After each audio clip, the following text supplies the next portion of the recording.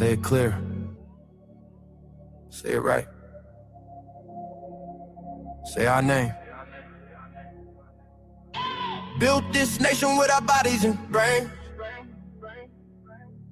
You benefit, don't give us credit, say our name.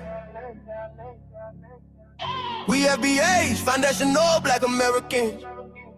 You want us to fight every time you in pain, but when it's time to vote for, silence remains.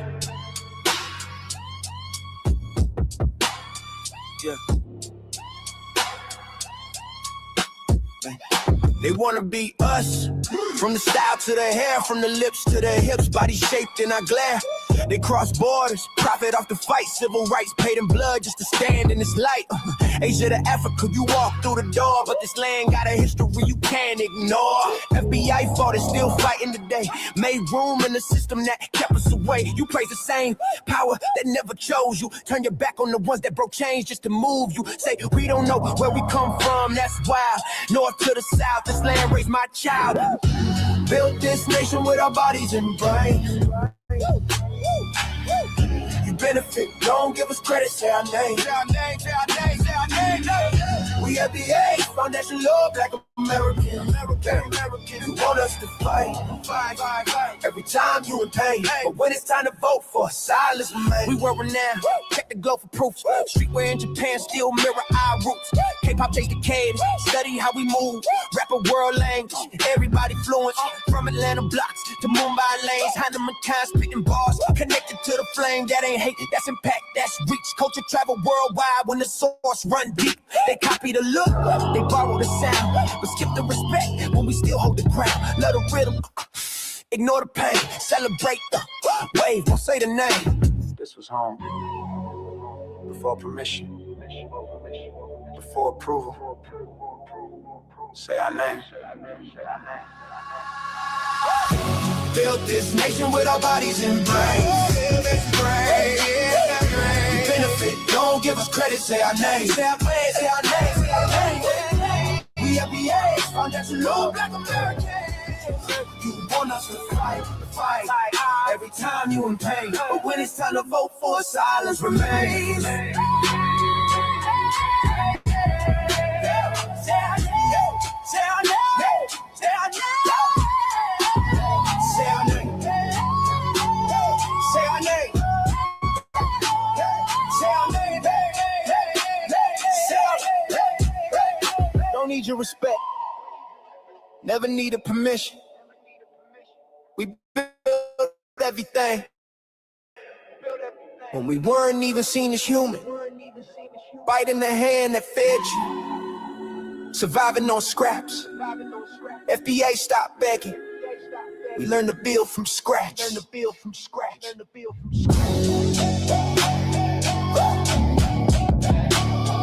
our name. Say our name.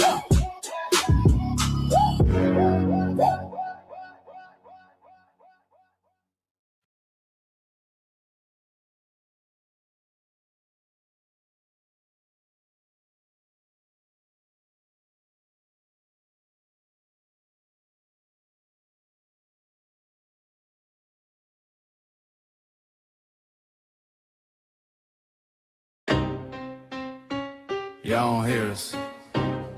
Pull up a seat and motherfucking listen.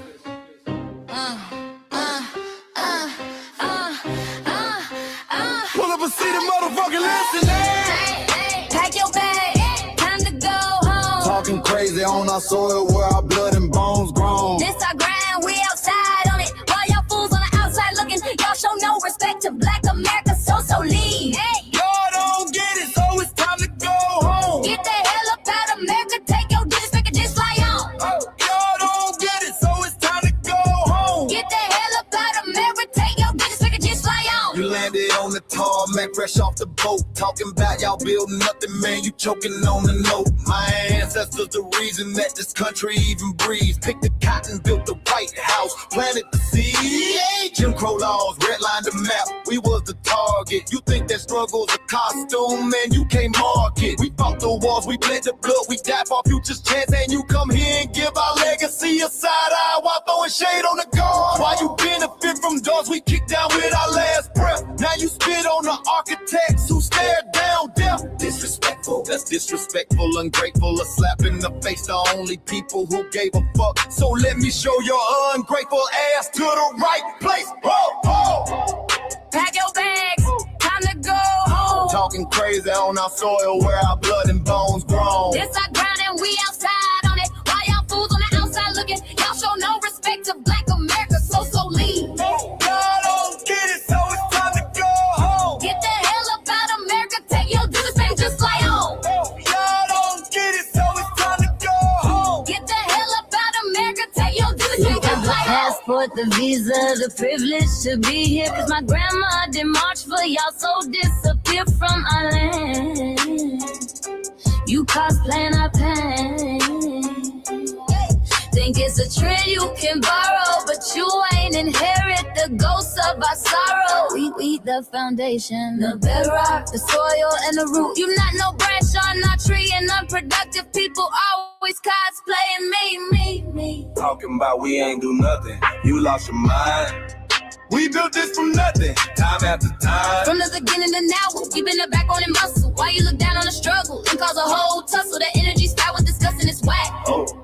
So let's make it clear, there's no turning back. This land is paid for in full. In blood, sweat, and tears, and dreams deferred. You don't get to come into a house we built from the dirt and telling Black America y'all ain't worth nothing. That's a violation. Facts.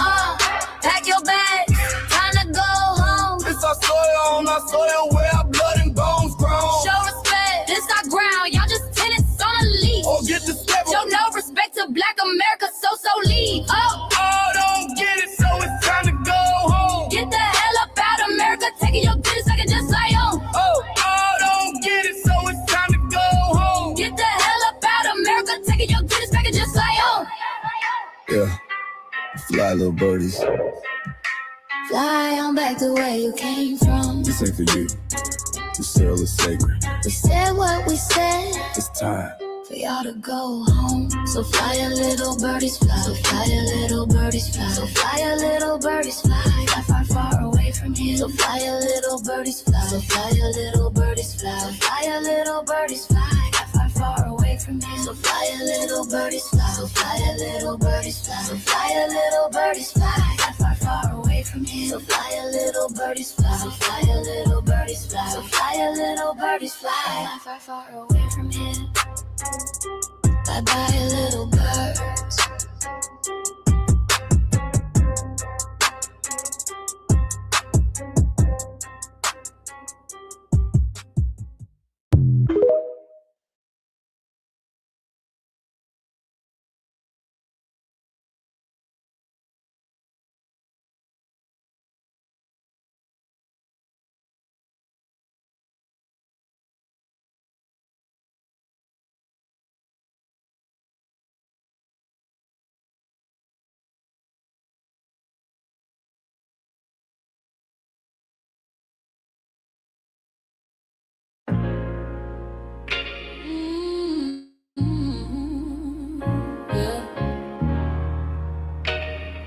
We forgot, but we never forget.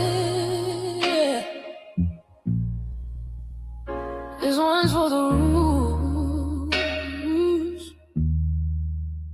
We built this land from dust and tears, 400 years, and we still here. They write new rules, but they don't see. Every freedom they got came off you and me. We planted seeds, they took the bloom. We lit the flame, they left the room. But we back now, no disguise. The spirit's woke, we realize. All we want is what we earn. That sweat and blood, yeah, that table turn. You can't buy culture, can't fake that fight. This is our day, this is our ride. We happiness. Say it loud, say it strong. We the heartbeat that's been here all along. Foundation of Black Americans, stand tall. We We ain't begging for nothing, we built that all. Born from pain and grace, you can see the truth written in our face. We the soul, the sound, to fight the flame. Foundational Black Americans, say our name. They love our rhythm, but they dodge our blues. Use our voice when it fits their news. They take our sound, but not our scars. We the backbone, we the stars. Now the veil is gone, the mask is clear. We see the game, we know it's here. No more silence, no more lies. We lift that flag and watch it rise. Rise up, rise up. We the ones that made this nation breathe. Our pains are power, our roots are trees.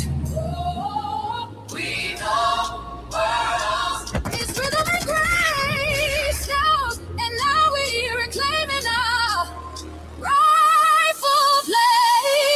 Can't copy courage, can't steal pain. You can't inherit soul by changing names. Our story ain't done, it's the revival. We guard the gate, it's about survival. We FBA, say it proud, say it loud. The world dances on what we vow. Foundational Black Americans. Still we stand, still we fight, still we demand. Every block, every song, we've been right here all along. The soul of a people strong and free. Foundational Black Americans.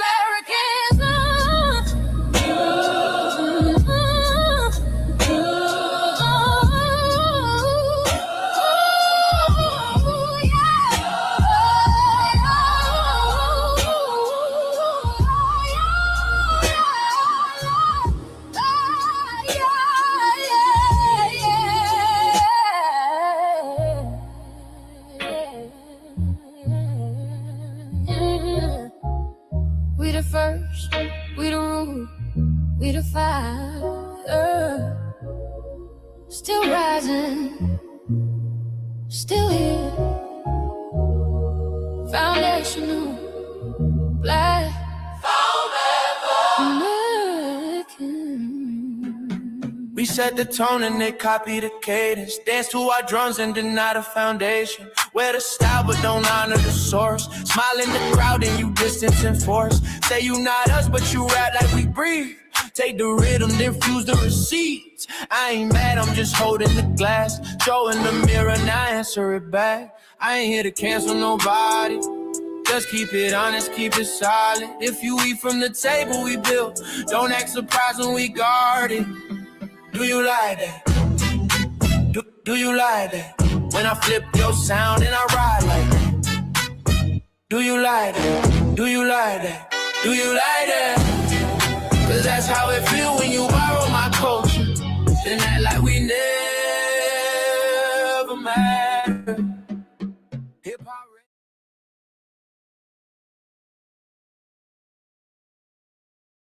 Mike Larry. Now this shit here is what see it is.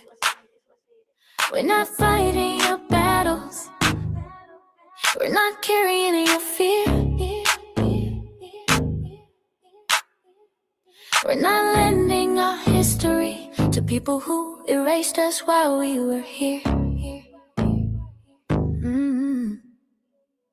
Just cause you're born here, don't make you FBA. That makes you a citizen, learn the difference today. This is lineage, not a look you can wear. Not a costume you borrow when it benefits you there. You used our culture like an access card, backstage pass, a straight facade. But now the mirror's in your face, no disguise. And you're uncomfortable looking truth in the eyes. We didn't leave our land to beg for a chance. We stayed, we fought, we took every advance. That's the separation, that's the line you cross. We paid the price, you learned the cost. You waving your flag on our soil, but fighting not to go back home. Waving your flag on our soil, building comfort on a foundation you didn't own. We waving our flag, red, black, and gold. Stood our ground, never sold. You waving your flag on our soil, but scared to build what you claim you love. Our humor, our style, the way we move, the smoothness, the sound, the things we prove. Music we birth, language we shape, innovation forged under constant escape. Warrior spirit means stay and defend, not flee your land and rewrite the end. You call it success, but don't confuse the two. Ease came after what we went through. You abandoned your land and called this strategy. You wave that flag loud, but won't return to build your legacy. That contradiction tells the story for you.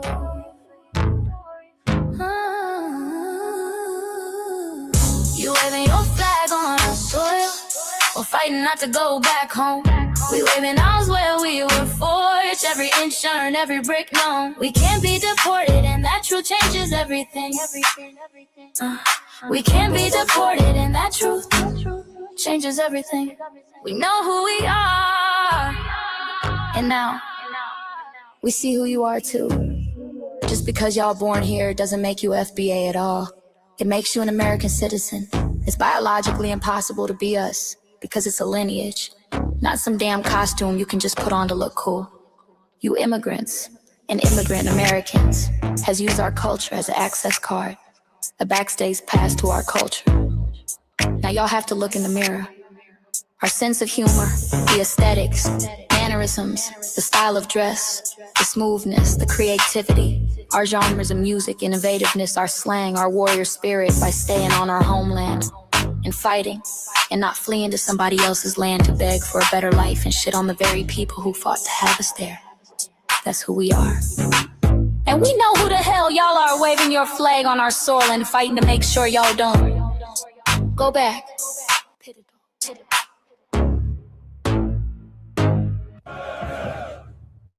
You can't leech off our culture anymore. Beat it!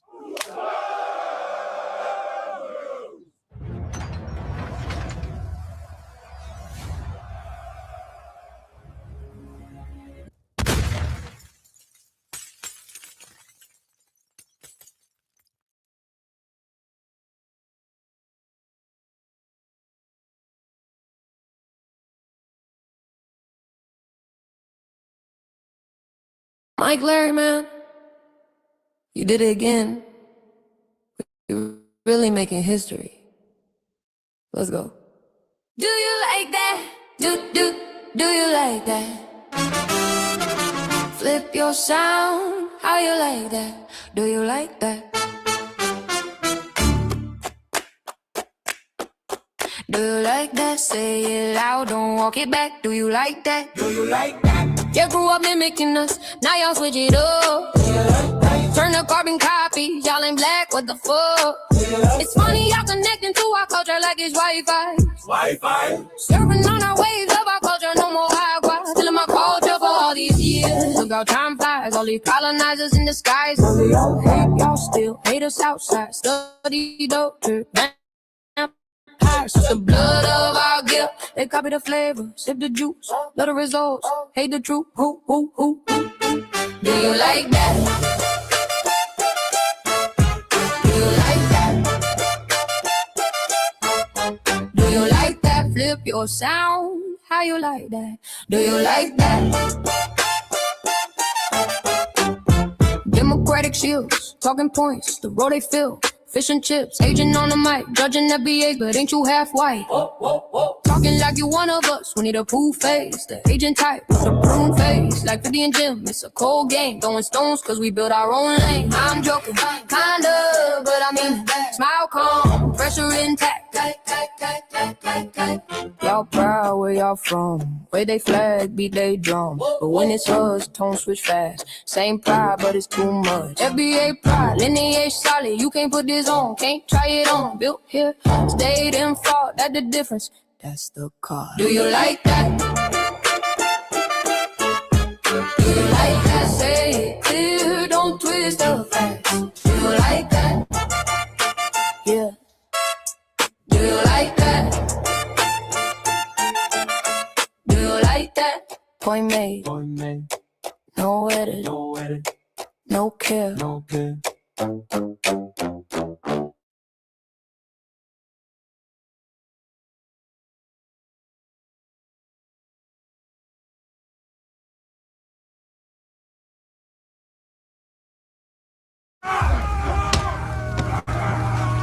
You know, erasing history is something that you have to do when it comes to conquest, domination, and destroying a people. If people knew who they were, what they were, and what they were capable of in the past, they will understand what they have a possibility or a likelihood of doing in the future. Foundation of Black Americans, we've always had a culture of resistance. We cultivated a culture of resistance on this land, and we've been resisting ever since we've encountered European domination. But nothing was really popping in Europe until the transatlantic slave trade, and that's where they amassed a lot of wealth. One thing that I think is unique about our culture as far as how we resist, how we fight back, is just the environment we were put in from day one. Being only 13% of the population, the white supremacists were very meticulous about keeping that population at a certain amount. There was never a period when we did not resist the encroachment of the white man. They have a natural behavior of authority no matter where they go. That's why they'll step up in front of us in the line at the store. We're not important. They don't even see us. We've never been able to excel. We've never been able to relax. We've never been able to just be, which means that existence is resistance. It must be something in our DNA, our historical background, to when something doesn't sit right with us, especially spiritually, in our souls and in our spirit, we just say no. We live resistance. You know, from the moment we're born, we're in resistance. And it's handed down generation to generation. And so I think that cultural resistance is actually in our DNA, in our epigenetics, and then it blossoms out into the culture. So there's almost nothing in America that we do, from song to dance to politics to the way we talk, the way we dress, having coded languages considered to be slang today. Everything about Black American culture is a form of resistance.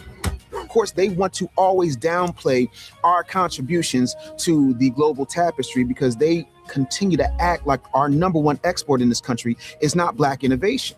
Everyone understands that our resistance has been the cornerstone of what foundational Black Americans have always done. We are the life that breathes everything into this nation. The further back you go, the further Black you go. It's just simple like that, brother.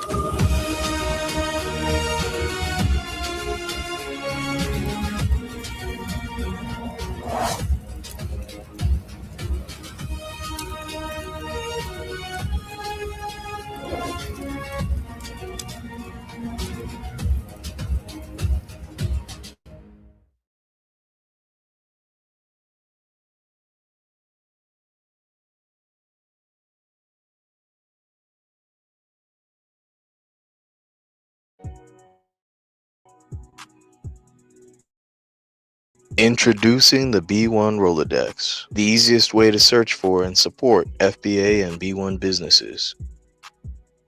Hundreds of entries from the Black grassroots for the Black grassroots. Free to use, free to download, constantly updated. Trouble navigating the document? Try using the map version. Notice a business missing? Use this simple Google form to submit an FBA or B1 business. Also submit anti-Black businesses, which are now being collected in that last tab. Find resources, contact numbers, and much more using the second tab. All the info you need to start practicing group economics today. Go to blacktruthunited.com. That's blacktruthunited.com.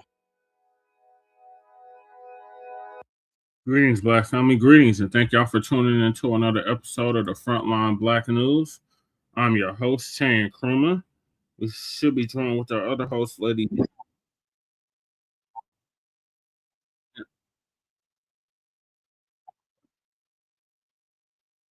And on this season 6, episode 32, or Trey Deuce, part 3 of the Frontline Black News, we'll be discussing several topics we didn't get to in part 2. And that is 3 white boys lynch student at Job Corps in Albany, Georgia. We still getting lynched, y'all, in 2026, but we're supposed to be getting over something. What we're supposed to be getting over. Then Keke Palmer calls out BET Awards on live TV for hiring Druski. BET be tripping. Watch how fast LA shut down Jake Lane's BET Awards protests. Supreme Court ends TPS. Who saw this coming? FBA. We seen it coming. We seen it in the tea leaves. We seen it a mile away. They didn't want to hear it from us. Then they kept telling us that we were next. We can't be deported, so we're not next. Then we got why you can't give yourself reparations.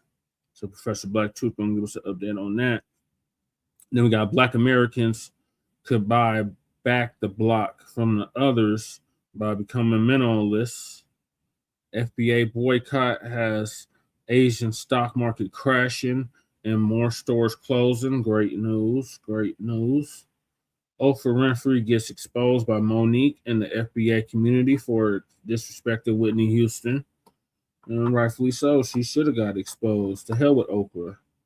Then we got the LGBTQ woman is angry with Black Americans because we centered ourselves on Juneteenth. Well, you know, it is our holiday. We're not them. They're next. And now they go exactly fresh. Then the world is moving on without America. The New World Order has already begun. Could a global reparations package actually erase FBA delineation? Mamdani, mayor of New York, freezes New York City rents. Then 300,000 lose their homes. And then we got our unhoused neighbor news, our legal migrant news, and our local Denver/Aurora news.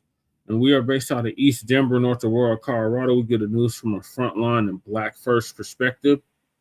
We are signal boosters of the New Black Media and also a part of the New Black Media. And we have been around for 6 seasons now and counting. We have several platforms that are part of the Frontline campaign.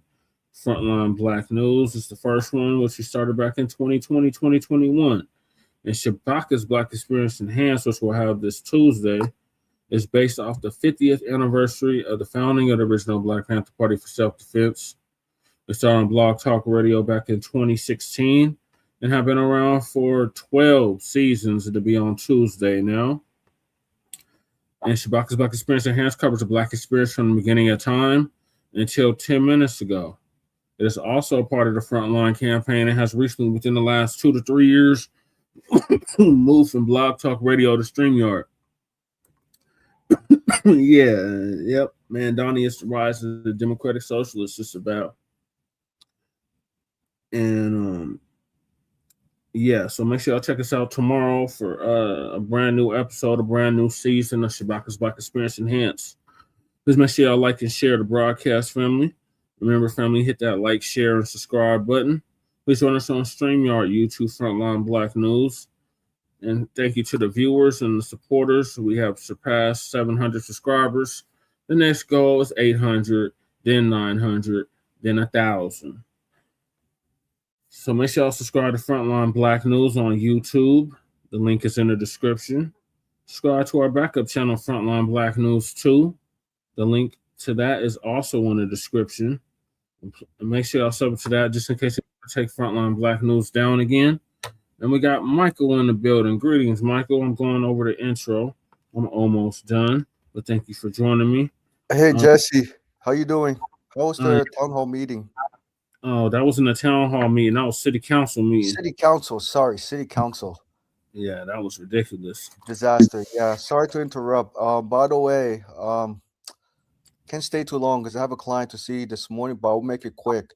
Okay. So, Phil Weiser, right? Unexpected, his campaign last minute from Teddy mailed me the Zoom link meeting and attended the meeting, recorded it, and I gotta say, most of the people who were in that Zoom meeting, mostly Mzungus, a couple Hispanics. One is Omar. You probably know him in Colorado. Omar Montgomery. Yep. Yeah, I know him. He's my old professor. Old professor. Yep. And I was reading the room, and when I was trying to ask questions or talk on mute, I noticed I couldn't unmute in that meeting, and I was like, wait, this doesn't make sense, right? And then the chat meeting set up. They won't let you on mute unless they promote you.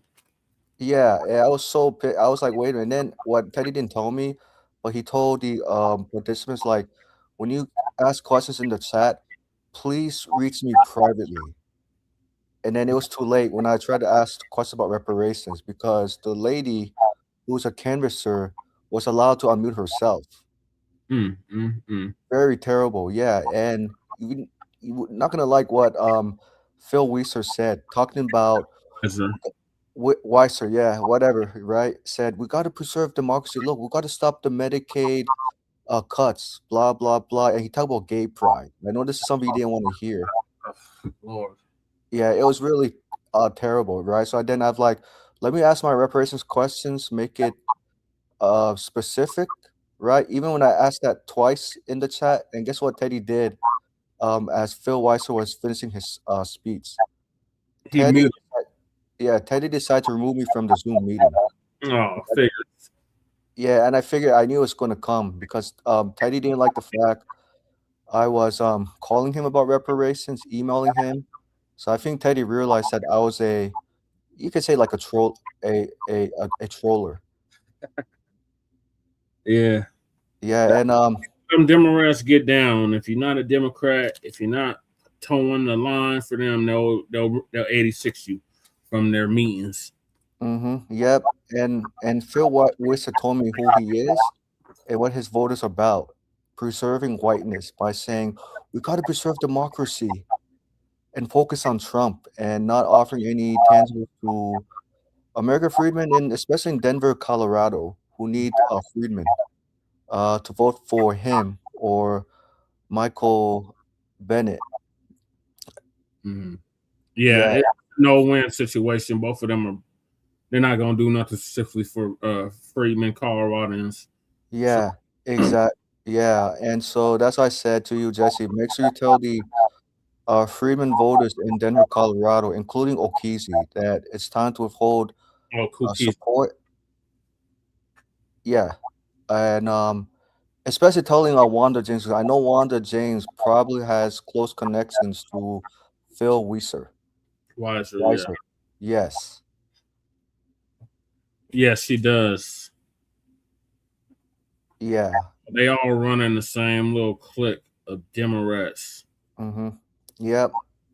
And so I definitely recorded the meeting, the Zoom meeting. I tried to email to some reason the voice didn't go through. Yeah, they try to make you look bad for not voting for him. Exactly, Fresh.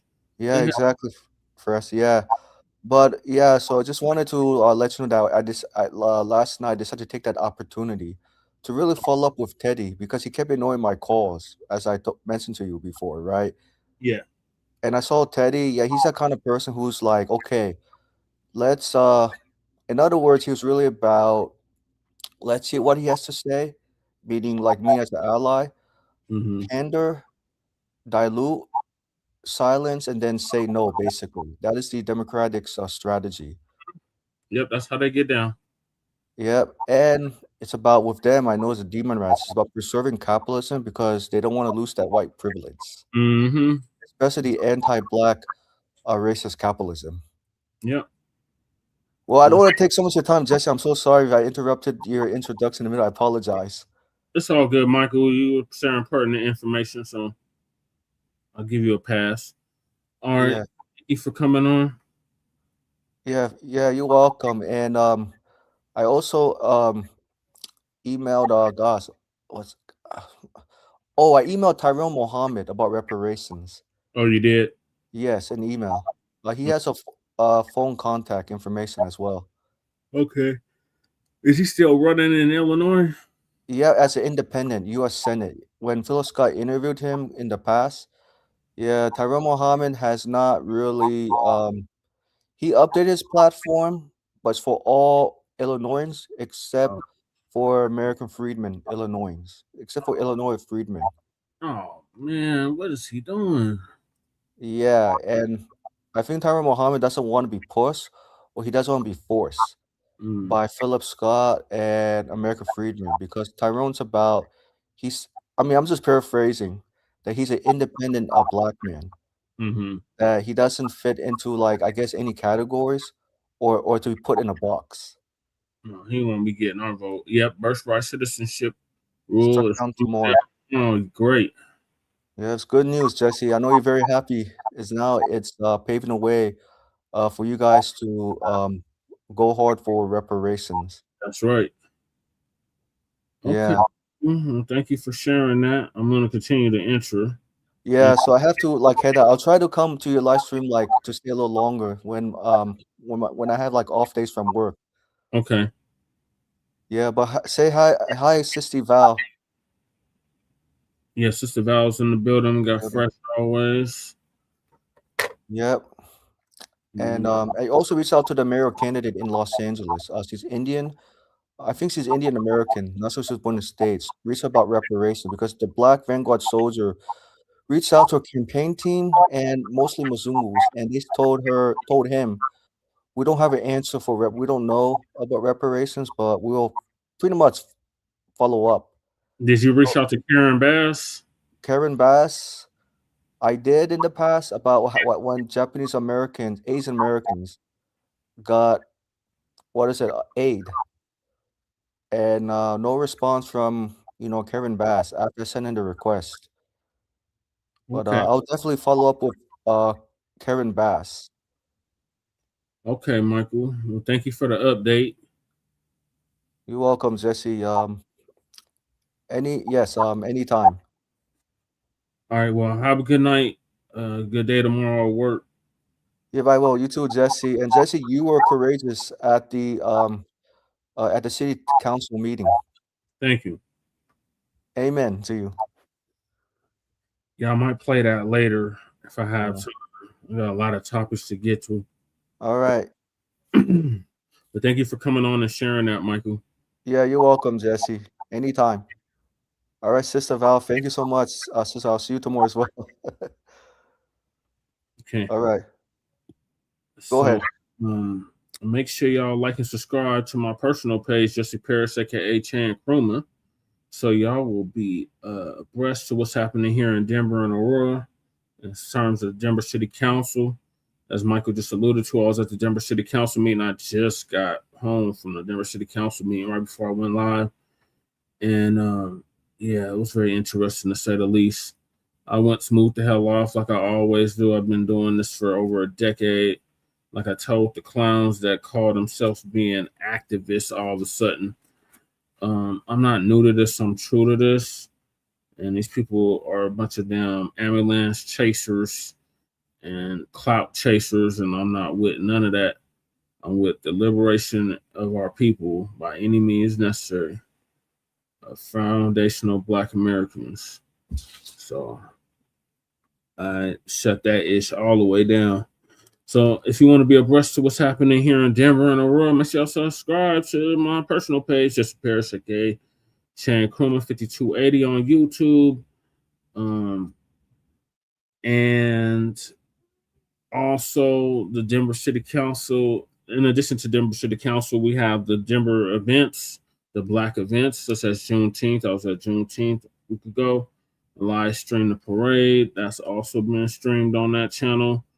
And the Sunday morning food bank, which I've been doing for over a decade as well, is streamed on that channel. So make sure y'all sub to that channel as well. Then we got Lady Chase backup channel, Seduction Doll 5991. Make sure y'all sub to that so she can start going live on YouTube on that channel. Then we got her main channel, The Revolutionary Agenda. Make sure y'all sub to The Revolutionary Agenda. She usually covers topics that we don't normally get to on Frontline Black News and Shabaka's Black Experience Enhanced. So make sure y'all sub to that. She's at 85 subscribers. Let's help get her to 100. That'll be the least we can do. We'll get her to 90 tonight, but at least get her to 100. Like, this is ridiculous that she's only at 85 subscribers. But show her some love like y'all show us love on Frontline. Then we got Shabaka's YouTube channel, Janet 1. Make sure y'all sub to that so Shabaka can start going live again on YouTube. He's at 42 subscribers. Let's help get him to 50 so he can start going live on YouTube again. Then we got our cousin or Lokester out the Bay Area, Jay Militant. Make sure y'all sub to his channel too. What's Cracking TV with Jay Militant. Then we got our brother Keke out the Mile High. who came up with the FBA culture reports and used to do the intro track for the Frontline Black News until he ran into some discrepancies with the promoter. So with that being said, check him out. He's a dope MC / rap artist out of Denver, Colorado, Keke 5100 on YouTube. Then we got my brother from another mother, Breeze Omega, who was live earlier. I tapped in briefly before City Council. Breeze Omega, make sure y'all sub to Breeze Omega's channel as well. He covers content that we usually cover over here as well. So check him out. He's heavy with the content. Then we got our brother Church of Black Power, who's originally from Watts, California, but is now in Houston, Texas. And he usually covers content similar to what we cover over here. But check him out. He did like a 7-hour stream the other day. And he had our brother Black Truth United up there explaining the FBA threat database, which we covered last night on the Frontline Black News. So check him out, Church of Black Power. Then we got our brother Torian Rain Reloaded, who was also live earlier. He was going over Jake Lane, getting the break speed off of him outside the BET Wars in Los Angeles yesterday, which we're going to be covering tonight. Check out Torian Rain Reloaded. He's been around for a decade plus. And he actually put Lisa Cabrera on. So let's help get him to 80,000 subscribers. Then we got our brother Black Truth United. Well, honorable mentions. I hate to say honorable mentions because I'll be here naming content creators all night. But definitely check out Black Alpha Network. He usually goes live on Tuesdays and Fridays. Check out our brother out the Shy, Afro Elite. He usually goes live on Monday, Wednesday, and Thursday. And last but certainly not least, check out our brother Black Truth United, who came up with the B1 Rolodex, which is the modern day green book for FBA and B1 businesses alike. And in addition, he came up with the FBA threat database, so we know what areas to travel to or not to travel to, not only in the United States, but globally, internationally. And the links to submit your business to the Rolodex are in the description. The link to the FBA threat database is in the description. And the link to the Rolodex itself is in the description. And then our brother Church also came up with the Freedmen Reparations Party merch. So you can get that at Freedmen Reparations Party merch, frpmerch.com. The link is in the description. Then we got Council the Congressional Black Caucus to create a foundational Black American caucus. Long overdue. The link to that is also in the description. Then we got our Sister Brooke.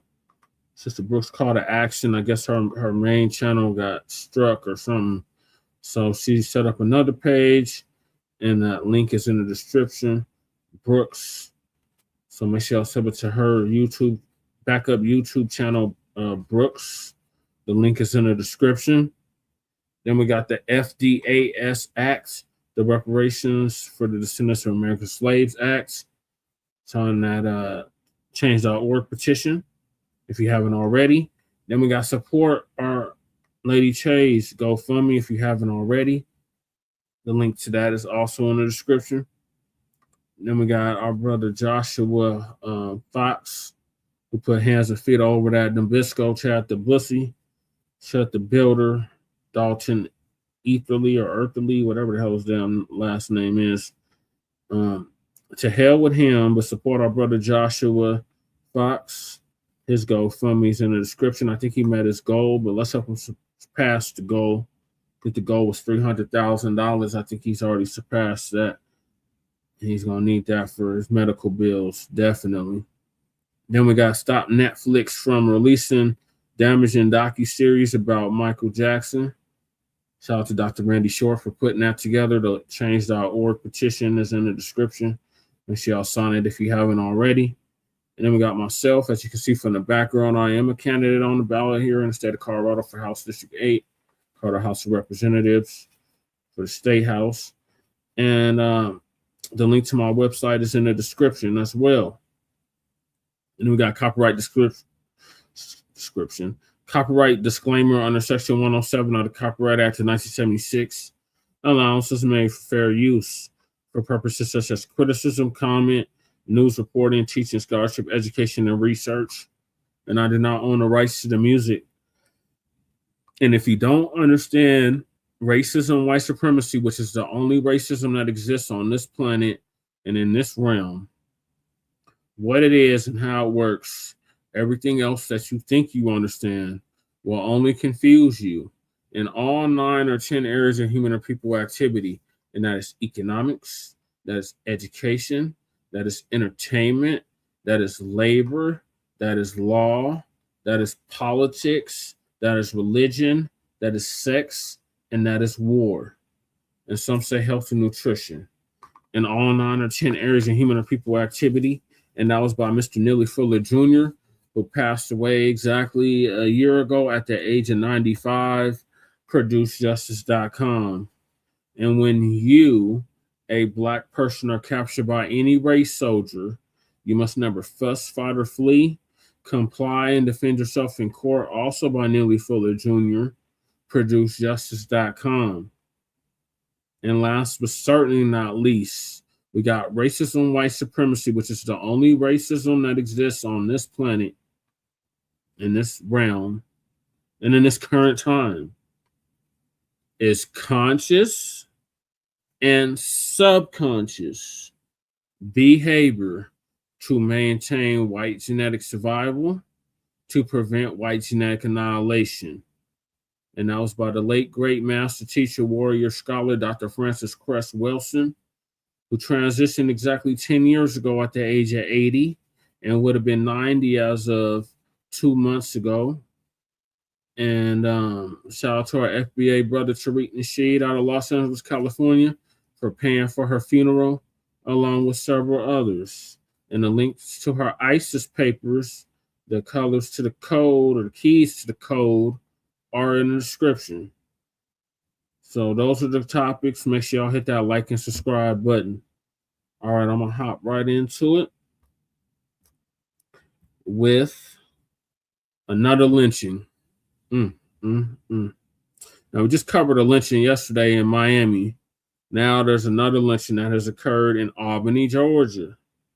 So our brother Taylor Publishing is going to give us an update on that. Sorry, I hit the wrong button.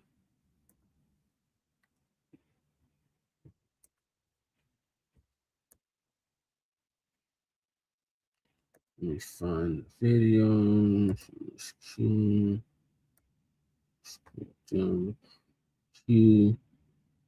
Taylor House Publishing is going to give us an update on that. Shout out to our brother Taylor House.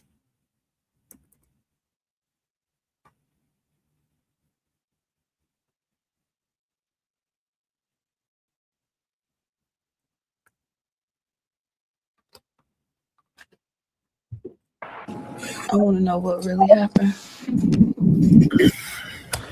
Well, you just heard there from Chastity James, the aunt of the student found dead outside the cafeteria of Turner Job Corps in Albany over the weekend. Authorities say the students found 21-year-old Justice James unconscious outside the campus cafeteria before 10 Sunday night.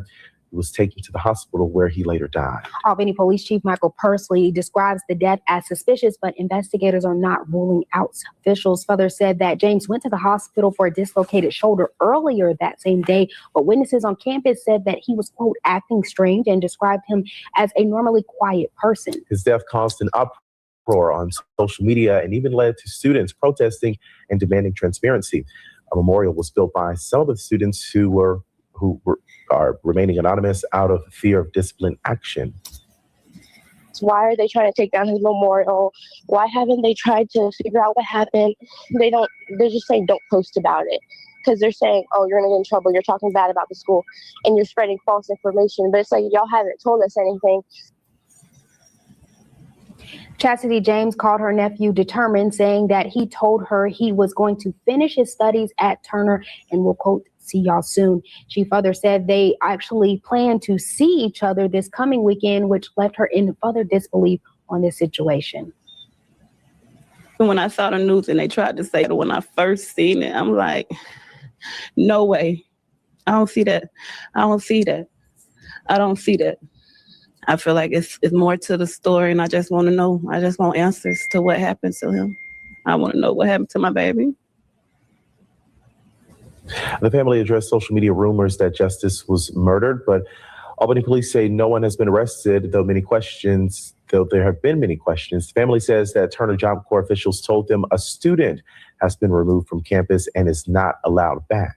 Now, in response, the Department of Labor spokesperson issued a statement saying, quote, the Office of Job Corps was saddened to learn of the tragedy at the Turner Job Corps Center. We are actively reviewing the incident to determine the center's compliance with safety, security, and student accountability protocols, including the center's response to serious incidents. Now, the Department of Labor remains committed to transparency and student safety and is available to provide additional information consistent with applicable federal privacy laws, end quote.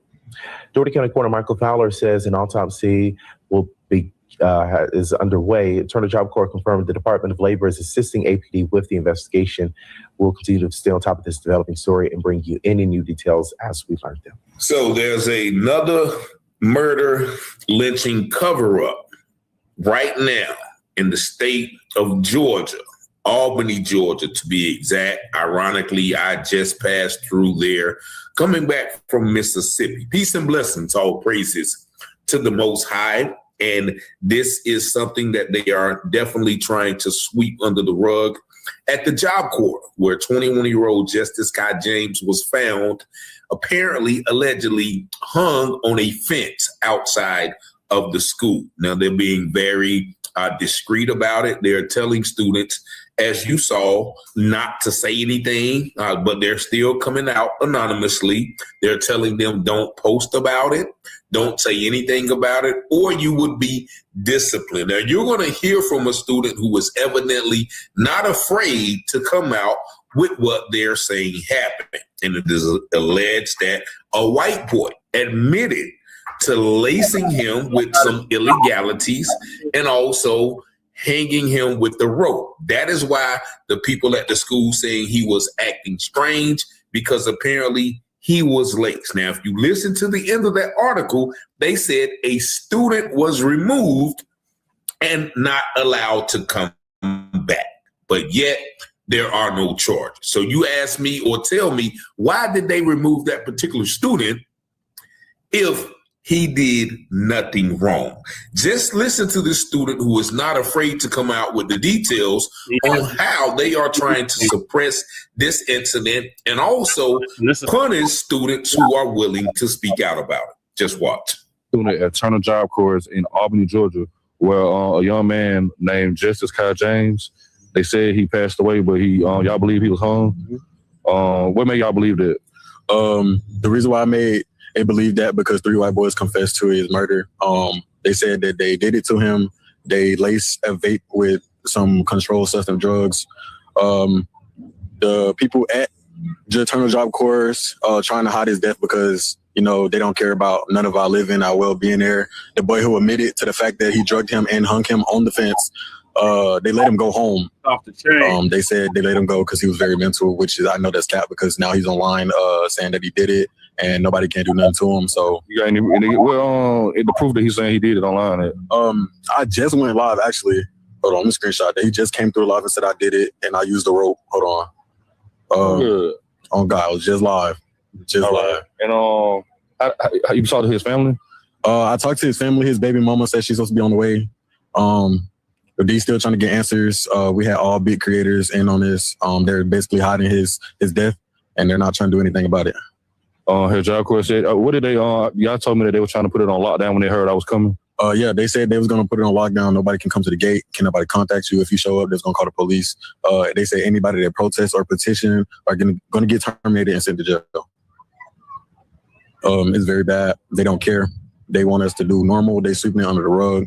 They told us if we post anything, if we keep talking about it, we're going to get sent to jail, sued, and they're threatening us with unknown calls. I think it's them. I don't really know who it is, but we're getting unknown calls from Job Corps and people around Albany. I'm here with a former student at Turner Job Corps in Albany, Georgia, where a young man named Justice Kai James, they said he passed away, but y'all believe he was hung? So there you hear the student saying that a white boy admitted to doing it and they sent him home claiming that he was mental, yet and still he's on social media bragging about the fact that he did it and nobody can do anything to them. Now, also the Job Corps is culpable because they are trying to silence the students, sweeping it under the rug, saying that, you know, they will be prosecuted, sued, they will be terminated, they will lose their career that they've been working on. So they are trying to quell the public's knowledge of this event. And also the young brother said that they are getting anonymous calls from people around Albany and some of the, I guess, the Job Corps staff, basically threatening them and intimidating them like this is 1950s. Y'all better be quiet. Y'all better be quiet.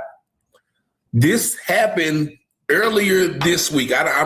They saying Sunday, so I believe it was last Sunday. We don't know. This story has just came across my desk. However, some of the students went all out in a protest. And this protest was caught on videotape. Just take a look at this news article that's giving you a little more information about some more anonymous students who are concerned about how this place is handling this quote unquote lynching, which they're saying it's self-unalivement.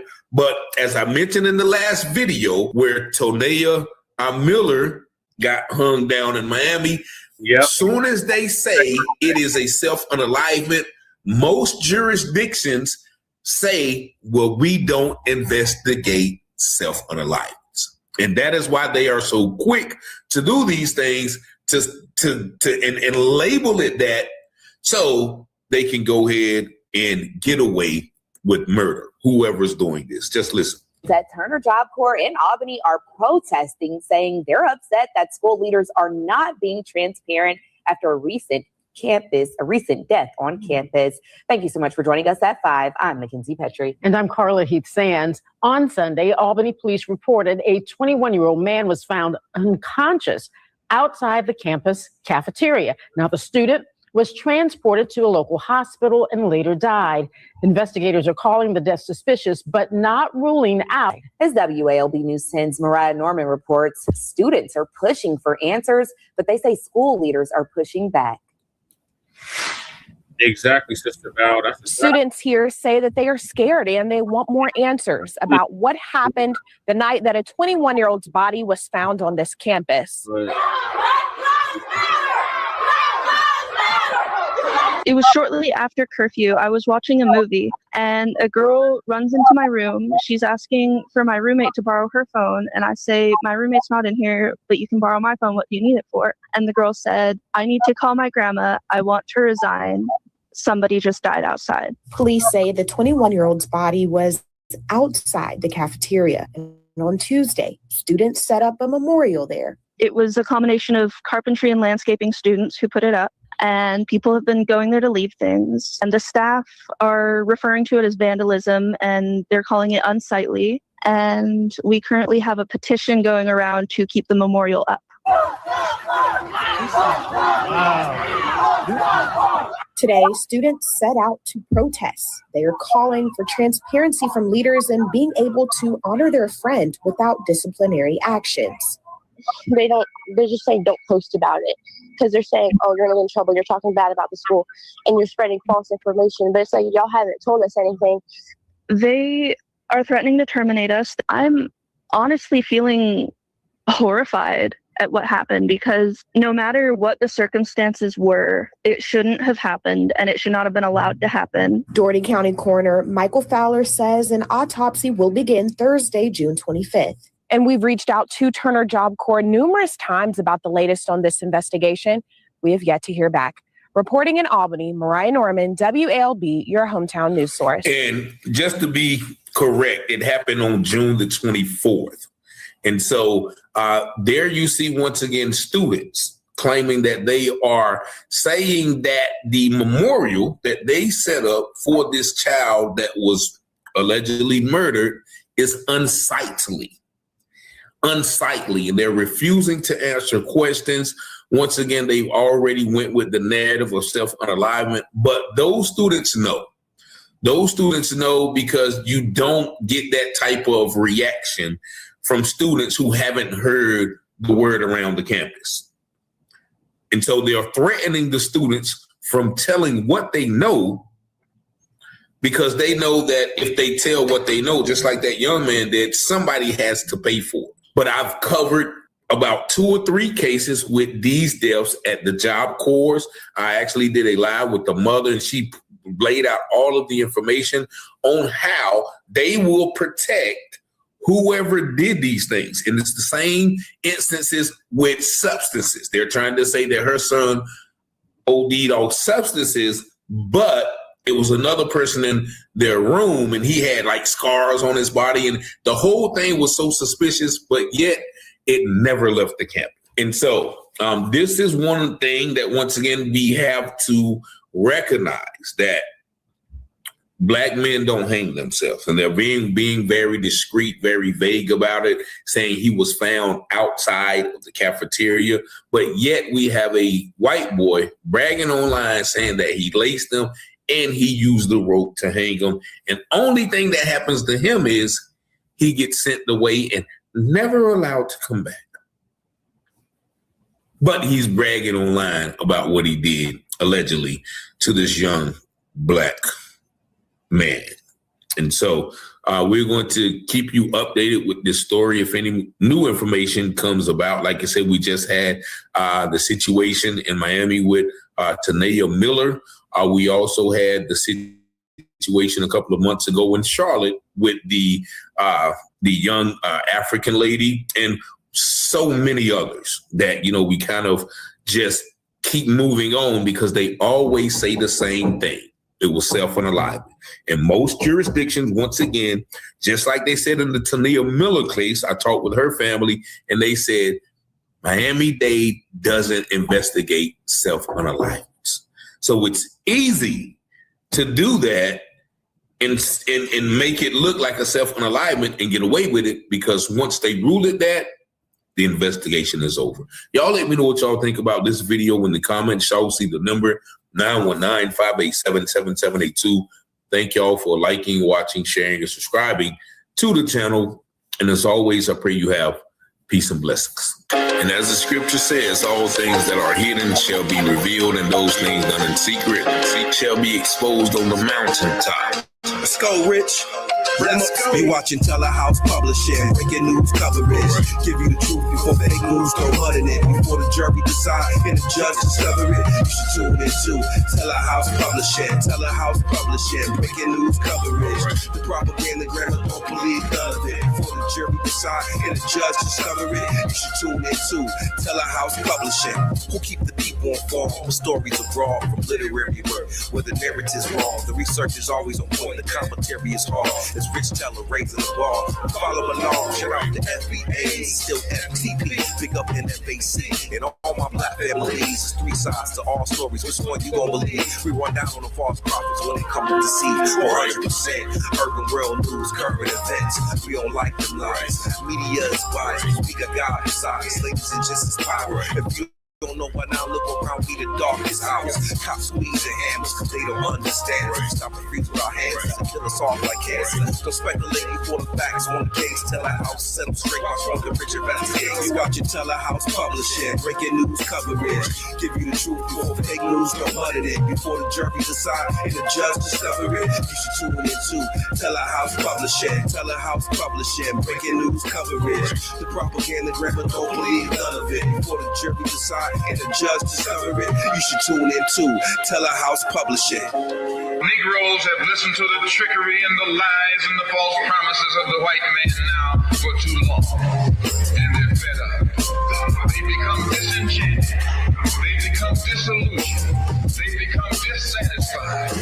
And all of this has built up frustrations in the Black community that makes the Black community throughout America today more explosive than all of the atomic bombs the Russians can ever invent. Telehouse Publishing, Telehouse Publishing, Telehouse Publishing, Telehouse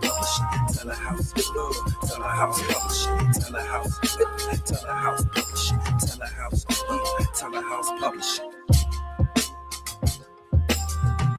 Yep. Thank you, Telehouse Publishing, for that update. Yeah, this is very disheartening, Sister Val. Shout out to Black Joe. I see you in here, cuz. Appreciate you tapping in. Yeah, so our brother just lynched, and they sitting up here trying to cover it up. R.I.P. to Justice Kai James, another black man that was lynched in Albany, Georgia. Accordingly, Albany, Georgia has a long history of lynchings. So this is nothing new to Albany, Georgia. And sure, the people, our FBA people down there is raising all kinds of cane, as they rightfully should. So while he was talking, I was looking it up, and it says, according to the initial investigative reports from the Albany Herald, the case include the incident on Sunday, June 21st, 2026. 21-year-old Justice Kai James was found unresponsive, having been found hanged outside the cafeteria building on the campus of Turner Job Corps, located at the 1000 block of Schilling Avenue in Southeast Albany. The medical response bystanders attempted CPR on site before Doherty County Emergency Medical Services transported him to Petone Medical Hospital or Memorial Hospital, where he was pronounced dead shortly before 10 p.m. The Albany Police Department and the police chief, Michael Pursley, have officially listed the death as suspicious, but Doherty County Coroner Michael Flower publicly stated early on that homicide was not initially suspected. What? The body was scheduled for official autopsy by the Georgia Bureau of Investigation and GBI to undermine or to determine the exact cause of death. And why is the community outraged? Why wouldn't the community be outraged? The frustration being voiced. This is a pattern of lynchings, a historical and systematic pattern of skepticism toward official rulings when a black man has been found hanged, when local officials quickly lean away from suspecting a homicide or implied suicide in these specific types of cases before a full, exhaustive, independent investigation is completed. It frequently triggers widespread community distrust, allegations of a cover-up. It definitely is a cover-up, and the demands for a thorough and transparent look into potential foul play. Definitely foul play is involved. And like Damien said, this is payback for Metcalf's. Ugh. Yes, rest in total peace. That's right, Nubby. Yep, Black Power sister on the West Coast. Brother hung himself and it caused an uproar. Yep. It was battling sexuality issues. Wow. Can't never trust those white devils. That's right, Damien. Never. All right, so we'll keep y'all updated on our brother Justice. Hopefully we get justice for this brother. They said the damn Nabisco that did this shit is running around on social media bragging about it. This is a violation within itself. But that ABK is real and he gonna get his. That's for damn sure. So moving on to a more lighthearted topic, and that is the BET Awards. Keke Palmer calls out BET Awards on live TV for hiring Druski. Why they hating on Druski? BET be tripping. So Hype News is gonna give us an update on that.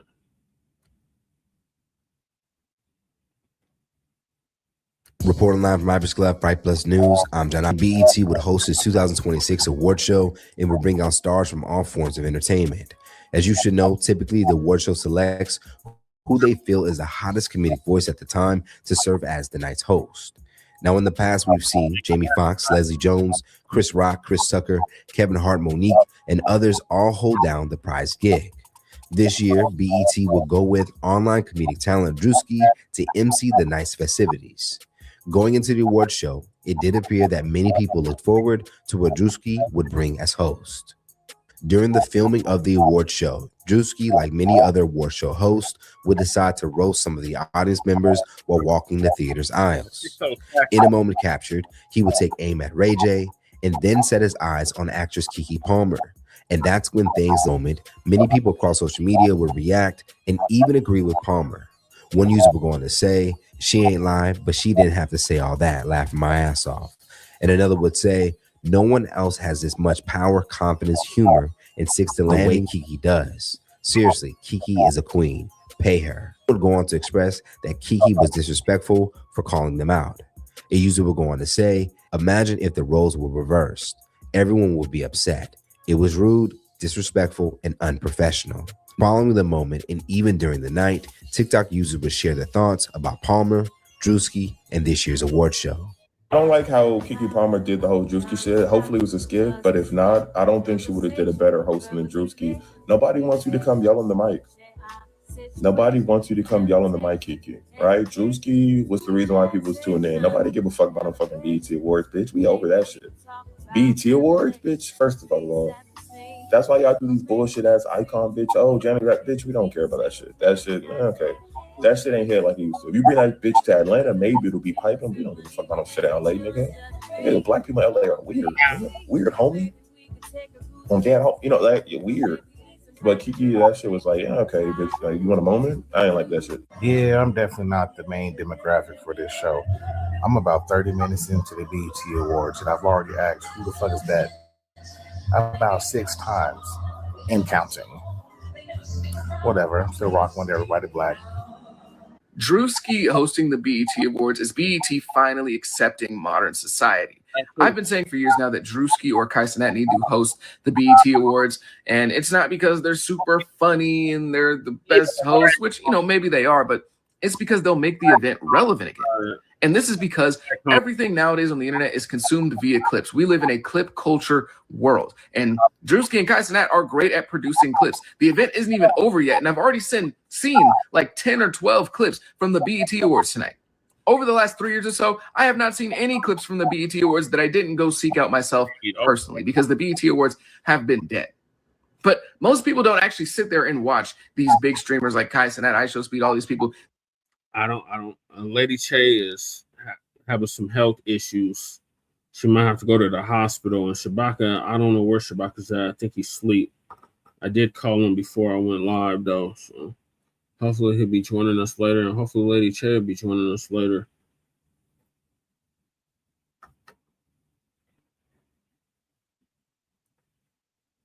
They just see the clips. They scroll Instagram, they scroll Twitter, they see the 35, 45 second, 60-second clip, and they move on with their day. Druski, you're mocking God at the BET Awards. I'm just so sick of this bull. And then he says when a woman is walking down there, she is fine. And then he said to get impregnated with the word of God. What pastor does any of this? And if a pastor does any of this, why would he mock them and reenact it? This is going too far. On some real stuff though, this is the best BET Awards I've seen in years. Like, we was just watching the joint thinking that the whole time, this is the best BET Award show I've seen in years. This felt nostalgic. This felt like the early 2000s, like we used to stay up on a weeknight and ask your parents if you can finish the BET Awards. With Druski hosting, all of the tributes that they did, I love D'Angelo. I'm a big neo soul guy. To get Lauryn Hill to even come out there and perform like that, her talking about her protecting the artist, Sylvia Rhone getting that tribute, that iconic tribute, Tiana Taylor getting an iconic tribute, but Sylvia Rhone getting that over Clive Davis getting a tribute is really what stood out to me. A black woman who actually protected the artist. And I used to work in the music industry for years, about 8 years straight.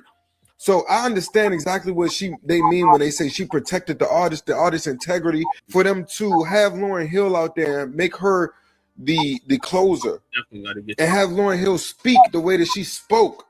Because when Lauryn Hill speaks, she speak heavy. You know what I'm saying?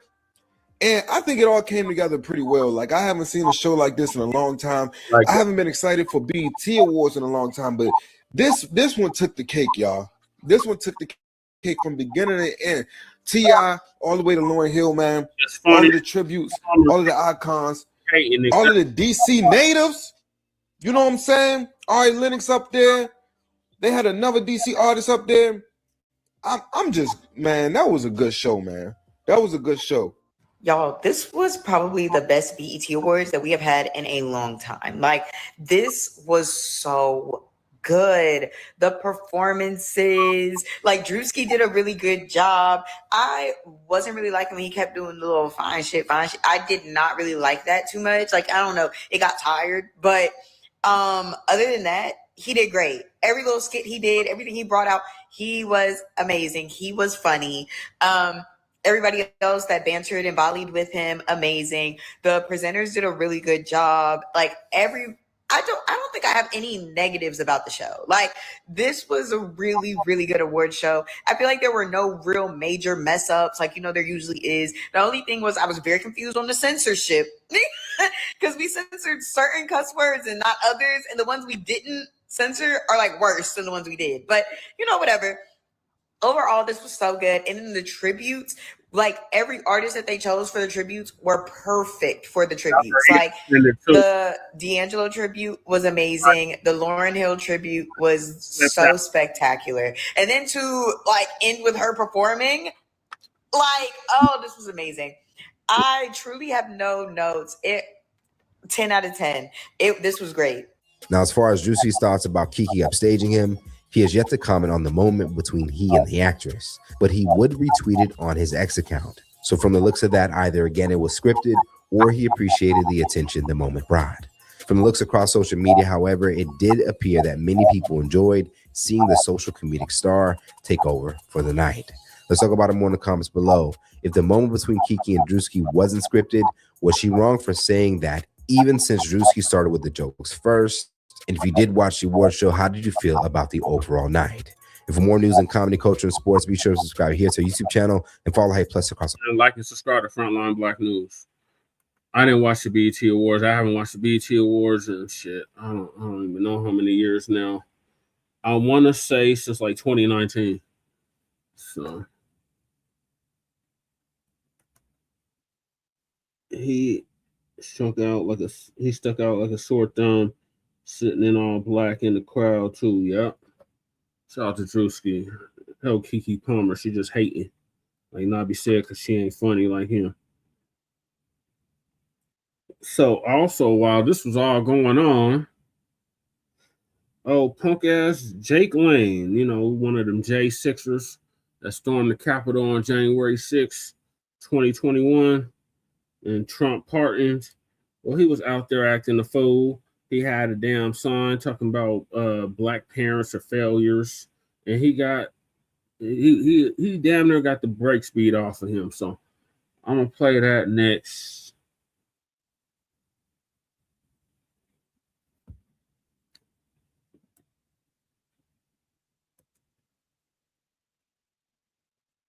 So the first clip I'm gonna play is from Street Media TV.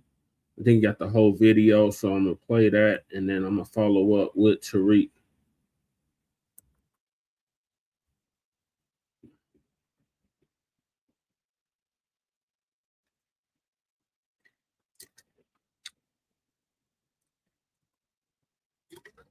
Boycott BAT Awards. Thug Culture Night, we say no. Protest with us at Peacock Theater, Sunday, June 28th, 4 p.m. PT.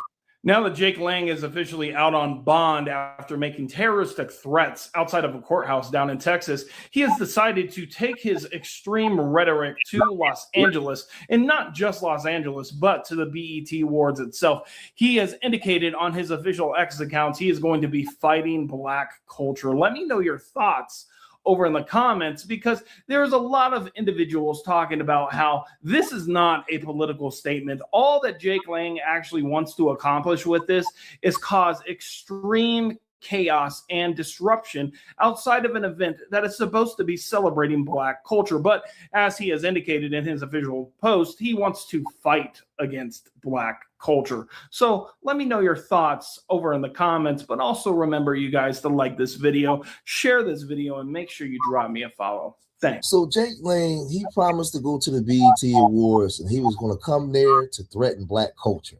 He said Black culture is the scourge of America and Black culture is the reason why America is having all the problems. And he wants to, as a W man, he wants to come to the BET Awards and tell Black people how they should behave. He said it's Black culture is the reason why Austin Metcalf is unalived. And this guy says a whole bunch of weirdo stuff. Now, this is the same guy that was part of that January 6th insurrection and he went to prison. He's the same guy, espousing those W supremacist talking points, and the government is watching him. See, when Donald Trump ran this time, and they said they want to get rid of federal protections and less government, they want to run everything back to the states. A lot of people that's uneducated and stupid didn't understand that the federal government was supposed to protect our rights from state law because states was the ones that was responsible for the lynchings and all the issues that we were having.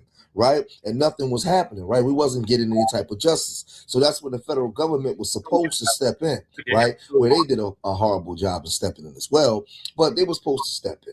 Right, so they want to run everything back to the states. You see Chud able to walk around Tennessee calling Black people the N-word with a firearm on them, with mace. You see a whole bunch of just weirdo stuff going on. Now you have the Jake Langs, you have all this stuff going on in the state, and there's no any type of federal protections. So this is the stuff that they wanted with Project 25 and Donald Trump and his regime and all the stuff that's going on. Now the Democrats is no better because the Democrats sat and watched all this happen while they was our friends. Exactly. But this stuff is happening for a reason.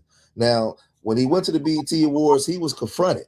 Right, he got confronted by a lot of Black people, Mexicans. It was a lot of Black people. It wasn't just Black people. There was a lot of people out there that got up in it, man. Check this out, pause. Guys, we're here on the ground at the BET Awards. Jake Lang is here. He's made an appearance with a truck. Owen Richard, journalist on the ground here in Los Angeles.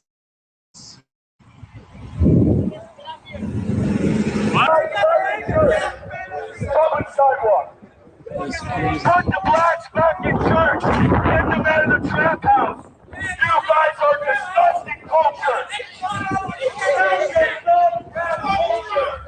Celebrating drug dealing, celebrating home invasion, celebrating armed robbery. The BET Awards is celebrating degeneracy. It looks like a bunch of prostitutes are dressed up in there. See you guys participating. You can't put nothing over here. Fix your culture. You are poisoning your own youth. And then you are killing each other. Nothing over here. Black culture.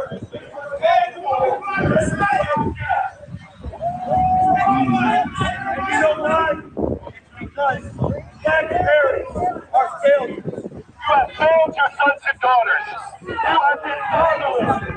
Fatherless epidemic in the Black community. The fatherless epidemic in the Black community has an all-time high. The fatherless people that celebrate that by race because your parents failed you. Your parents His mother failed him. What do you mean? You're not a soldier.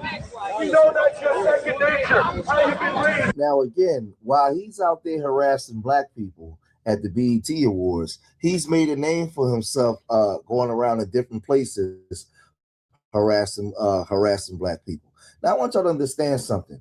They're using this stuff like Black fatigue, Black culture, and, you know, I like to take our people into the classroom and understand that it's not Black fatigue, Black culture, because I want to say this to all you Black conservatives out there. If it was Black culture in the 60s and the 50s, when we was just trying to go to work to make an honest living, we had suits on. Our women wasn't naked. They were still lynching our people from trees and beating our people up on the job and having mobs of W folks attacking our babies when they're going into schools, blowing up schools. They was doing all those different things. So what are you talking about? This is not black culture. This is American culture. This is American culture. The first gangsters, right?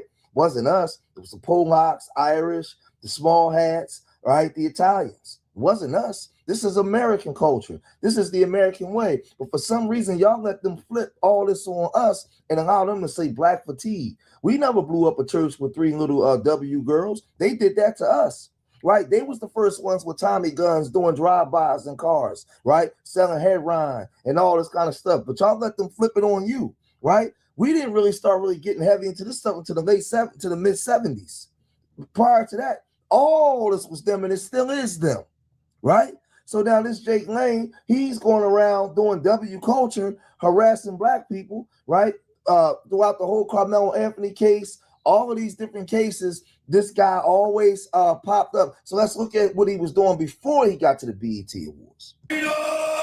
Far-right influencer and pardoned January 6th rioter Jake Lang walking out of Collin County Jail Tuesday after multiple arrests this month related to the Carmelo Anthony trial. Why am I the one being mistreated by the justice system? Lang's most recent charge, felony terroristic threat. According to an arrest warrant affidavit obtained by Fox 4, Lang was identified on video outside Anthony's trial, saying he'd kill Carmelo Anthony with a shot to the head. Lang was charged by the Texas Department of Public Safety.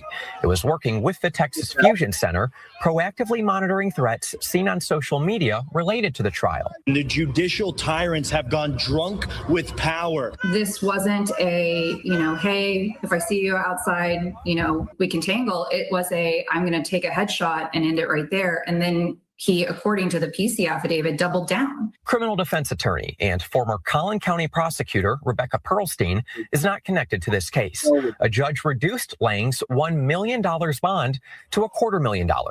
That initial $1 million bond is higher than some people receive for a murder charge. But Pearlstein says Lang's past likely plays a role. He had been told to stay away from the Collin County courthouse. On June 2nd, Lang was charged with criminal trespassing after admitting to climbing a fence to the site of the fatal stabbing of Austin Metcalf.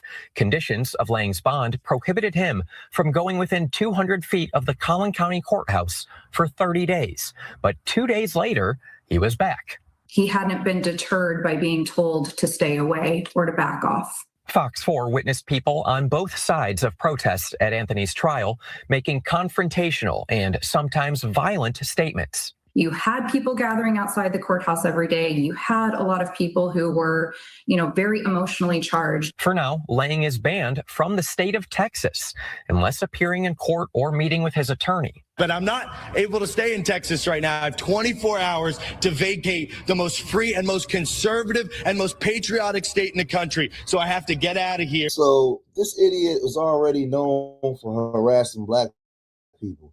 So then he decides to go to the BET Awards, and it all went bad.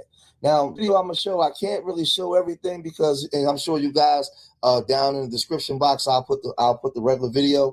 But he got his stuff handed to him. They snatched those people. They snatched the signs out. He got punched in the head. It was just a chaos, man, running wild. But he asked for it because he's constantly harassing black people. He's getting pardons. They keep letting this guy out, man. No matter what he do to black people. But this is what happens when you push everything back to the state, right? There's no federal government to come in, and he's not being charged with hate crimes. He's not being charged with anything.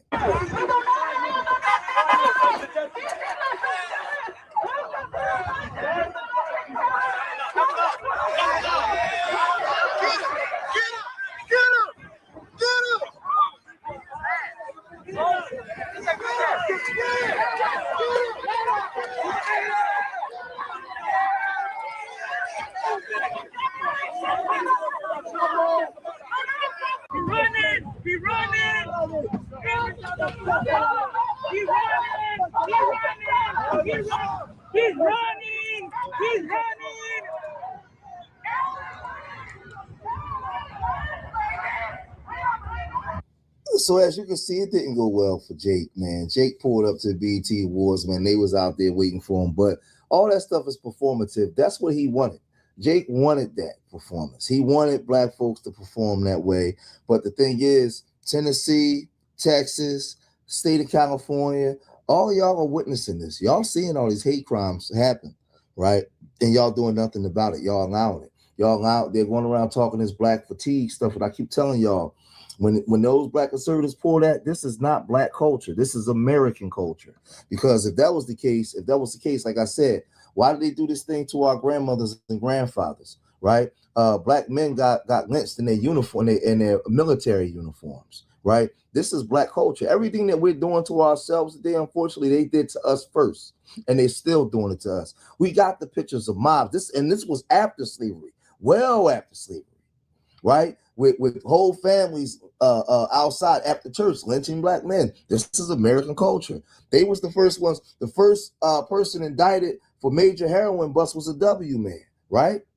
Right? We know about the French connections and the Corsicans and all the kind of stuff and the deals that the government made with the Italians during World War II. We know all the stuff. This is American culture. Y'all can run that stuff on people that's not educated, but not on smart people, man. Right? But y'all let them keep telling y'all that this is black culture. No, it's American culture. Don't let them run that on y'all, man. So Jake Lang is a part of American culture, and American culture is blood soaked in racism. It is what it is in racism, and he's a child of it, and that's why he's out here propagating this stuff, man. But y'all let me know what y'all think, man. If y'all made it this far in the video, hit that like button, subscribe to Street Media TV, leave your comments in the comment section. Remember, I love y'all. Till the next time, peace. All right, I thought he had the whole goddamn video, but Tariq gonna play the actual video of him getting beat, get the break speed off of him.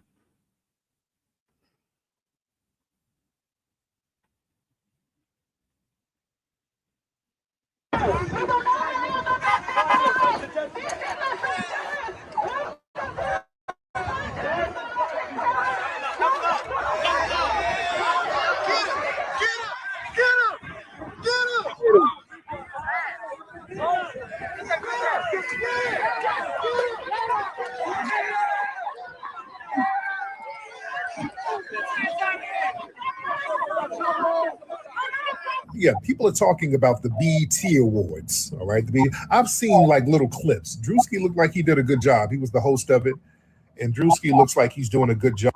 Hold on, Kid Gravity got the whole video. Yeah, I need y'all to see this whole video because this fool got the breaks a beat off of him.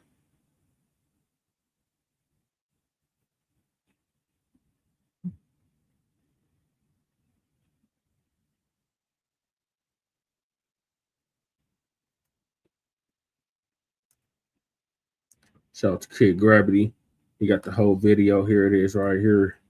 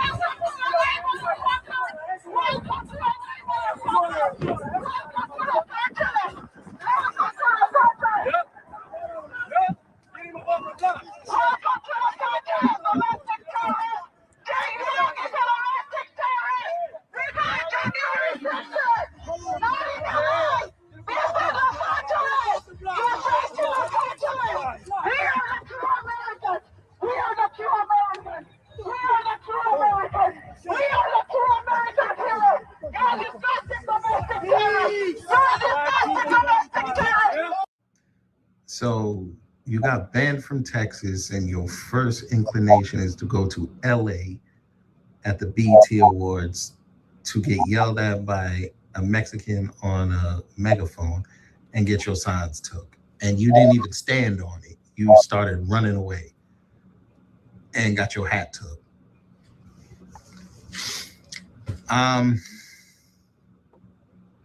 Yeah, you're in whole L. Thank you, Kid Gravity, for that video footage.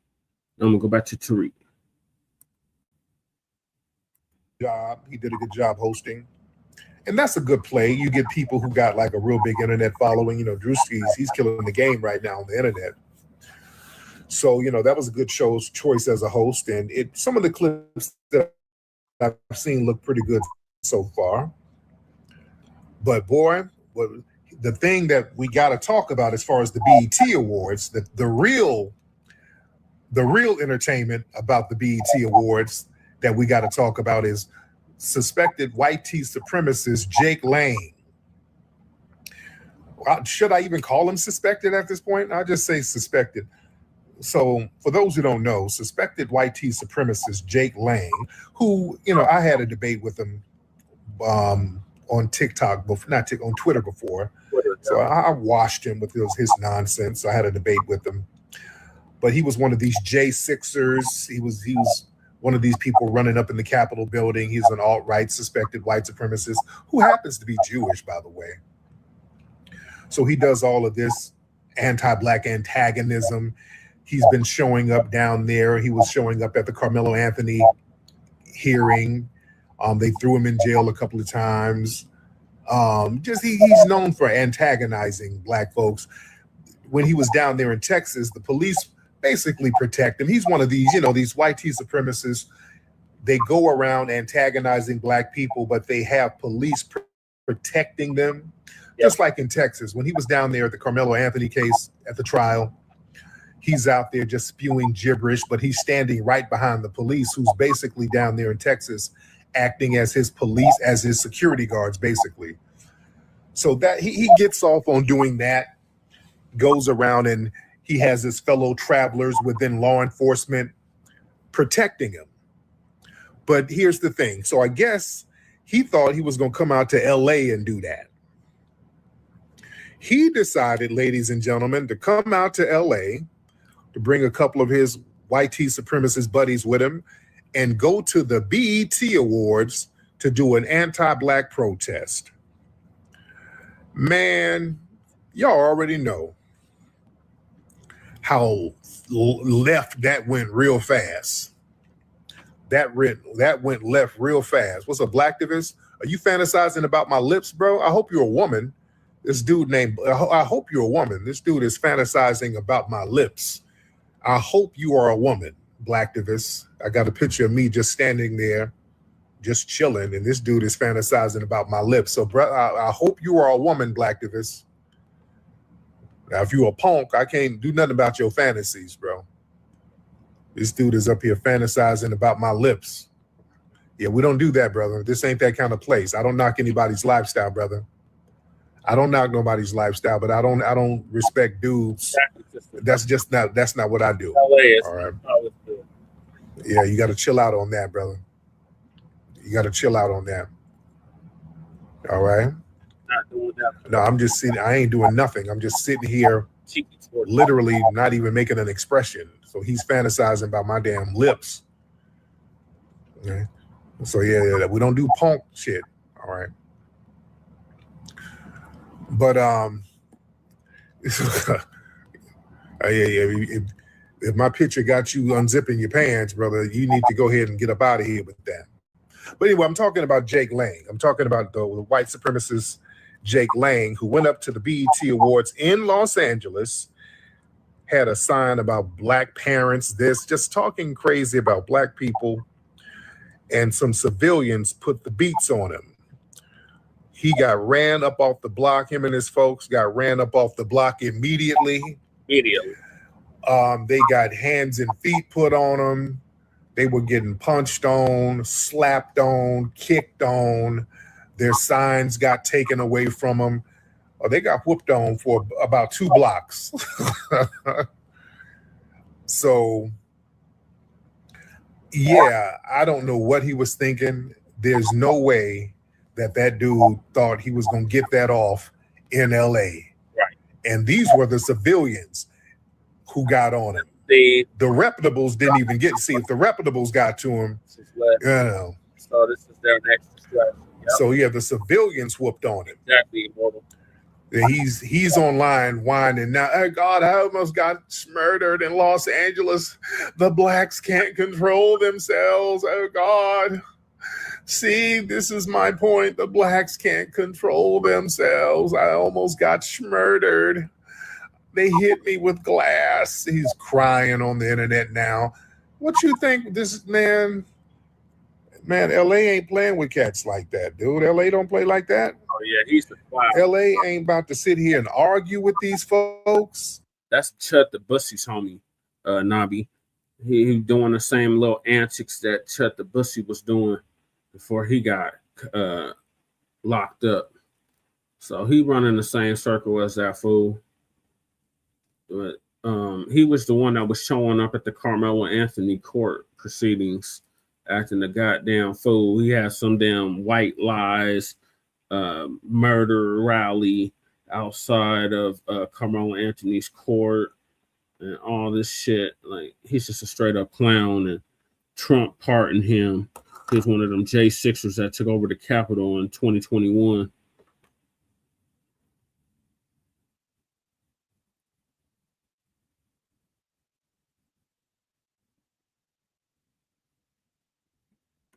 Ain't nobody about to go back and forth. Ain't nobody about to be yelling at these people. I told y'all, LA is real active. That shit gets nipped in the bud immediately. And you know what it is? See, a lot of these dudes, man, they're used to going to these different cities and having the police act as their security guards. Let me explain something. If we have any white supremacists in here, let me explain. I've been saying that. I keep telling folks, man, LA is active. They don't play like that with no damn white supremacists at all. Yeah, he's just a drama queen. And here's the thing, family. Here's the thing. The police ain't gonna help you in LA. White supremacists, sit down, let me talk to you for a minute. Let me tell you why things go left for you when y'all try that shit in LA. The police ain't gonna help you. You understand? When you come out to LA with that, the police ain't gonna help you. They remember they did when Maxine Waters, they went down to Maxine Waters headquarters and got whooped on because the police told them, hey, we ain't gonna be able to rock with you. Listen, understand the politics of LA, man. There's the ghost of 1965 and 1992 is still hovering over LA. Yep. You understand? The LAPD, they don't just police a city, they got to manage a powder keg that has detonated twice in a major way in that damn city. Yep. That 1965 watch riot, that was a problem. They had to create a whole militarized unit. They created SWAT because of the watch riot. Did y'all know that? Yep. The brother, look, they don't tell you that watch riot put the brakes on. They were putting the beats on LA. Yeah. That watch riot was a problem. They really got overwhelmed with that. So they had to create SWAT because of that. You understand? The department, they understand that them trying to protect an anti-Black provocateur in LA, that's not just bad optics. That can cause a major problem. You get another 1992, and remember 1992 was another problem. The Black folks in LA gave the city of LA $1 billion bill. You understand? They can't afford that no more. They got to walk on eggshells. Yeah, the Rodney King situation, that 92 thing, that let LA know you better act right. That $1 billion bill was a bad look. And understand what came from the LA riots in 92. Just the optics of it and the ramifications of that. You had the Rampart scandal. You were exposing racist cops. The city got a major bill. Tourism was down because that messed up a lot of tourism money. It exposed so many police scandals. It opened up international investigations into the LAPD. LAPD became a horrible brand name internationally. You understand? So there had to be systemic changes, man. Yeah, the city couldn't foot that bill no more. A city can't keep getting $1 billion bill over and over again. You understand? So these cops, they ain't about to protect no goofball white tea supremacists trying to get content online. They'll sacrifice you. They'll let you get whooped on. Because understand, Los Angeles, it's not like Texas and some of these little enclaves where the Jake Lanes can go and, they can go to the Carmelo case, and that's like in a very small city somewhere in a courthouse off in the cut where there's not a lot of media. Remember with the Carmelo thing, there was a media blackout with what was happening around the courthouse or in the court. LA is a global media citadel. Understand? LA is not like a hidden. Lady Tay, we were so worried about you. You had not be worried. You had to be worried. I'm going over text lane. I guess I'll rewind it because you missed him getting a break feed off of him. I'm sorry. Hold on. I'm sorry. I couldn't hear you. 1 second. Went over. Just 1 second. Let's turn this up. Lady Chase in the building, y'all. Yeah, that has a lot of negative. That's Lady Chase hometown now. Keep the doll in your prayers. The doll in your prayers. Yeah, you had Nobby worried. You should be worried. Should be very worried. Everybody should be very worried.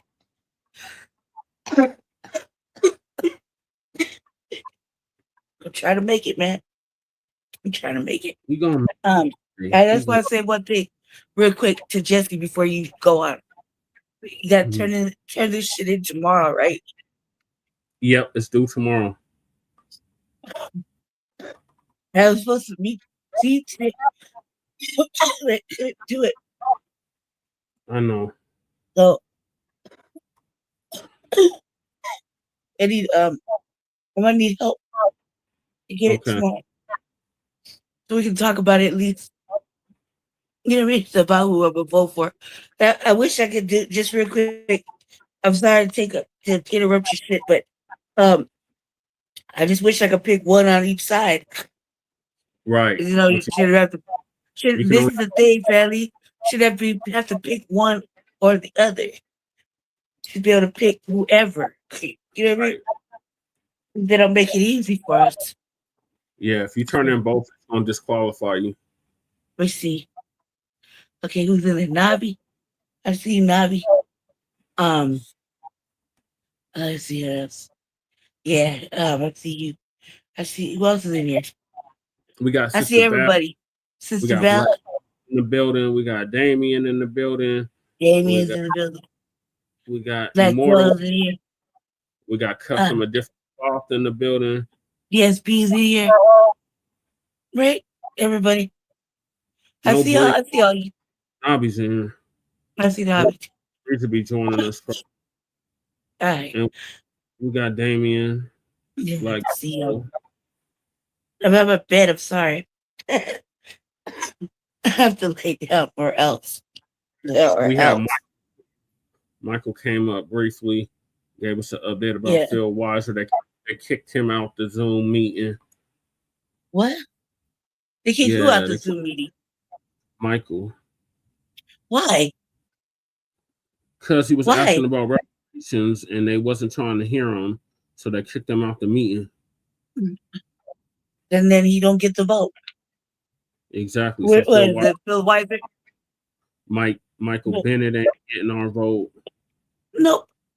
Or is it Valley? I'm dressed. Hold up. Bill Weiser ain't getting our vote. Mike Bennett ain't getting the vote. Yes, I'm not voting For that seat. No. Yep. I'm voting. I am voting for the. I am voting against the get. Yeah, I'm gonna vote for Wanda James. Are you gonna Right, she get my vote. Gonna vote for Victor Mars. I wanted to. I want to. I like you because he's salacious. He's salacious. And the way he answers questions are amusing to me because that's how I would answer questions. Even kind of like in a funny way. Like when you say, I forgot what he said. He said, if I have to. Yeah. You would give him that business. If it wasn't for that damn white lady going all in his finances, that's like that old salacious ass wig wearing fucking. She looked like a hooker, cuz she looked like a paid escort over there trying to dig up in some a white lady digging in a white man's fucking money. She's like, there's all these errors. I was like, bitch, what the fuck does it got to do with you? You know what I mean? Well, bitch, mind your fucking business. She's like, I just don't like him. I'm like, so that gives you a right. I don't like a lot of motherfuckers, but I have a good reason to have them audited. Right. Oh, but not like that. She was on a personal tirade. They were there. They didn't say nothing to me, and I shut that shit all the way down. I had a speech, everything ready. I was gonna shut the whole thing down. So show what political theater looks like, right? But I had a whole plan. The lady came. There's a sister, you know what I mean? We was chopping up. Yeah. She, highlight. She remembers when I was young. Like she remembers seeing me when we were younger. In the point. Yeah. But she called it the way we used to call it. Call it the nickel. Right. Way back when. Yeah. You do look familiar. Back in and yeah, a long time ago. That's 5 points. That I remembered. She's like, yeah, I remember. My hair's all done up, and I had my piece on my face and talking and stuff. And she, I was like, I told you there was a black girl, there's Black Woman Summer. Everybody got to see it, Mm-hmm. Like this Black Women Summer, meaning very melanated summer. You know what I mean? Right. I was super excited about that. And then she was looking at me when I said that. And she came to do my stuff. And like we're like the same age. She live out here too. In Aurora. So we was chopping it up. I was like, yeah. She didn't want to go all the way back to the office where they were doing stuff. She was like, she knew exactly who I was because she got the B1 dog over there, Nobby. Yeah, Nobs. Where is my dog? She keeps creeping out. Quiet. Quiet. I try to teach her how to feel it. You know what I mean? How to feel it. That way, it just happens. Right. You step out I'm gonna have to get the machine up. There's a hole in the cord when you move the room around. You broke the cord. You broke the green cord. God damn it! Yeah, I'll have another one. So we was my bro. I'll just say it the way my brother said it. He MacGyvered it for me. Yeah. But she had so much air. I can't get any air. And it's like fucking beyond hot. Hey, get over here. Quiet. Did you pass the inspection? I'll talk to that. Yeah, of course. I think that the fact that we knew each other was because we was both it was Water State. So she's talking when I was younger. Get up here, girl. Come here. Come here, baby. Come here. You bring your big ass up here. Come on, Peaches. She's a Tyler Doberman, y'all. She is Where's that? Say hi to Daddy. Daddy's talking to you. Come here. Aquarius. Oh, Aquarius. He don't see you. He don't see you. Bro. It's so dark. Oh, let me put the camera on. Oh, baby. Yeah, he's looking for you. Aquarius.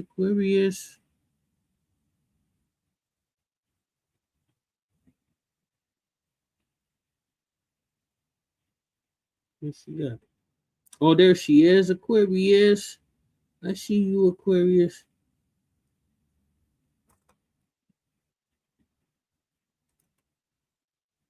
Come here, baby. Where? Up. Up. Right here. Let's see. Okay, hold on. Daddy looking for you. Daddy was looking for you. I don't know what happened. Let me move on over. There she is. Can you see her? Hold on. There's no light. It's kind of dark. I got it. Hold on. This thing is. Oh, there you go. Baby, call it. Aquarius. This motherfucker right here. No thanks. You see it? Baby, call her. There she is, Aquarius. Come right here. Come here, baby. Come here, right here. Aquarius. Aquarius, come here. There she is. Here, baby, look. Right here, Aquarius. Oh, silly dog, look. Look at it. Right here. Look at me, cuz. Right there. See? Aquarius. They're calling you. Yes. There's baby. There? Yeah, I see her. Yeah. There's a baby Aquarius. It's the B1 dog. Things are slow today, man. What a problem is. You've been bored, been reading all day. You know what I mean? I feel like it's echoing on my end. I just kicked you out. Okay, thank God. Sorry. Y'all can see me, right? Because you missed Jake Lane getting the break speed off of him. Oh, yeah, of course. So sorry, rewind. man. It's late. It's late. We're at home. I'll leave. They're going to show you all my legs and stuff, perverts. They'll just show you the dog, not everything else. Just kidding. Oh, yeah, I want to see him get it. What?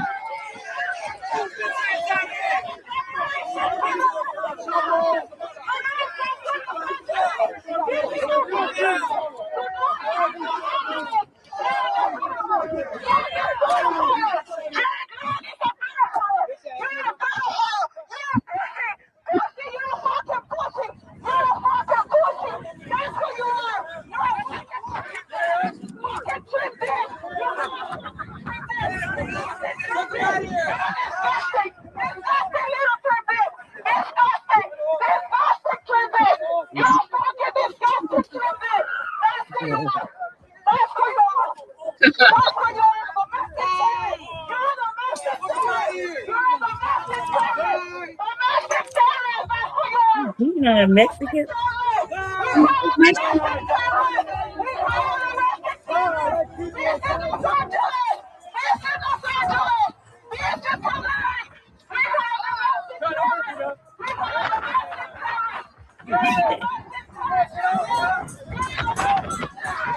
There the look.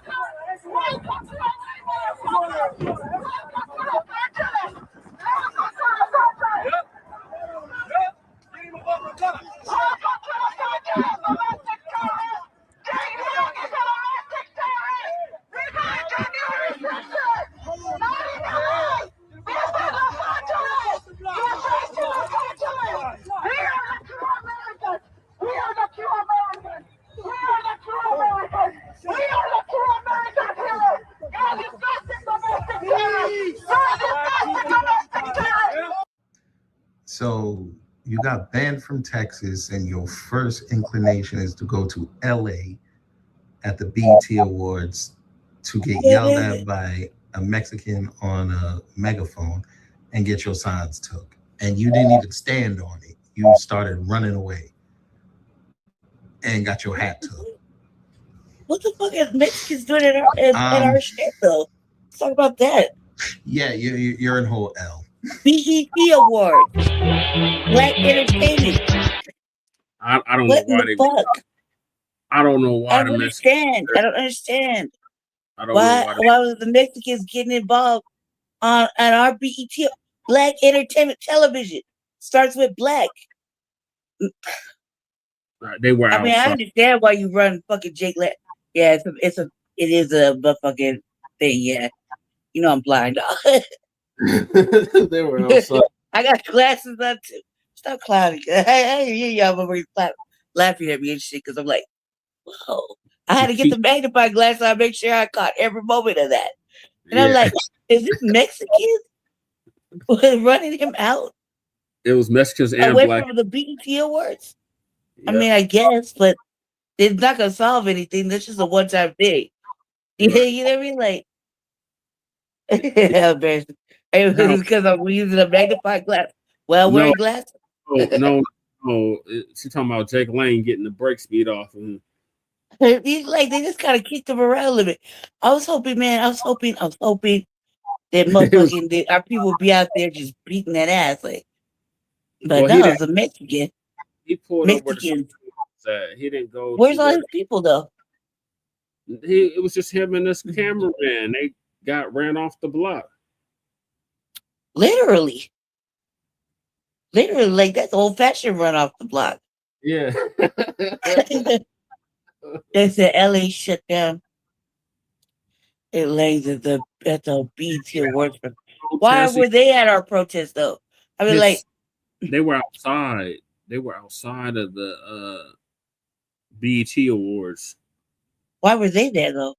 He pulled up in a truck and he had one of those big old signs on the back of the truck. Like one of those like Vegas trucks. It's like you just do it one more time. I mean, it's kind of funny, but I didn't see the beginning part.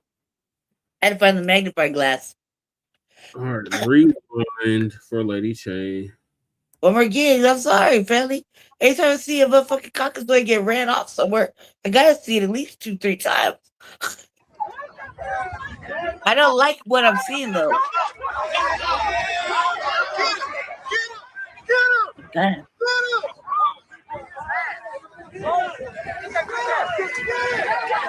One black person, 2, 3, 4.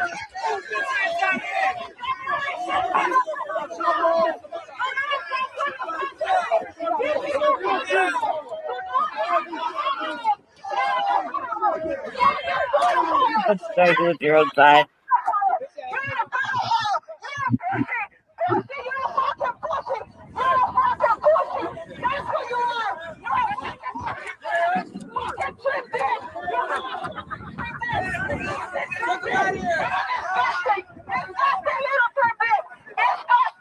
What's the side say?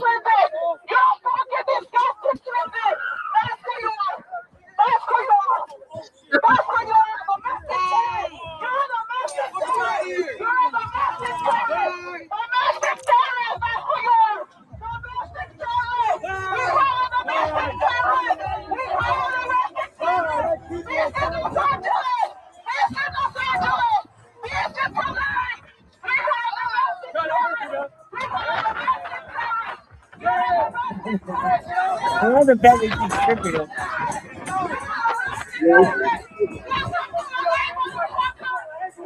Let's say puppet, pedophile, or what? The dude pushing a woman? That is a woman, right? Yeah.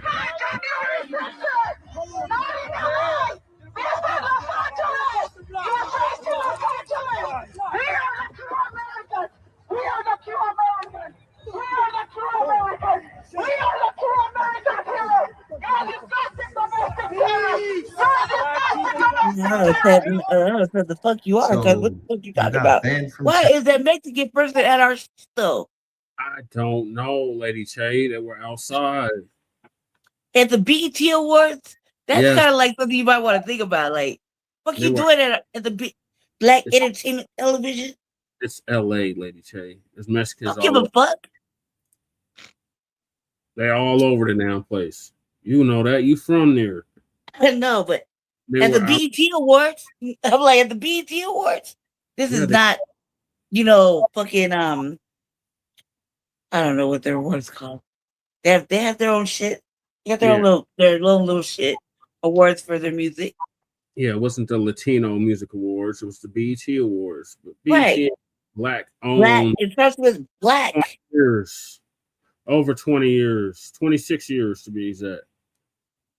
Starts with Black. And I guess, thank you for the help, or I don't know what the fuck to say, but why were you there? Like, protesting with a microphone.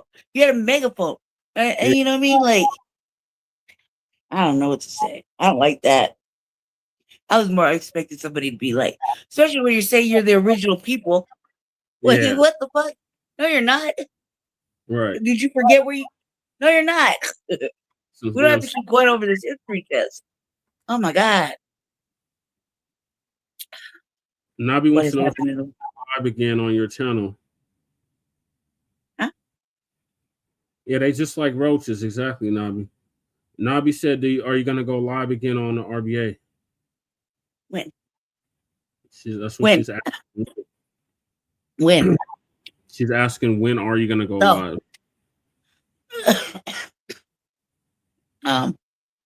What, on Wednesday? Wednesdays and Thursdays are my days. Wednesdays and Thursdays. Wednesday and Thursday. I know that Wednesday, I might drop this ballot. I had some stuff I wanted to say at City Council too. I wanted them to know really how I felt about everybody. But then I didn't get a chance to do it. Wednesday evening, after I get Wednesday evening after I get done paying my little bills and stuff over here, I'm gonna shoot over to the Black House. And then I'm gonna do a show for them. Yeah. Yeah, I don't think I can't do it here. I mean, I can. I have. But I'd rather do it over in Jesse's house.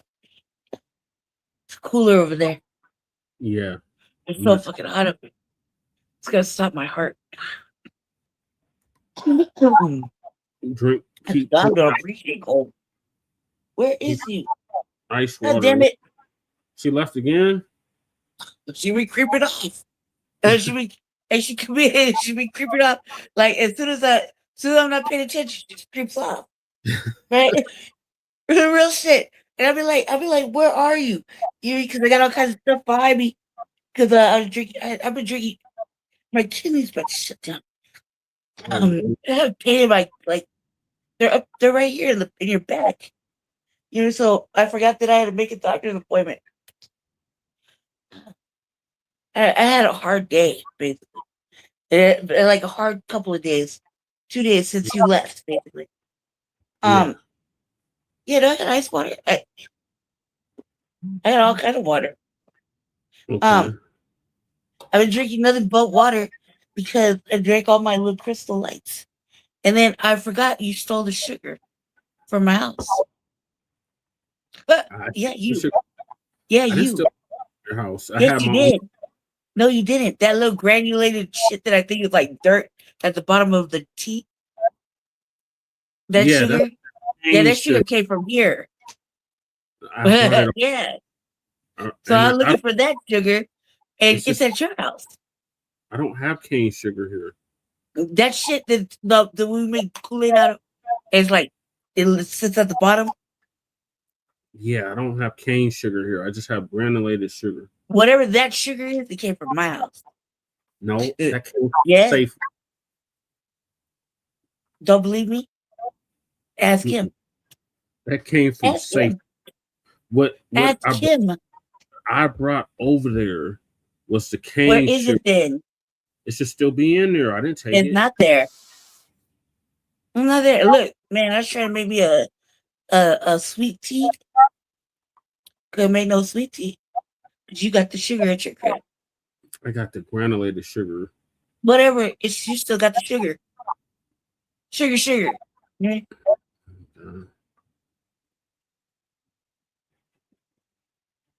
You would think I wouldn't be dehydrated so quickly. But yeah. I'm gonna do an RVA. I was waiting for all this footage to come out with Jake Leg, because I thought he was gonna go over there and try to make a big old stance with like 100 people. It's just him. You see how sad that is? Lady Che got CP. What is it called? CPD. COPD. COPD. Unspecified COPD. They don't know how I got it. Because as much as everyone knows I love smoking Newports, that upset Tetherman Watson. Yeah. No, but I don't smoke like that. I don't smoke cigarettes like that. I probably smoke like, why you see me smoking cigarettes all the time? I take a couple hits, I put it out. You know what I mean? It's like that. One cigarette I can make last like damn near all day. Mm-hmm. But I got that, but it's because my heart's not working. And my lungs aren't working. I have electric dreams now. Some purge, so. Yeah, so yeah, it's really bad now. Like, but I felt like the pain like the last couple of days. Y'all seen it when I was doing the show the other night when I held it down for Jesse. As a co-host the other night. I was getting so upset. Is that Michael? Is that? No, that's cut from a different cloth. All right, I see you, baby. I see you. Yep. Million. Where you get that at? Get what? It's a million tinctures. Where do you buy that at? Where do you I'm trying buy? to read the glasses and the magnet. It's like really bad. Oh, you can get that at like Walmart or Rite Aid or something. The process to take the fluid off my heart and lungs is a tedious activity that causes me more pain and discomfort than it's worth. She gets I've been hers putting it off. She says she gets hers off of Amazon for her mom. Yeah, because the way it is that I've had it for as long as maybe as long as I've been sick. As long as I've been sick. You know, Brumman TV? Yeah. Yeah, I was over there. I was watching one of his broadcasts yesterday, right? Mm-hmm. And I was reminiscing. I was watching one of his broadcasts. We were watching somebody get caught in the woods, right? And I was reminiscing about it. I was typing in his comment section about it, and I was like, "Damn!" That night that I was hiding from the laws, I was under a TV, under a trailer, and I dug myself underneath the trailer. I covered myself up with mud and weeds. Right? I was so scared. I was looking at the stars at night in the country. I thought they were stars. I was doing like 5 fucking felonies at once, right? I was doing the most that night. And it was a summer night. I was looking at the stars, it was like really clear in the country. And all I saw was whatever I was doing, whatever I was doing, it was really bad. Right? All I saw was from afar, I could see the opening to where I was, and there was like 2-3 police officers coming through. It was really dark.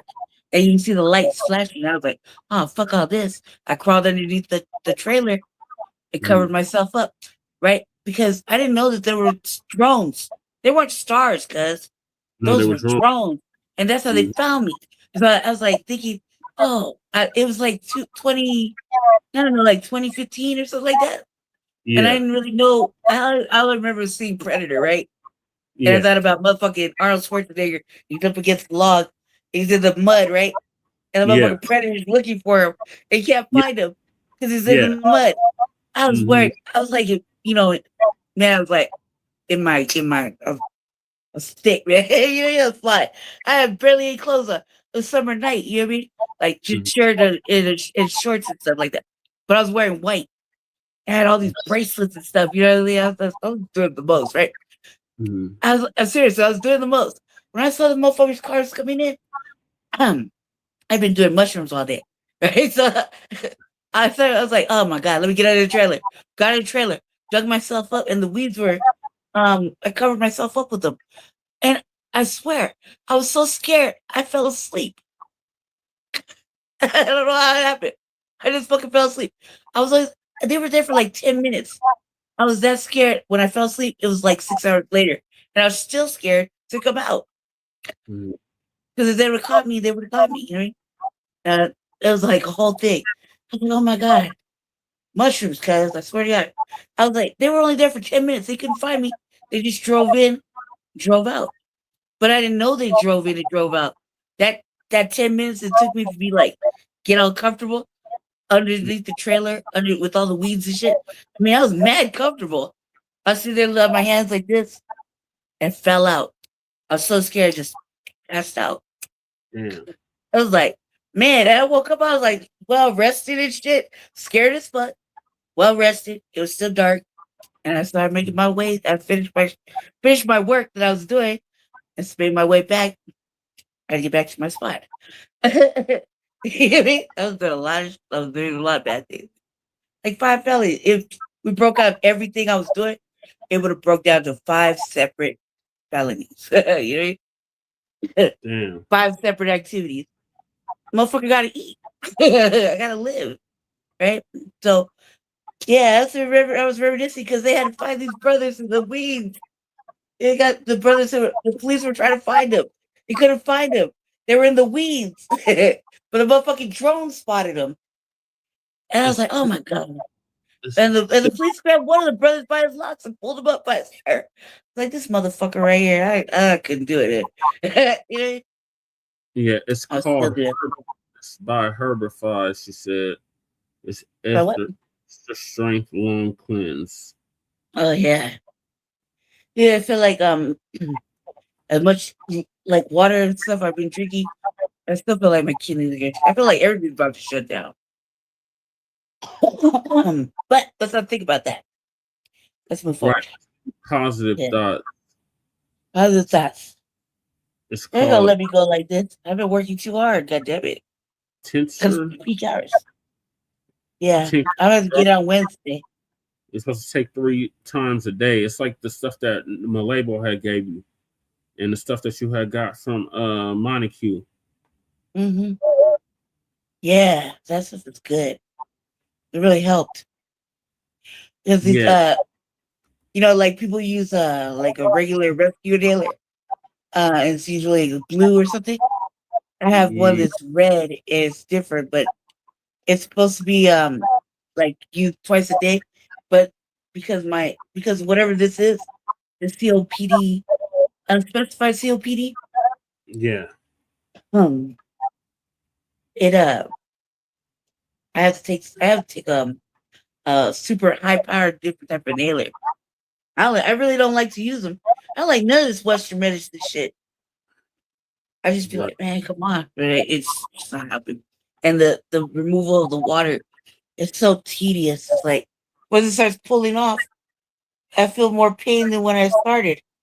Yeah. And that night when I was doing your show, man, that I don't know what triggered it. I've been in tethers, obviously, but I was so fucking upset. I felt the pain in my chest that I hadn't felt in a long time. It was radiating. Then today, like my arm was like kind of both of my arms are kind of numb. But I had shit to do. It took me forever. Like the sister aside, I warned her. Aquarius. Damn dog. She's over there with him, with my brother. She needs more snacks. She got a whole bunch. Where? They're all in the living room. No, she ate them cookie things. She got food. I know she got me for my popsicle today. Mm-hmm. For months. Monday and like Wednesday. I'm gonna take her to go get her nails cut across the street. Yeah. And then we're gonna go next to the bank and raid it for the little dog biscuits. Yeah. Take her across the street though. Just because I think they just cut her nails. And I ain't cutting her nails though. Like I want to. Prayers up. Oh yeah, thank you, baby, thank you. The universe is. I have an accord with the universe. Mm-hmm. You know what I mean? So not now, not at the pinnacle time or peak anger. Peak anger. Black excellence. I want to know what you did. I want to see the city council thing. You gave the business. I didn't see it. Look, the tablet isn't charging like that. Why? You know why. So I have to get another cord. It's charging really slow. Almost like kind of very, very, very, very slow. Anyway, let's carry on with your show. I'm gonna go on mute. Okay. I'll go on mute. Thank you. I gotta see it right here. Okay. Courthouse and Yeah. fly over state. Good. I'll get you paid Where too. local cops can quietly protect their little fellow travelers and these little white supremacist groups. This is the capital of global media. Every phone is a camera. Every street corner connects directly to TMZ culture, the media. Anything that happens out here, it's going to go global. So you can't be out here bullshitting, clicking up and protecting no damn white tea supremacists. You understand? And out here, confrontations and things like that, you're the LAPD, you're protecting some white supremacist group. Yeah, that's not going to stay local, especially if you're doing it at the BET. We're going over Jake Lane getting the break speed off of him and getting run off the block at the BET Awards yesterday, and Lady Che just chimed in. I was like, I'm watching this shit. I'm like, why are Mexicans protesting outside the why the Mexican over there trying to with the megaphone outside the BET Awards? Oh, you missed it. LA. All right, we're gonna rewind it one more time for Cow Dog. That's what I'm talking about. And Sister Cut from a Different Claw. That's what I'm talking about. Shout out to Kid Gravity. Yeah, where's he been?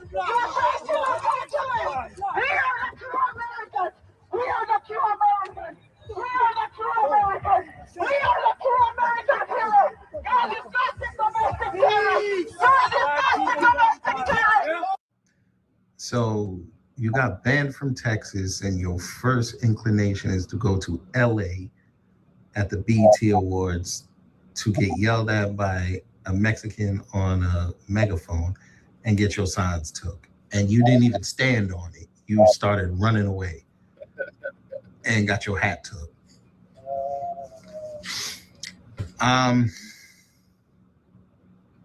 Yeah, you're in whole L.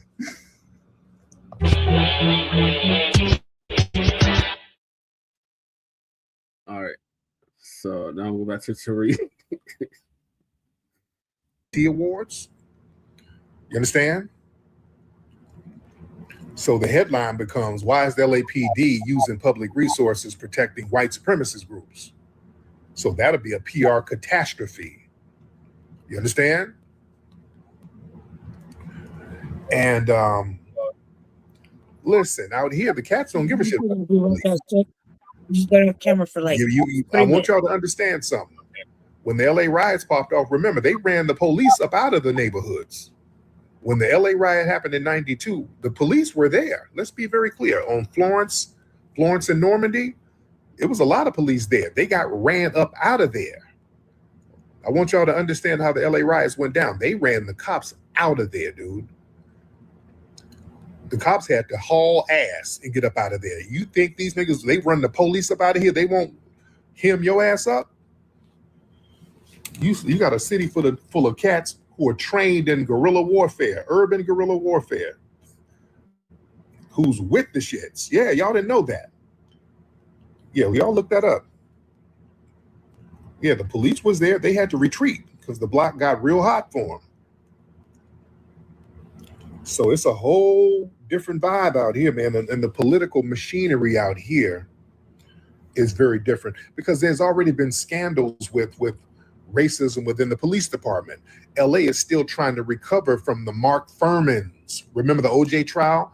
And our great late brother Johnny Cochran exposed the rampant racism with the Mark Furmans, who was a damn neo-Nazi, who was the head detective in that case. You had a card-carrying neo-Nazi who was the lead detective in a major case.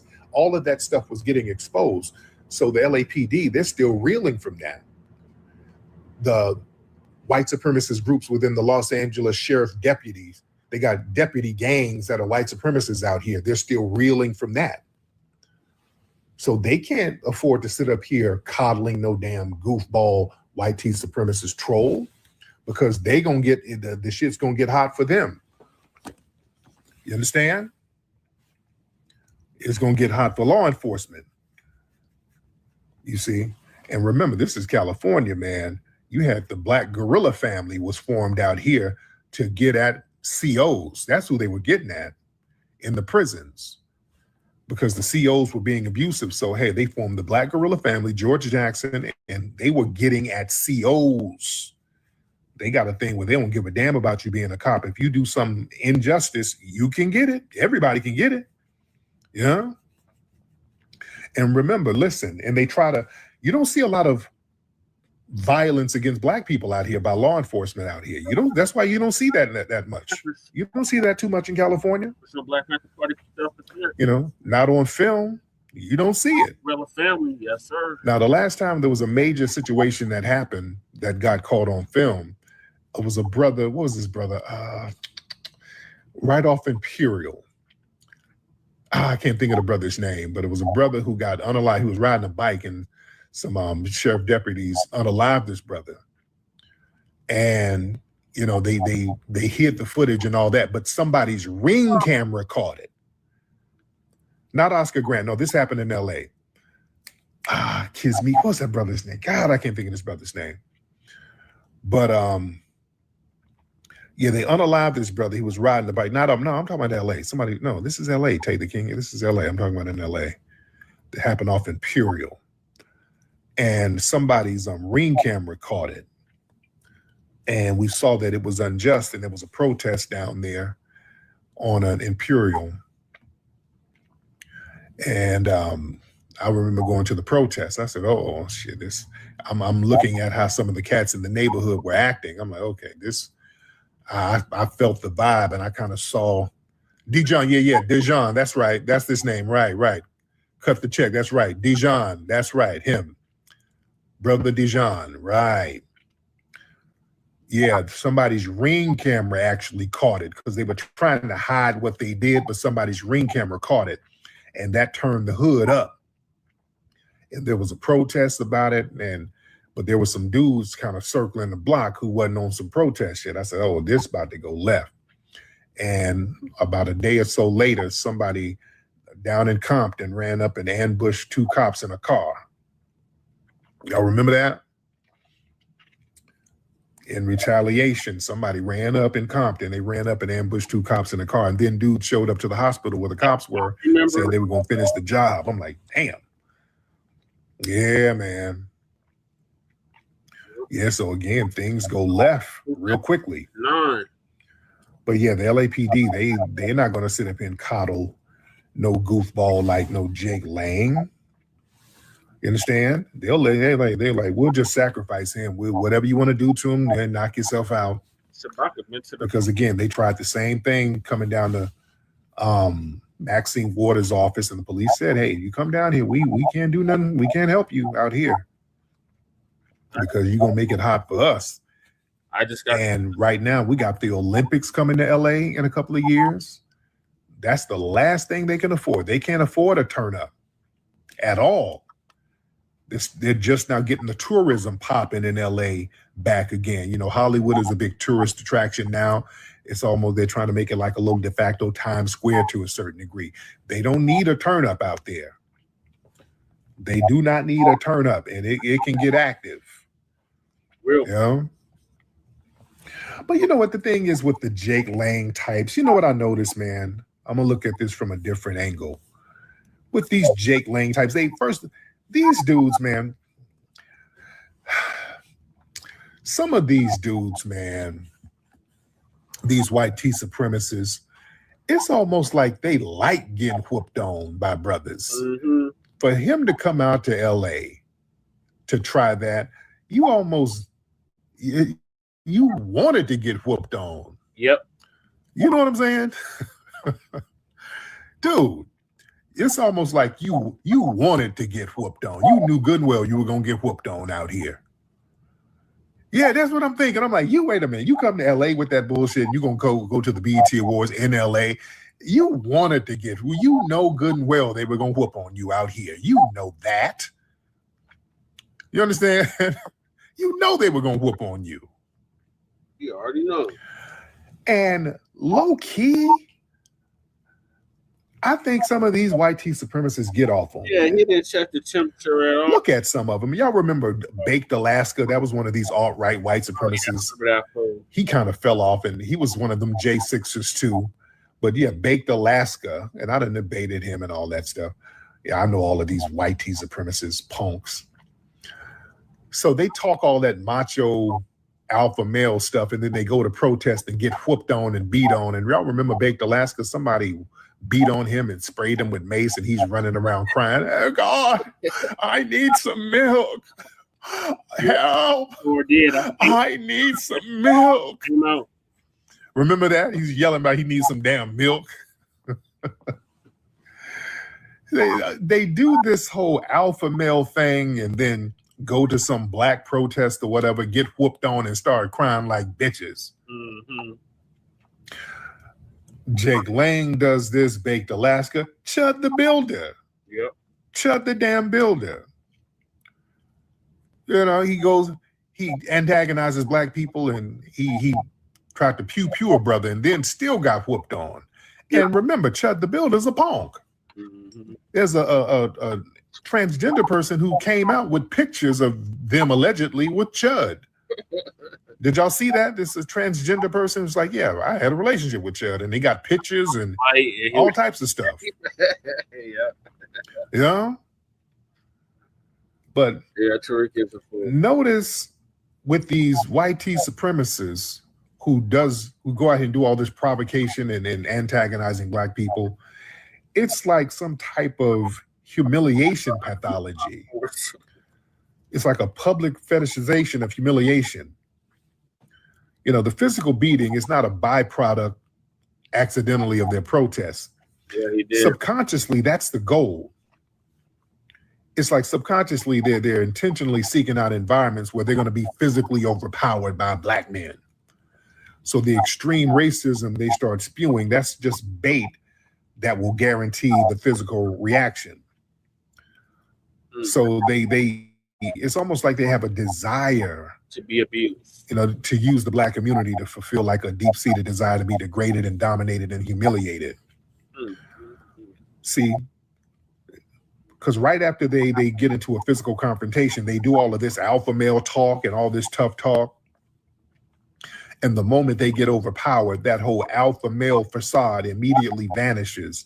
And then they instantly adopt this submissive, theatrical, Karen, damsel in distress persona. They start crying and begging for the police to rescue them. They try to weaponize their own weaknesses. They get to experience the thrill of being dominated while framing themselves as like a delicate victim. Oh, I need saving. I'm a Karen. Yeah. Oh man, this is a fetish with these people, man. It's a psychological projection. See, the alt-right ecosystem, man, they're obsessed with hyper-masculinity. Notice the old alt-right dudes try all of that manhood, that red pill manhood, traditional gender roles and all that alpha male stuff. But they scream louder than a bitch when a brother run up on them. When they get touched on, when a brother put hands and feet on them, they turn into super Karens. They turn into damn Farrah Fawcett. You know what I'm saying? They turn into Taylor damn Swift. And then that's why you always find some weird things that they got going on with transgenders or LGBT. There's always some little weird stuff going on with them sexually. Yeah. So their whole public bigotry, that's a desperate attempt to overcompensate for the taboos that they're privately fascinated by. You understand? Because the black man, especially foundational black American men, we're the alpha males. You know, we don't have a system of white supremacy protecting us and elevating us. We have to get things out the mud. There's nothing more alpha than a foundational black American man. You understand? And these people know it. They know that. So they get off on having the alpha males kind of dominate them and smack up on them, and then they can go run and act like the biatches that they really want to be. That's why they have a bizarre infatuation with black men. You can't dedicate your entire life with obsessing over black men and antagonizing black men. That's why all they do is sit up on 4chan and all of these damn racist websites whining about black men. That's all they do. That's a fetish, man. Because they feel sexually inferior to us. They know their women want us, low key. You understand? So it's like a fetish. So it crosses the line from political hatred into a obsessive fixation. They're addicted to the proximity of the very people they claim to despise. Yeah. So it's a form of race play. You see, they really get off on this kind of stuff. And then they try to monetize that sickness that they have. They try to monetize it by streaming it, and other alt-right punks get off on it too. It's a whole ecosystem of alt-right punks. Who's this? Birds Are Real? Or Birds Are Real? Okay, is that Rohan Birds Are Real? Okay, Birds Are Real. I've seen you. Rohan, is that you in here trolling, sir? Oh, wow. Talking about reparations, and yeah, you were. Oh, that sounds like a Somali punk talking. Let me see. Yeah, is that you're a Somali cello? Who is this? Gold Digger? What's up, Gold Digger? What's up? Miss Gold Digger? Hello, Miss Gold Digger. Yes. Oh, you all right? I'm good. What took you so long to say something? I was doing some work. What kind of work you doing over there? I'm back in school for my psychiatric nurse practitioner. I'm already a family nurse practitioner. Oh, how long you been doing that? About 15 years. Oh, love that. Love that. How old are you? 38. Okay. How many kids you got? One. Okay. You got a husband? Some years back. I do.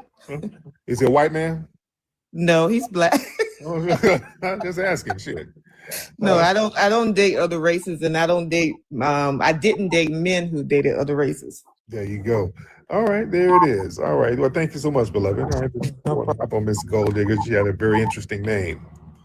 All right. Just wanted to make sure we didn't have a bed wench lurking around here. Do y'all hear my air conditioning here? I'm at this hotel. It got a loud ass air conditioner. Got this loud ass civil rights air conditioner. All right. I'm here. What's up? I've been traveling. I was in Atlanta yesterday. I'm in Birmingham, Alabama right now. Yeah, when I listen to the playback, my phone is very sensitive. It picks up every little sound. Y'all be hearing shit in the background. My kids be running upstairs. This thing be picking up everything, man. I know this thing is loud. So y'all forgive me for the loud air conditioner in here. It's very loud. All right. I ended at a few spots in Atlanta. There was a lady named Miss Ruby's Peach Cobbler Cafe. Her stuff was pretty good. Miss Ruby's Peach Cobbler Cafe, that was good. All right. Let me see. It's hot as hell in Birmingham, by the way, too. It's very, very hot out here. I've been eating crystals like crazy. Oh, I've been eating crystals left and right. Yes, I have. I have been getting crystal burgers. All right. Let me shout out to the family in here. Y'all share the space. Let everybody know I'm live. Share the video. Y'all let everybody know that I'm live, ladies and gentlemen. It's so hot out here in Birmingham. Shit. It's very humid because there's no coastal air or wind coming from out here. Boy, this shit is hitting you. Well, this Birmingham heat is no joke.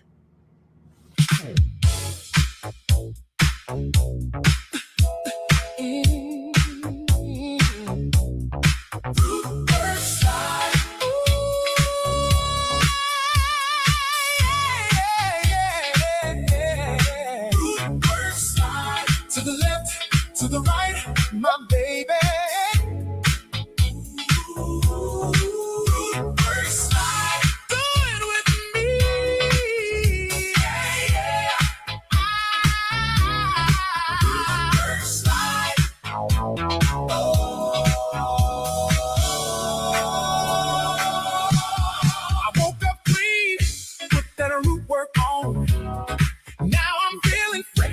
From dusk till dawn, arms in the air, confidence wide.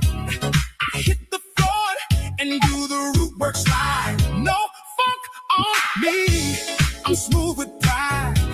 Fresh under pressure, fresh outside. Everywhere I go, they feel that vibe. They say, what you got? I say, root work slide, root work slide.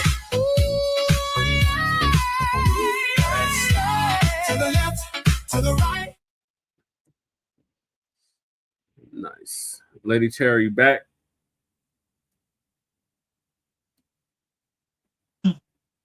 Yeah, I'm right here. I'm right here. Just gonna catch my breath. I'm right here. Go for it. What were you gonna say? I was in the same room. I was just gonna ask what your thoughts was on Jake Lane getting ran off the block. You know, I was kind of expecting more blackness there to really just. I thought, the way he made it sound like he was trying. Hold on a sec. Hold on a sec. I turn the camera. Sorry, hold on a second. Oh, my head use the restroom. And make it back to my seat. Okay. You see me? Okay. And sorry. Rays everywhere. What I was gonna say is that I was listening to what he was saying. Yeah, Nobody wants that 1992 riot turn up. But again, they don't like it when black people get upset. You know what I mean? But yet they constantly provoking us. So they don't like it because we man, you gotta talk about motherfuckers knowing how to get down with the get down and throw down on a motherfucking riot or a fucking on a what I like to call it, a temperature regulation. Yeah. You know what I mean? They don't like that shit because man, we do it so well. Well, you motherfucker afraid to come out your fucking police department. Afraid to come out. You know what I mean? And everybody like, why you destroy your shit? Because we can build it again. We know exactly what the fuck we're doing when we're doing it. You know what I mean? Right. When we built it, we could burn it down, we could rebuild it. Maybe even make it better. Does it matter to us? No. You know why? Because we're used to fucking redoing it every fucking time we want to. We're used to it shit getting destroyed and rebuilt.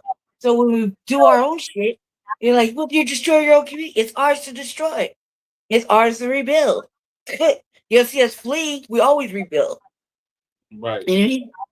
We always rebuild. We always, gather ourselves when we're done. You know what I mean? Like, we always do that. The reasons we do it, is we're usually justified. I've yet to see a time when we weren't justified. Right. And being angry. And what I was curious about, or what I was thinking about, going all out your way to fucking start this race war. We've been at war. Right. We're at war. And the way they're dialoguing it, depending on what media you're watching, is they're deporting everybody that doesn't belong here except for us and them. Yep. You know what I mean? And then what? You want to be eradicated? Just say that, so we know what we're doing after you deport everybody. You know what I mean? Because you're not gonna eradicate us. We're like baby kids. We just keep multiplying. You know what I mean? They go hiding. They go hide now, dog. They don't Go want hide. that. You don't want this. You really don't want this. It would behoove y'all to go to your European fancy country. You know what I mean? Stay there where it's all white and clean and little tidy little boxes and cold. Go over there, shit. In your Go ahead, man. As soon as you leave, all those black, Aboriginal black mixtures are just gonna be right here. The ones that are from here. You know what I mean? Right. Don't worry, we would love for you to leave. Please go. The sooner you go, the better. You know what I mean? Right. Like, I don't understand why you decide you want to populate do population control here when you got a whole fucking white mecca over there. Well, You know what I mean? Finland, Norway, those are all pretty places for white people. You know what I mean? Yep. They're and the black people that are there, they're damn near white. Yep. The way they behave. So, I was laughing when he said bed wenching because I was thinking about that lady I was talking shit to yesterday. Oh, all yeah. motherfucking day. I said, look, man, I'm trying to really let you live at the end of it. I just have to ignore this broad, right? The female. Fucking walnut, fucking command, what is it? Commander War. Motherfucking Klinger, beyond Klinger. Hey, man, your forehead, your hairline go all the way back beyond Klingon and Predator. You got a real issue. You really should. The bitch had the nerve to say, she said why I talk like a slave. I said, be that as it may. You don't catch me with that motherfucking white pick me energy.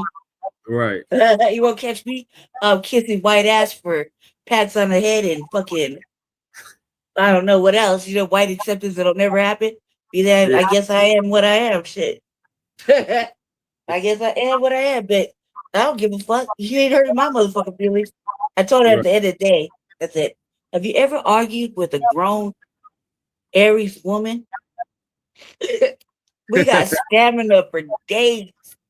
I'll argue all motherfucking day long if you want me to. I really don't want to. I want to go enjoy places and spaces that I like, not fucking trash. And I said, you want to, I was like, she's going to argue. And I was going to hit her up with my next line was going to be like, bitch, don't you got any friends? Right. You know what I mean? I was like, you ain't got no friends, motherfucker. I don't really want to argue with you because I said what I said.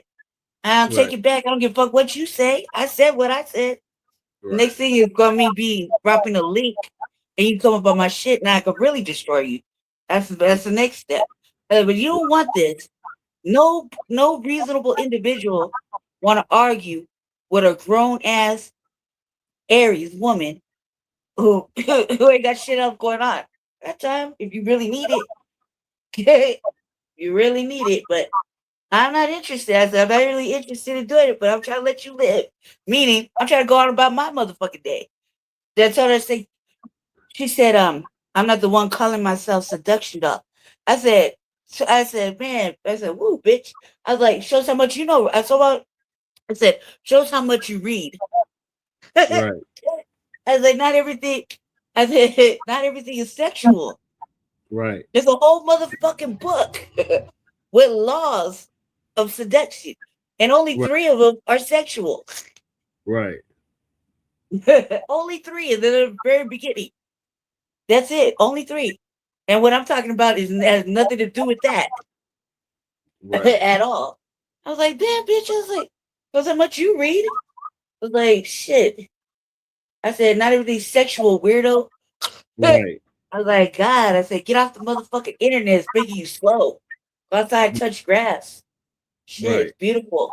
Like, get off the internet. It's making you fucking slow. Stupid. She's a female Officer Like Tatum. Officer Tatum.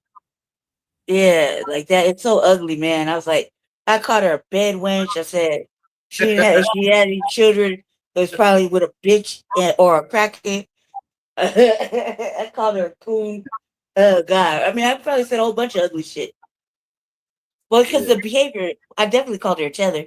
Yeah. And she said, she's like, I have an American flag. So that don't mean shit. Right. You ain't like us.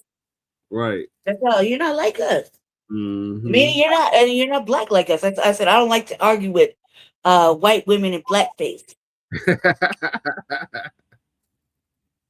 I was saying shit like that because as late as I am, I don't give a fuck what you think. Right? What are you gonna say to me? I don't like to argue with white women in blackface. This broad was justifying Carmelo Anthony getting 35 years in prison. So what she said was, I wish it was triggered, right? And he always knows how to rope me into his bullshit, okay? That's how he activates me, right? I'm coming off of Frontline Black News, and Jess is like, man, this bitch. And he's like, instead of talking like that, what's going on, cuz? And he says something, he's playing it, and I was like, man, I said, why are you so triggered? I just can't believe it. I was like, why the fuck are you so triggered though? Like, and I felt like compelled to I don't know what the fuck I was thinking, okay? He knows how to do it. Like, this motherfucker right here. He knows how to activate me, right? To just get whatever he don't want to do, how to get it done, right? So what you do, you send your finest motherfucker warrior into the battle, right? No, you ain't gonna cuss no bitch out, right? So you do enough to get a motherfucker like me to be like, oh, what she saying? What she say? She said what? Now run that track back here, cuz. Oh, this bitch wild. And then all of a sudden I'm like, bam, that's how you handle it, cuz. Mic drop. Right? That's what I thought. And then, I don't know, I said the first one, I was pretty proud of myself for what I said, right? And that kept going. Like, I left it at that. Then she responded with a bullet point, like 4 bullet points.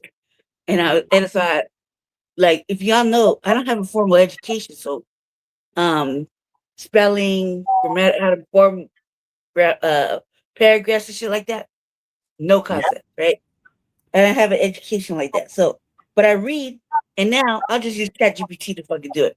But when I'm doing something emotional, like right off the top, and I'm calling you out your shit, it's right there. I'm just like, I don't, 90% of the time I'm not looking, I'm just typing really fast. And then it autocorrects itself in a weird way, or it leaves it like that. And I'm just like, it looks like one big long paragraph, right? And I'll start laughing because I won't even break it up. I'm like, send. right? So then they'll say, "Oh, you ignorant. They'll say something like that." And then I'll be thinking about it, like, why did I do this? I knew I shouldn't have did it, right? I'm talking to myself. So why I always get involved in your bullshit, Jesse? Because then they want to fight or argue, right? And the top 3 things they want to argue about, or they want to throw at me like it's like they want to hit me with some colorism. They want to talk shit about my name, or however I'm like looking. Like right now, I'm just normal. You know what I mean? Like no makeup or nothing. It's 90 fucking degrees in my motherfucking room, and I got an oxygen tank just radiating heat right now. You know what I mean? My braids are like frizzing up. It's hot. I had to call the sister to do her a solid before she walked to the door. I was like, "Look, it's hot. It's very hot and humid in here. So if you got your hair done, you're gonna come out. It's gonna be really frizzy. Yeah, good looking out. That's a real one right there. You coming to see me? You know what I mean? I don't want your shit to look fucked up, so I'm just letting you know. Right. When you come up in here, that right there is one sister looking out for another. I don't know you, you know, but I can just imagine. You got your shit braided up too. And right now, my shit is braided up naturally with nothing, no rubber bands, nothing. So I'm like, shit.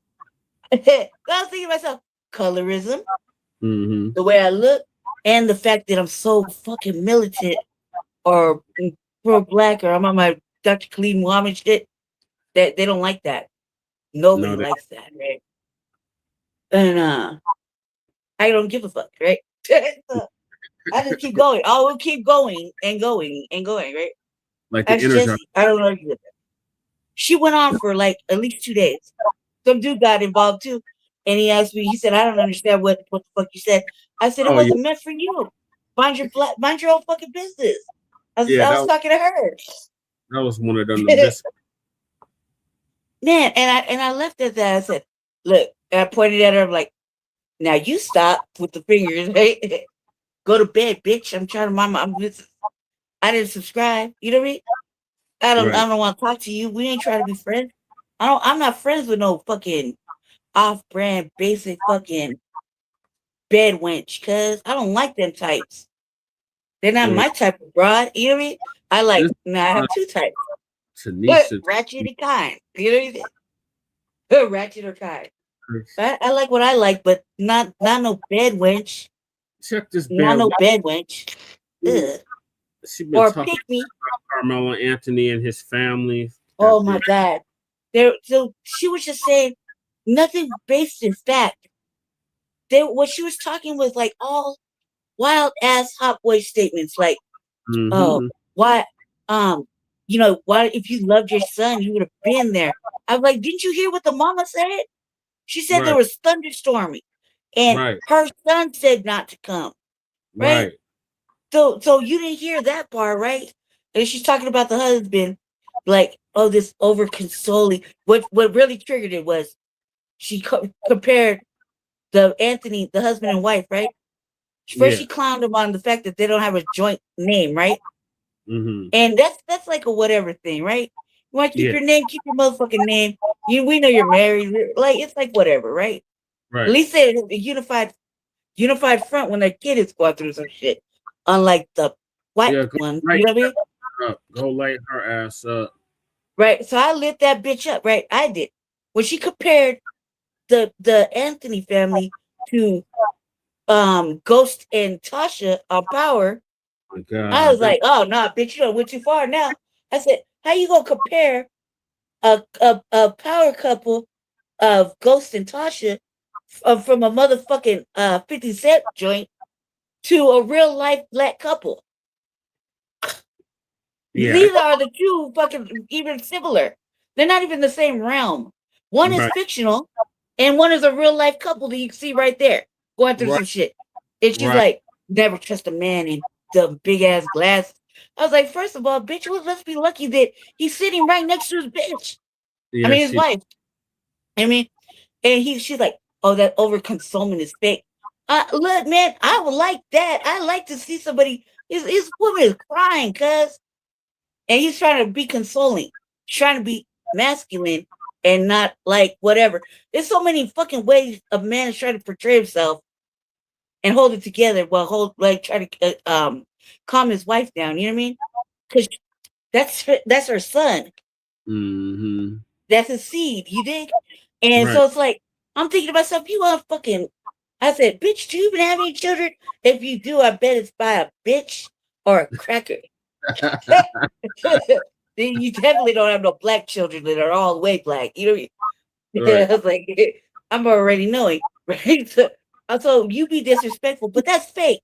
That's stupid, right? And then she said, maybe you should touch your kid better. You know, some basic shit. She said, the man's t-shirt said, hashtag believe Carmelo, right? Something like that, one word. Yeah. She said, be lies. I said, bitch, you stupid. Again, you stupid. I said, that don't work. It said, be live or be live or believe, right? You can word it however you want to word it. Right? I said, you're saying to say be lies. I said that would only work if the word lies was in there, not live, Libe. Right. That don't work. Stupid face. I'm like, this bitch is retarded. You talking about me, but really, bitch, you're stupid as fuck. What? So be live. You need lie to make that belief work. I said, bitch, that's not what that shit says. That's not what how you break down words. You know, stupid fuck. What's going on, man? I couldn't stop. I hadn't even hit her with the fucking foreline, with the hairline and none of that shit. I was just going off of what the fuck she was saying. Yeah. I was like, I was saving all that good shit for myself. You know, like clowning just in jest. I didn't say anything except bed. I called her a bed witch. Yeah. Motherfucking white woman in blackface. What else I say? Called her a coon. I told her she was kissing white ass. I called her. I said, I bet you was so elated how that Metcalf man drugged that was dragging that black boy like that. But you was so elated, you know, because you all love the white man, like shit like that, right? And that's when she hit me with the slave talk. She said, "Why are you talking like a slave? You talk like a slave." But be that as it may, I was like, be that as it may. Period. And then I carried on with my fucking shenanigans. You know what I mean? Like, that's not an offense. You know what's an offense is being called a bed wench. Right. An offense is being called a fucking white woman in blackface. You bitch, you ain't offending me by my name or my title. Bitch, I've had the seduction doll title for a long motherfucking shit. Like a long fucking time. We're talking about like a good 20 years. Bitch, well, you ain't telling me nothing. You ain't saying shit to me to hurt my feelings. Like, come on now. The grammar, okay, you want me to feel bad about that? I know you got the point. The bitch got the point. Because she pinned it, pinned every single one. I said, oh, you pinning it? I gave her the little crip hearts. Yeah. I was like, giving fangirl, real fangirl energy. Yeah. It's stupid. And then I had to leave it alone because I was like, look, I'm trying to let you live. I'm really trying. If you want to argue, just say that. Because I can give it to you. I really do. Everybody get it. I don't want to argue, though. I don't know where it went. I didn't even look today. She probably was. But she's a former pig. And she talking that Officer Tatum, Charleston White. There's real ugly energy. All these black people that talk like that is really, really ugly. Like they always talk about us saying we hate ourselves and we this and we that. We too pro-black. Nobody talks like that. I don't give a fuck what anybody says. But that right there is unacceptable talk. Like that's not, you ain't part of us, man. You gotta get kicked out. Yeah, you gotta get kicked out of the culture, you know, or punished at least. We one kitten. Hey, look, who's that? Is that Amaru? That's Amaru, yeah. It is Amaru. What's he doing? Just chilling. Yeah, hey, y'all seen maybe a topic. God damn, he's big. Yeah. Woo woo. Damn snow leopard and shit. Yeah, there is a snow leopard on the news, a clouded leopard. It was a clouded leopard, Oh, the and he was cloud. on the news. I said, "Look, there's Rudy's daddy already. Rudy's daddy is on the TV. Yeah. Big ass leopard. Yeah. Yeah, no, it's ugly. It's fucking ugly. Yeah, they gotta be punished. If we can't kick them out, then we punish them in the Yeah. worst way, like by humiliation. Like they want to try to humiliate us. Like Yeah. also too, they keep clowning us about this us raising the money, right? Yeah. And the only thing I could say about this devil's advocate, right? Yeah. And I was like, look, they had a whole white woman that side of the argument. Dare I say it, the blacks that are on that side of the argument, conservative blacks, I guess, right? MAGA, whatever the fuck you are over there, right? Freaking huge. I said, I was like, the only thing they had was that Sarah Fields shit, right? Yeah. That white lady, right? Well, that white lady was in there digging around, pulling all the documents at the courthouse. She was able to go in the thing and watch the press conference. So they had somebody on that side to go in there and get all that shit, right? So that bitch was over there doing whole fucking journalism, which is what she likes to call journalism. What I like to call is just being in black people's business. Yeah. You know what I mean? Over there just wanting to know, just you white lady just all up in black people's business, right?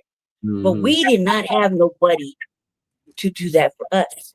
Nope. All we had was the gifts and go, the parents, and we saw what we saw. Yeah. Or at least we felt how we felt. And we just went with that. Mm-hmm. Right? But we didn't have nobody in there to like, look, that bitch is lying. Look, I got all the receipts. Because we didn't have nobody there. We didn't have nobody to really tell us anything. And then with the Charleston White thing, that motherfucker can't be trusted anyway. Period. Right? Yeah. He is like a fucking white man. Like he's another one. Right? Yeah. And I was watching Big Kiss or something like that.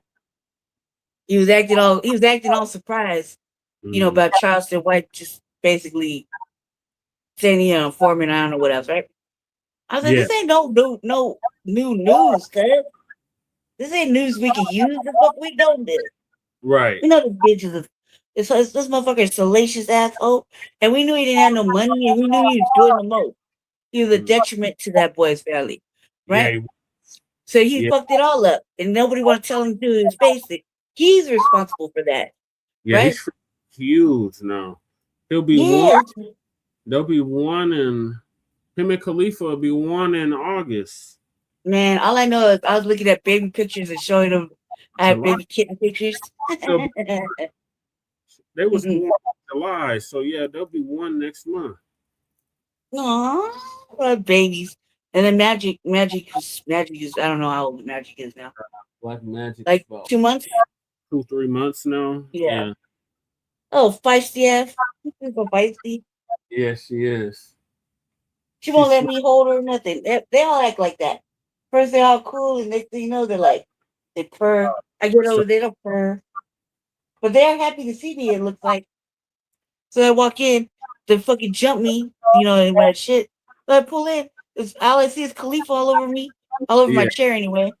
And they make sure you're happy to see the chair and not me. Amaru, like, I'm trying to pull in. Amaru's just laying there. I'm like, move. Amaru, move. I'm about to say, I'll move, bitch. Did you see me driving? Move. They're just laying right there, like, you ain't gonna run me over. They don't know. I was intentionally trying to run them over just so they could hear it. Every time I'm getting ready to leave, they get in front of the door. They lay in front. They're like, no, you can't leave us here. No, Ruru Khalifa's a girl, and Magic's a girl too. Yeah. So Ruru's rolling around with, big old man things hanging out in the back, and I'm like, hey, cuz, pull your tail down, like you're doing too much. Modesty in this household, swinging things, and I'm like, man, boy, you don't put your tail down when you walk past me. You know what I mean? We gotta They're just doing just chasing each other. Ruru is the biggest one. And like I said, I used to think Ruru was stupid. I was like, you don't listen to me. You gotta talk to Ruru like he's black. Get off the motherfucking counter, cuz. Yeah, Go we wake up, stop. Jay.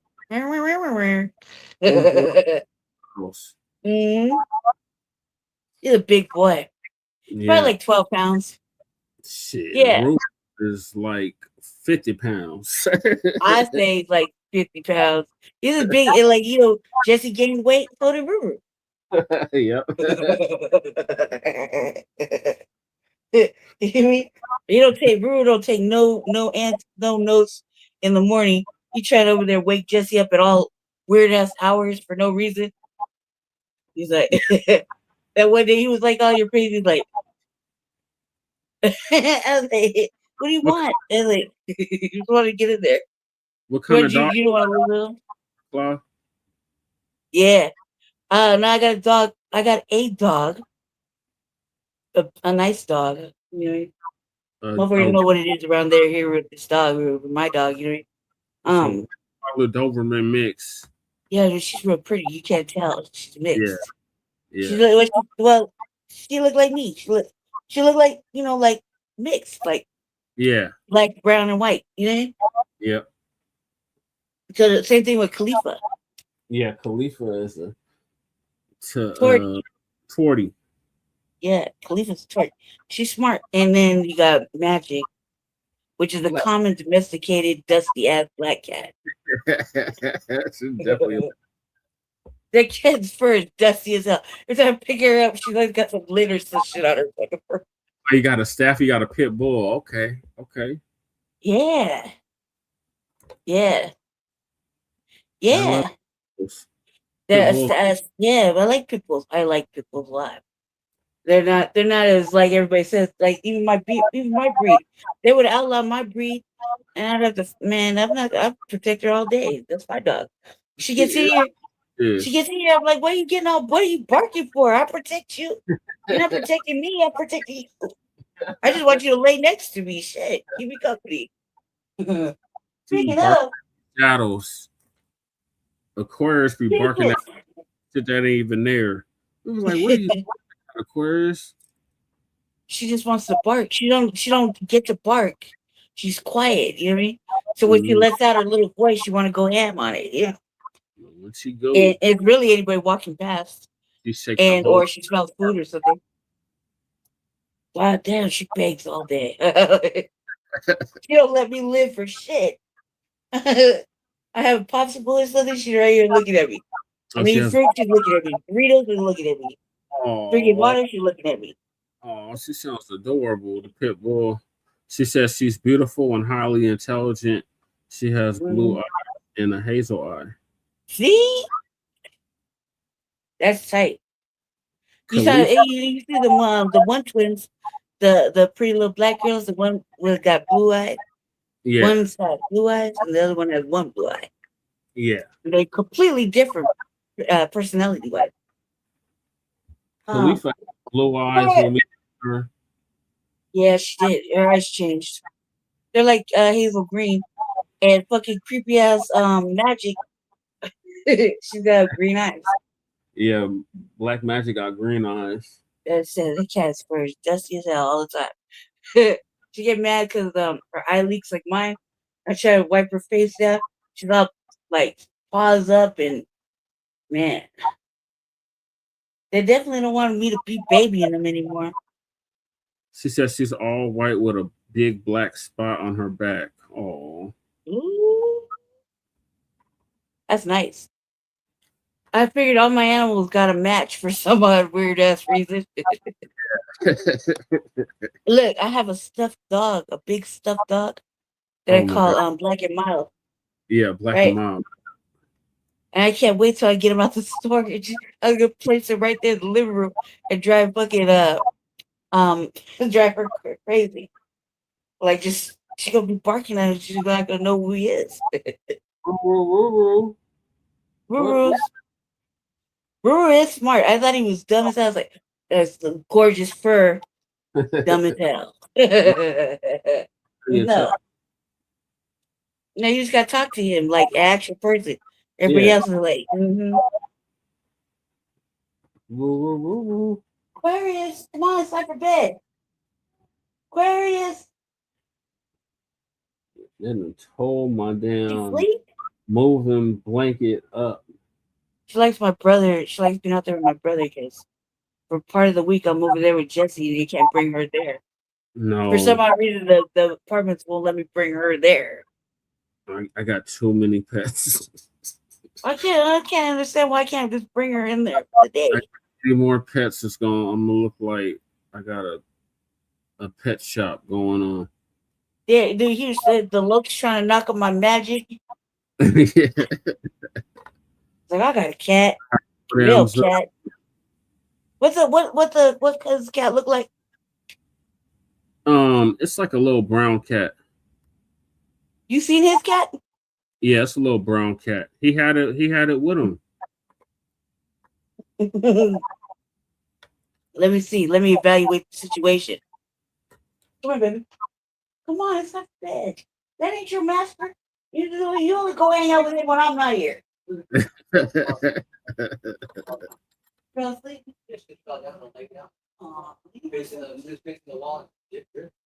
Oh, were you sleeping? Macoons and ragdoll cats. Oh. Well, the cats were supposed to come for. Yeah. Hey, you brother. Cats were supposed to come because I had a mouse problem. Yep. And I've been waiting for like 5 years. This was to give me a kitten. It took 5 fucking years to get 2, and then they liked them, and they started bonding with them. After I babied them and talked to them and infused greatness into them, then they want to be all over there with him. I held Amaru up like Simba when we first got him, and then she caught him as funny as that.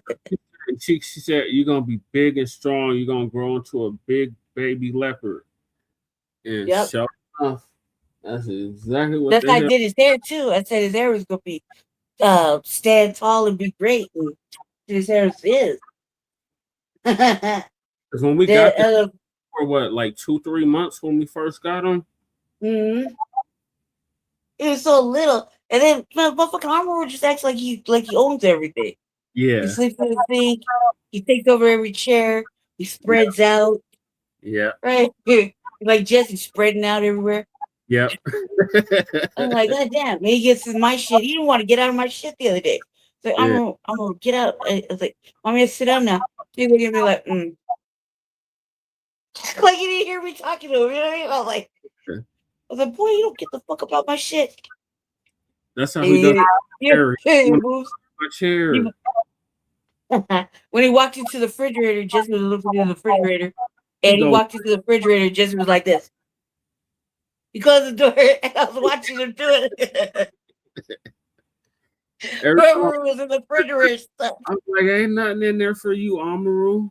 He'd be like,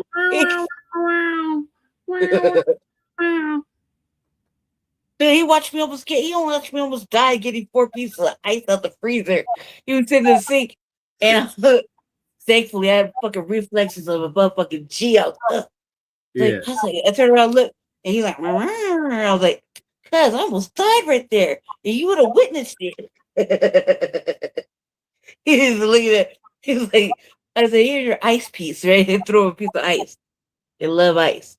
But when he walked into that motherfucking refrigerator, Jesse was standing there, and he was like, he didn't say shit. He wasn't even laughing. I was laughing. I thought that shit was hilarious. They could stop laughing for shit. He walked in like he was exploring the bottom shelves. They need those affirmations. I damn right. I tell her she's so good, man. She look. So I turn my back. She crept off again. Aww. As soon as I'm not paying attention to her, she crept off. Amaru sitting on the head like a baby lion and shit. Yeah, he is big. His fur is glorious. He has the best fur out of all of them. Yeah.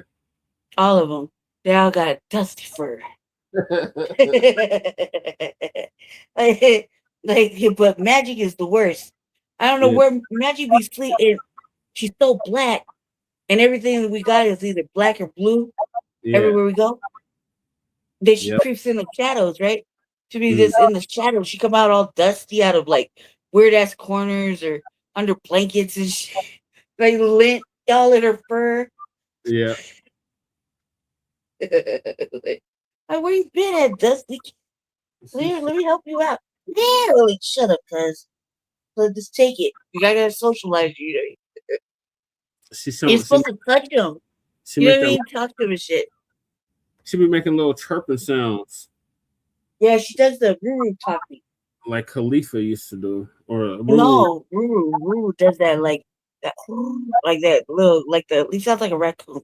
Ruru sounded like a baby lion. Like, that, but he makes like raccoon noises. Yeah. You ever heard a raccoon?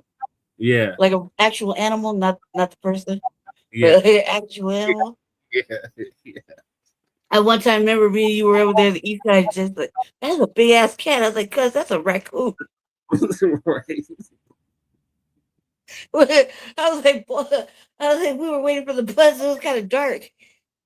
I was like, shit, I recognize a bandit anywhere I see one. Right. My dad had him in his attic one time. I was like, hey, let me get a baby one off of you. He's like, I was like, come on, Dad, let me have a raccoon. You know how I saw it? I saw a brother, right, when I was homeless. Mm-hmm. I was sleeping on the sidewalk over there on the other side of the Samaritan house. You know, you got this side and then you got that side, right? Yeah. Like facing Snooze to them. Yeah. Right? That side? Right? Yeah. So I'm sitting there. Man, I'm sitting there just trapping like a motherfucker, just like a little $5 right? And I saw this brother. At first I saw the raccoon. Mm-hmm. Right? This raccoon was trained. He was trained up. He was trained up, right? Running down the sidewalk. He was running down the motherfucking sidewalk, right? All this activity happening right around. I mean, we got motherfuckers fighting, couples fighting, you know, motherfuckers just smoking around. I'm selling like nickel bags. You know, I'm watching the street. I just want to get a soda, right? I'm watching this. I said, man, am I tripping? Is that a motherfucking raccoon running down fucking the street? Running down what is that, Park Avenue? Yeah.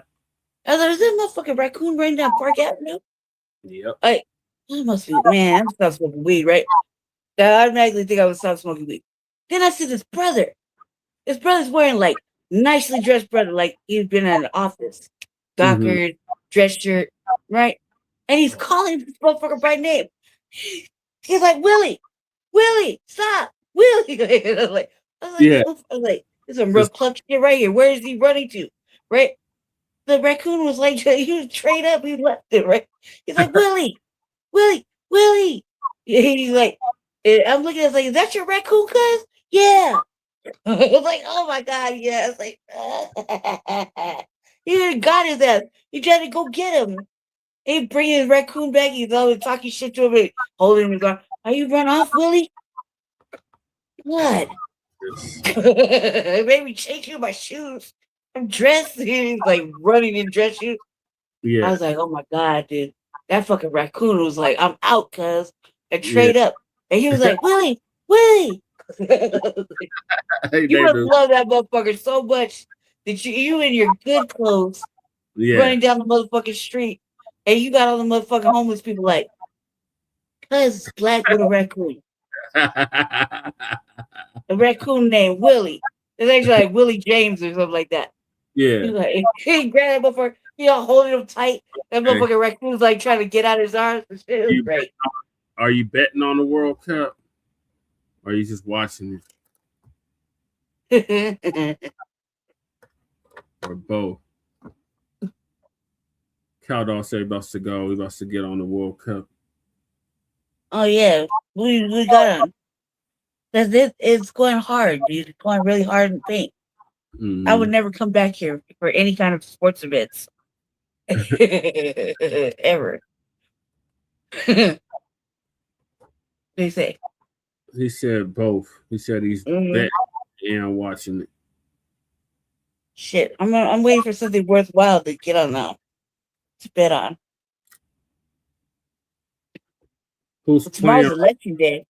We should really just be motivated to try to get Wanda James. Yeah, I was gonna run that back. They said to get has got real competition with Wanda James. Yes, she does, and that Kiros. Nah, but she's like whatever. But Wanda James is electable.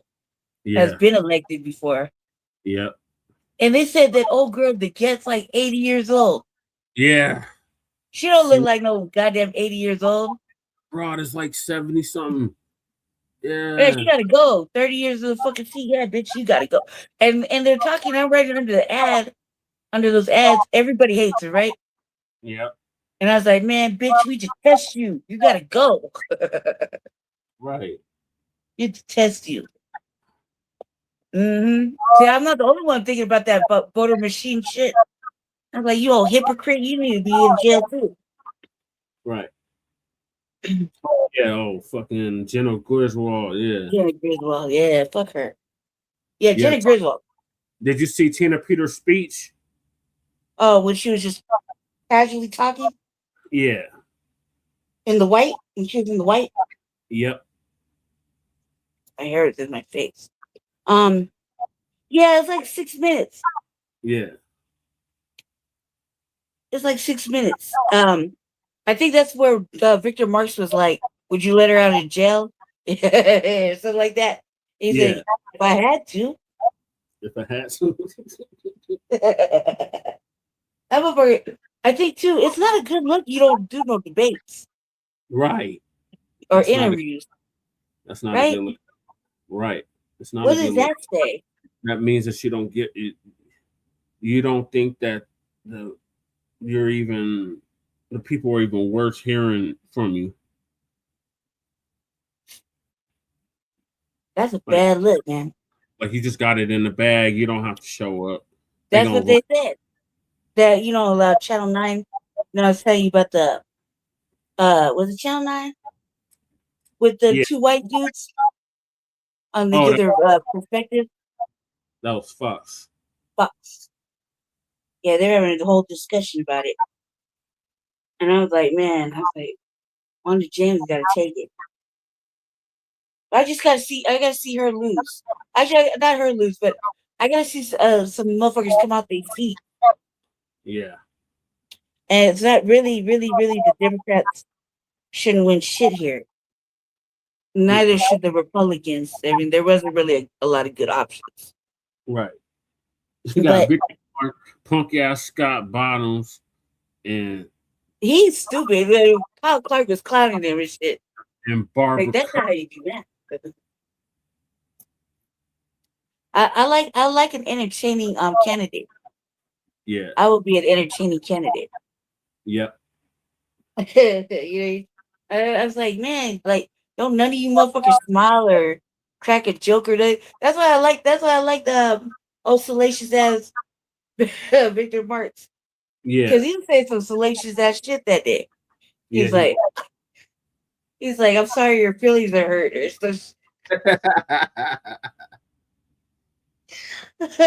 I'm sorry I hurt your feelings. Or no, he called him, he's like, you're mean. You're mean too. Put his signs up over here on the east side. Yeah. That's another thing. I don't like what the fuck you raising money for to run ads. Like, motherfuckers, you need to think outside the box. You get with this AI projects. Well, they said they opt out because I remember when they started first having them ads, it was like, are you gonna do AI ads or nah? Are you opting out of it? And like the majority of the people said they were gonna opt out of the AI ads. No, we ain't opting out. We're gonna go hard body with it. Why? Because it's free. Yeah. I don't want to raise like, man. It's not my campaign. If it was my campaign, I'm like, man, keep your money. I don't want to raise your money. I don't want no money. Because I don't want no money. I want to feel like I have to pay. I have to owe you something. Mm-hmm. I was taught very early, don't borrow no money. Then you won't have to worry about being in anybody's pocket. Right. I don't like telling people they owe me money either. You know? Right. It's ugly. So I'm gonna move on to the next topic, Lady Che. Thank you. So I don't even know why you asked me shit, guys. Because I want to actually get your perspective on this. So I got your perspective. Yeah. Move on. Yeah, okay, go ahead. Which is a topic that we've already covered, but we didn't hear from the good professor on it. and that is the TPS status in it for the 330,000 Haitians and 6,000 Syrians. So Professor Blacc too is going to give us his take on the situation. Yeah, I didn't hear it too. I'm ready. Family and fellow soldiers, I'm the professor, and this is the moment of truth. Developing now, a Supreme Court clearing the way for the Trump administration to remove some temporary protected status. That ruling is sending shockwaves through South Florida's Haitian community. After the earthquake, I was able to apply for TPS, and with TPS, I was able to rebuild my life. Temporary protected status Haiti designee Farah Lario says she feels the sting of the Supreme Court's decision. And now for the Supreme Court to make such a decision, it's just telling you that your life has no value. Working with an attorney, she says she's now in the process of applying for asylum. My life just collapsed because I have to continue to fight for my right to exist. My people, they can't go back, where they will likely die and have no future. This government has never, ever demonstrated the ability of people from Haiti to return safely to their country at this current stage. And the reason is because it's impossible. In a legal decision that should surprise absolutely no one, the majority Trump-appointed Supreme Court has rubber-stamped the orange man, removing TPS status from over 300,000 Haitians. The white media threw Syrians into their headlines too, but the only people that they actually talk about are the Haitians, so it's clear who this is actually about. Now, you want to hear something funny, or should I say typical? Amy Coney Barrett, one of Trump's appointees to the Supreme Court, has some adopted children. And did you know that 2 of them are Haitians? So she adopted 2 Haitian children, and now she's voted for a policy to remove hundreds of thousands of Haitians. You know, I gotta wonder how many Haitians saw those adopted children of hers and began thinking that this meant that they could get close to white mommy and daddy, because that's what the main obsession is for so many in the diaspora. They saw this bottle blonde white woman, and they were dreaming that they could be one of her adoptees. A lot of black folks want to be mascots for white supremacy, particularly those from abroad. So why couldn't they see this coming when we've warned them for decades? Well, one of the reasons is that in their home countries, the white population, what there is of it, is so separated from them and so sequestered from them, they usually have seen more polar bears in their country than white people. But in the U.S., they thought they had a chance to finally get close to the object of their affection. So they jumped in the ocean, sailed over on a dinghy raft, whatever it took to get here. And because white power was, at least temporarily, willing to use them as front men to crap on the only opponents of white supremacy, the foundational black American population, a lot of folks from abroad thought that they could not only escape Haiti, but they could escape blackness too. Finally, they thought, these white supremacists in the U.S. love us. And we spent decades telling them that during slavery, they had black children in their homes too, like Frederick Douglass and others. And they abused those children, violated them, and in many cases, killed them. We told them that, but it didn't matter to them. And we believe that since they also had endured slavery in their own lands, they would understand this simple fact. I mean, how could any individual, much less millions of them, fail to learn from the greatest Holocaust in human history? But we've had to accept the sad reality. The horrifying lessons of slavery were completely lost on Africa and the Caribbean by and large. Not all of them, but most of them learned nothing from it. They saw white supremacy as their friend. It's incredible, but it's also true. If they had actually learned the lesson, then they would have been tripping over their shoelaces to unite with us, to bring us to their countries and give us the resources to help start them building those places back up again. Instead, they wanted to be the first to ally themselves with white supremacy here and abroad. White power did what it always does. Pretend to elevate a few of them, and then these hand-picked puppets become willing stooges for white supremacy and start singing its praises. They did everything they could to insult us, support white power against us, and to claim that racism didn't even exist. Why, they were the proof of that, their alleged success. In the face of this betrayal, we were patient. We took tons of abuse, far longer than we should have. And now we're done. Now, I'm not saying that all of the immigrants or every African and Caribbean person is on the BS. Obviously, that's not true. I will be clear about that. The problem is enough are, and enough means the vast majority. We do ourselves no favors being in denial of that. The people who thought that they were on team white supremacy are getting cut from the team. And the allies they thought they had from the dominant society, well, they're not coming to their rescue, and they're not going to. Those Haitians who have been on podcasts and live streams and these Twitter spaces calling foundational Black Americans ghetto, saying foundational Black Americans have no culture and are inferior to them. Well, at times like this, you got to wonder, where are they at now? You'd think they'd be the first ones to be sticking up for their fellow Haitians, considering how boldly they were talking trash about us. So why aren't they saying a peep for their own? They did the most to try to show as much disdain and disrespect for us as these white supremacists. And look where it put them. These people talk about how great and unified their culture is, how their culture is so amazing and such a great unifier among them. And yet we never see them unifying for anything. They only spout a few talking points about how their culture is superior to us, but that's not unity. And we're seeing the final proof of that here. So I hope that Corinne Stank-Pierre and Ashley Etienne and Sheila Schifferless McCormick and Roly-Poly Martin, stick your heads up. Let these white supremacists know that you're here. Why aren't all these formerly proud Haitians not proudly standing up for their own people? Well, we know why. First of all, they were never proud of their origins. They were simply auditioning for white power by saying that they were better than us. There's no benefit in repping being Haitian now, so they're trying to take off their foreign flags. Don't be surprised when Corinne Stank-Pierre starts claiming that her French name is because her folks were from Louisiana or something. But the second reason they're not standing up for their people is because these immigrant groups never have. The people who stood up for them was us. Foundational Black Americans are the only reason they're here, the only reason they got into America. When there's rallies or demonstrations for Black people, these immigrants are never anywhere to be seen, unless it's some tether politician trying to get some FaceTime in front of the cameras. We're the only ones who have been out here in these streets, not these foreign flags. Our numbers have been what gave the phony appearance that these immigrants had all of this grassroots support. But without us, what do they have? 2 or 3 folks holding up a sign and hoping that ICE doesn't snatch them up, which is the very definition of political impotence. They can't lead some grand demonstration against Trump because they don't have the numbers. All these decades, they thought it was our job to fight for them, that it was our duty. Now they're getting their wake-up call. And the very white supremacists they allied themselves with concede they have no support. These people claim that we have no culture. Well, that also includes no culture of resistance. So since that's the case, let them show everybody how to stop white supremacy from doing whatever to them. This is not gloating. This is setting the record straight. These were the people who for decades took every chance they could to make sure to mention that they were Haitian. They want to make it clear to everybody, we're not Black, we're Haitian. Every time we look up, whenever they do something, they go out of their way to separate themselves from us. They wanted to make that crystal clear. We're not one of these foundational Black Americans. We're not Black at all. We're defined by whatever country we came from.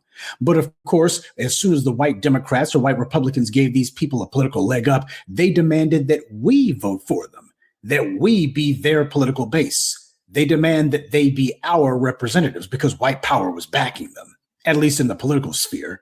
And that they were able to insult us every chance they got. And now the very white powers that be that they thought were going to prop them up and set them up are dismantling them. And on cue, the devil's stepson, Nosferatu Miller, crawled out of hell to do a press conference. He was all joyful about this, saying America's doors are closed fully to asylum seekers. Well, we know what he really means, that it's closed to non-white asylum seekers, because those are the only ones he's interested in. Here, what I said was that this country doesn't have a future if we don't end birthright citizenship. Obviously, the right and correct way to end birthright citizenship is for the Supreme Court to rule what the 14th Amendment clearly and correctly means. But one way or another, this nation has to end birthright citizenship. So America's doors are closed fully to asylum seekers. We've set up agreements where if you want asylum, then we will find a country elsewhere in the world to take you. It's very simple, a very elegant, very complete solution. Now, of course, as you know, you've heard me talk about it here many times before, all asylum claims across the southwest border are always fake. They always involve somebody who is coming from a country where they're not being persecuted based on race, religion, ethnicity, so on and so forth. Overwhelmingly, right, they're coming from other countries in the Western Hemisphere where there's no persecution based on religion, no persecution based on race, etc. In many cases, of course, they also come through dozens of other countries on their way here, where if they wanted asylum, they should have sought it first. In every case, they're either criminals, benefit seekers, economic migrants, welfare seekers, etc., they're coming to join family members and so forth. But the good news for them is that you have other countries willing to take them. Do you expect the administration to deport anyone who loses TPS status as a result of this ruling? Well, of course, if you no longer have status in this country, then you're supposed to be deported. And in particular, in the case of the Haitians, the Biden administration flew over vast numbers. It's hard to know the exact number, but probably more than 1 million illegal immigrants from Haiti. That's not counting the border crossings into the United States. So these are people who've only been here for a few months, who are receiving welfare, whose all their ties, all their social connections, all their family is back in their home country of Haiti. And of course, that's where they should go. Yes, the fact that there might be pockets of Haiti where there's higher crime rates, guess what? There's pockets of Chicago with crime rates just as high, right? There's pockets of cities like St. Louis with crime just as high, pockets of Los Angeles with crime just as high. It has never been the case that having communities that have high crime rates is a basis for asylum. Never has been, never will be. Thank you all. Have a great day. Some in the white media mention the talking point that Trump's grandparents were immigrants, the same for Stephen Miller. Well, white supremacy is all about double standards, triple standards, because white supremacy has no actual principles. All it has are situational ethics and moral relativism. So whatever it is in their interest on Monday won't be the same on Wednesday or Saturday. They have no permanent positions, only their permanent interests, whatever suits them in that particular moment. And no matter what the Democrats may try to tell you, this is how the game was always going to end. Shame we couldn't get the Haitians and the Caribbeans and African migrants of the last 80 years to understand that fact. Now, am I glad that this is happening? Honestly, I don't like seeing a smile on the face of the homunculus Stephen Miller, but the reality is we don't have a dog in this fight. We've had racists like Stephen Miller attacking us from one side, and we've had these hostile immigrants attacking us on the other. As Your World said, this country was founded by thieves, slaves, and opportunists. And a lot of these immigrants tried to become honorary members of the thieves class. In the end, they're finding out there is no honor among thieves. Am I making light of this? Actually, no, because this is not a joke. It never was. The problem was that after 80 years, we could never convince the Black diaspora in Africa or inside the US that this was a deadly serious game. The only place, and I mean only place, where any Black people ever understood that we are in an existential war for our survival is here in the United States. Everywhere else in the world, they insisted on continuing to play the stupid game of tribalism and pathetic nonsense that opened the door to slavery and colonialism in the first place. We sent a ton of people to Africa to try to help them, and they not only slammed the door in our faces, not only did they insult us and mock us, but they also rolled out the red carpet for literally every other group of opportunists and invaders from Europe to Asia. Apparently, they want to be subjugated. They enjoy it, because the best opportunity they had to change it, they threw it away.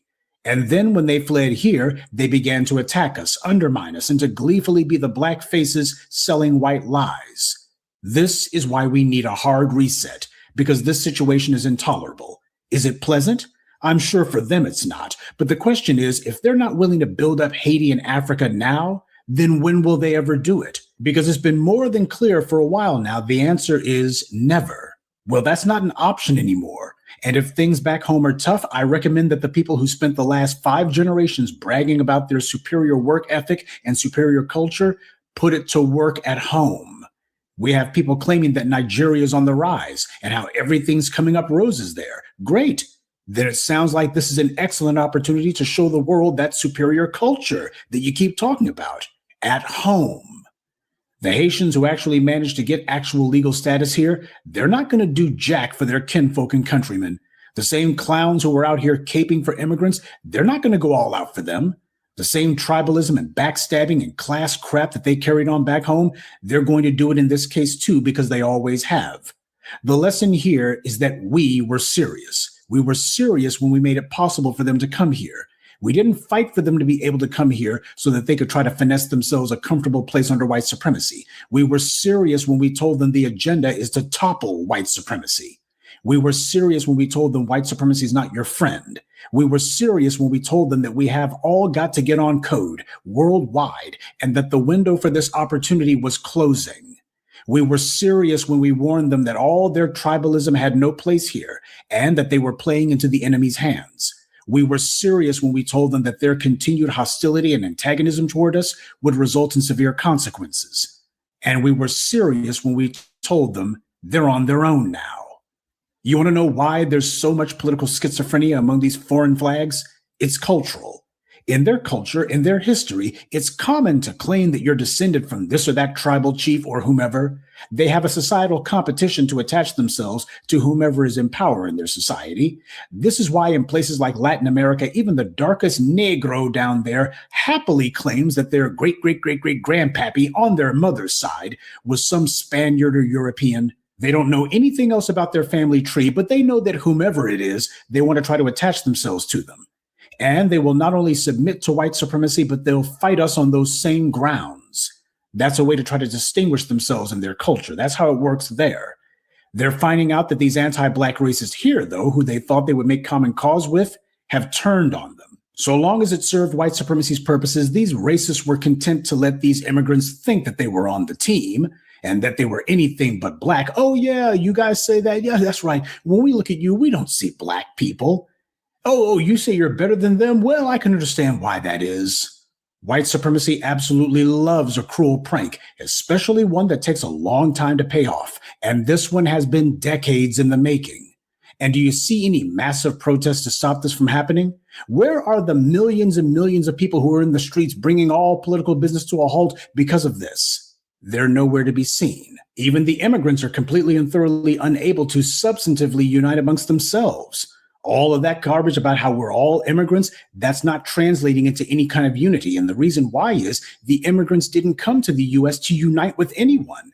They came to take advantage of the economy that we and our ancestors built here. So when white supremacy goes in on them, they can't ally with each other because they never practiced unity. They practiced opportunism. And part of that was to uphold and defend the very system that is finally predictably coming for them.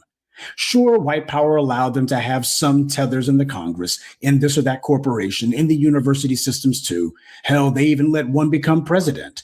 And this was what convinced the foreign flags that they were finally accepted by white power. They were on the inside track, and it would only be a matter of time before the foundational Black Americans were usurped and ultimately replaced.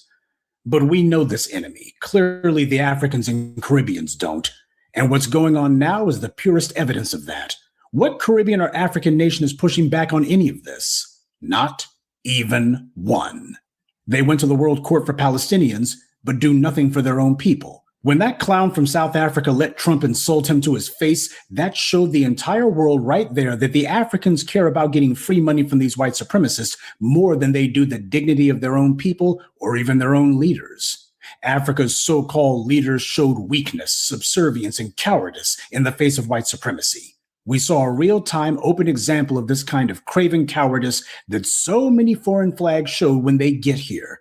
So this is a cultural problem from top to bottom. When any so-called African leader willingly plays the whipping boy for a worm like Trump, there should have been riots and uprisings in their home country to get them to resign or to otherwise leave office or to just overthrow them altogether for allowing themselves to be humiliated like this. But then again, most of the people are trying to japa or whatever, so they don't really care. And sadly, that's what sums up the problem with Africa and the Caribbean. Most of the people just don't care. To them, they thought they were being smart, that they were playing the game. And if other Black people are harmed as a result of that, well, that's not their problem. That's how it's always been back home, so why not do it abroad too? They chose to be willing tools of white supremacy, but as I've always said, when white supremacy's done with its tools, it breaks its tools. That's another truth that we told them, but they didn't want to hear that one either. Perhaps I would feel sorry for them had no one warned them, but they've always known they were dancing with the devil. The problem is they were loving it for a while.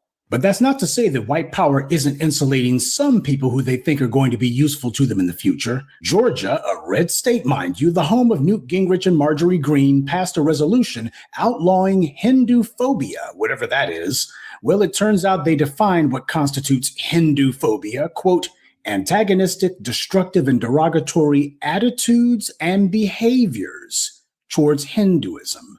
Not actions, but attitudes. Now, of course, the Israel lobby loves this kind of thing for the precedent it sets because it would open the door for what they want in order to stop any and all criticism or even mild disagreement with Israel, especially as it pertains to the U.S. giving tax dollars to Israel. There's no epidemic of anti-Hindu anything. This is about establishing and proving who the white power structure is wanting to align itself with. And this kind of duplicitous maneuver shouldn't come as a surprise at all. As Neely Fuller said, white supremacy believes in taking both sides of the conversation. Black people are and have always been the biggest victims of hate crimes in America. Actual hate crimes, not just antagonistic attitudes and behaviors, but assaults, murders, and terrorism. Black people have demanded an anti-Black hate crime law and other policies that address our unique needs, and we've been told every time, well, a law tailor-made for one particular group at the exclusion of anyone else, why, that would be unconstitutional. All the way to, you think I'm going to do something that's only going to benefit Black people? No. So the same white right-wingers who constantly complain that there's no need for hate crime laws because harassment, vandalism, assaults, and murder are already against the law, these are the exact same people who came up with this Hindu phobia nonsense and gave it legal standing for the purposes of state investigations. And the same people from India, like the Vivek Ramaswamis and the Bobby Jindals and the Nikki Haleys and other Indians who repeat and parrot all the white rights talking points when it comes to Black people, they're conveniently quiet on this one. They're not objecting to this at all. They're not saying, well, there shouldn't be any sort of special set-aside status for Hindus. They're not saying that. They're not bemoaning that Indians are jumping on the victimhood bandwagon, as they've called it. So when Black people call out anti-Black sentiment, that's us being hypersensitive and just looking to be a victim. But when Indians do it, it's just good policy. Yeah, now it is. And speaking of Hindus, when immigrants come here, they often come from cultures that practice rabid, violent anti-Black racism. And that has definitely been the case in India. It's as odious as it is amazing that with no self-awareness, there's a state resolution that recognizes anti-Hindu sentiment, while at the same time, the Hindus are the most racist group in India. And they continue that same open, blatant racism in the US when they get here. Remember the scandal that broke out with Elon Musk's little science experiments in that Doge department that he had? Who were the ones that they were talking the most trash about? Indians. This was people who were working for a White House level department, and they were saying to deport all the Indians, that even the best Indian computer programmer can easily be replaced with a basic AI, they said. So why is a red state like Georgia setting this policy precedent then? This is white supremacy seeing a big advantage in allying itself with some immigrants over others. Due to the historic and even inherent racism of Indian culture, when they get to the United States, most of them are already primed to be good little cogs in the machine. They depend on this evil system for their wherewithal because just like these white supremacists, they would have little without it.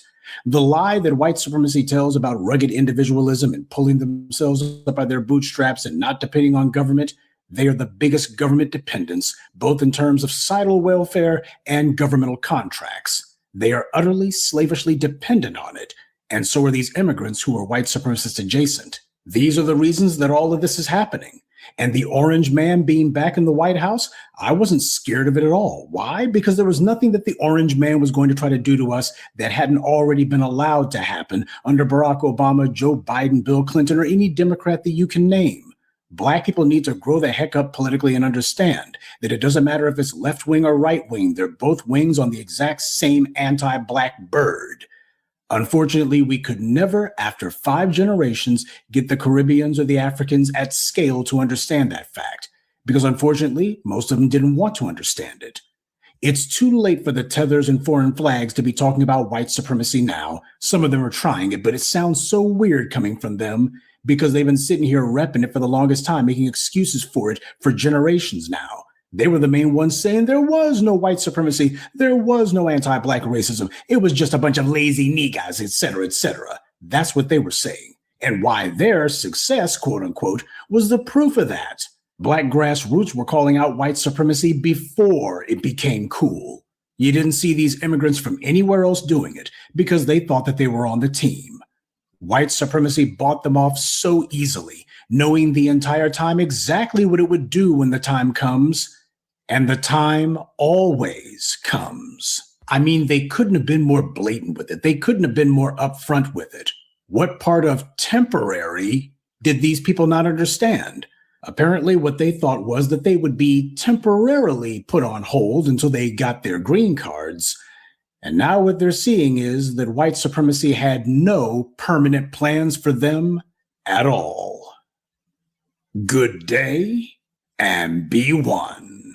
I'd like to take a moment to mention some of our contributors: Onan X, Jermaine Van, Quells, Mark Singleton, and Cedric Etheridge. Salute to them and thank you to everyone for listening, liking, and sharing this message. Black empowerment only exists because of you.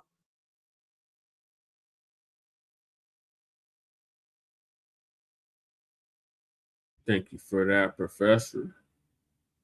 All right, Lady Che, what are your thoughts on what the professor just laid out about the TP status in it? Oh, you got the echo. I know. Yeah, hold on a second. All right. Sorry, it's I had something else going on in the background.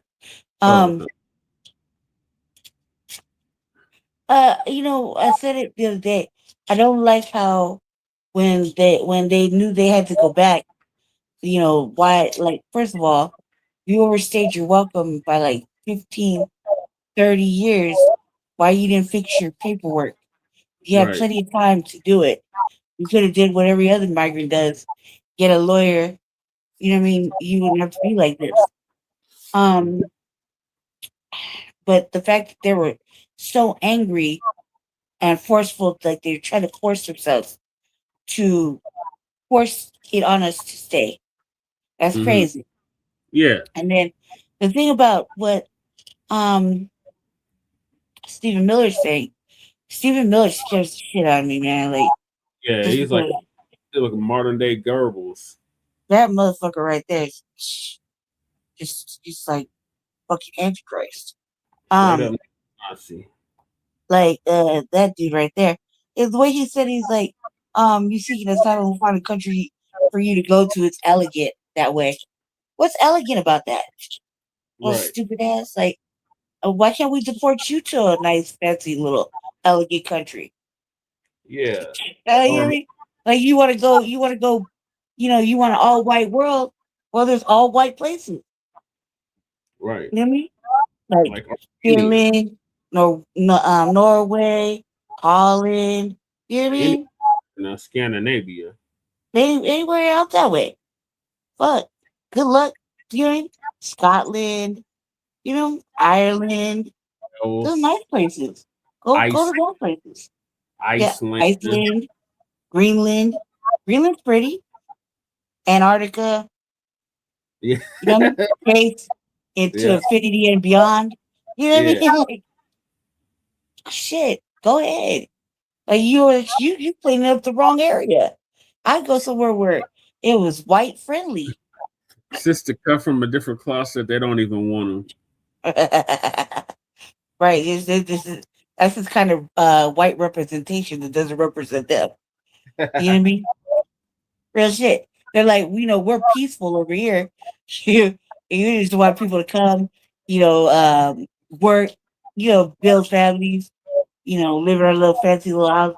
It's pretty, like, you know what I mean? Why don't you go to one of them little white areas, where you can practice your fucking being white and white is right, and I don't know what else, you know what I mean? Yeah. Or you ain't gonna see, colored folk no more.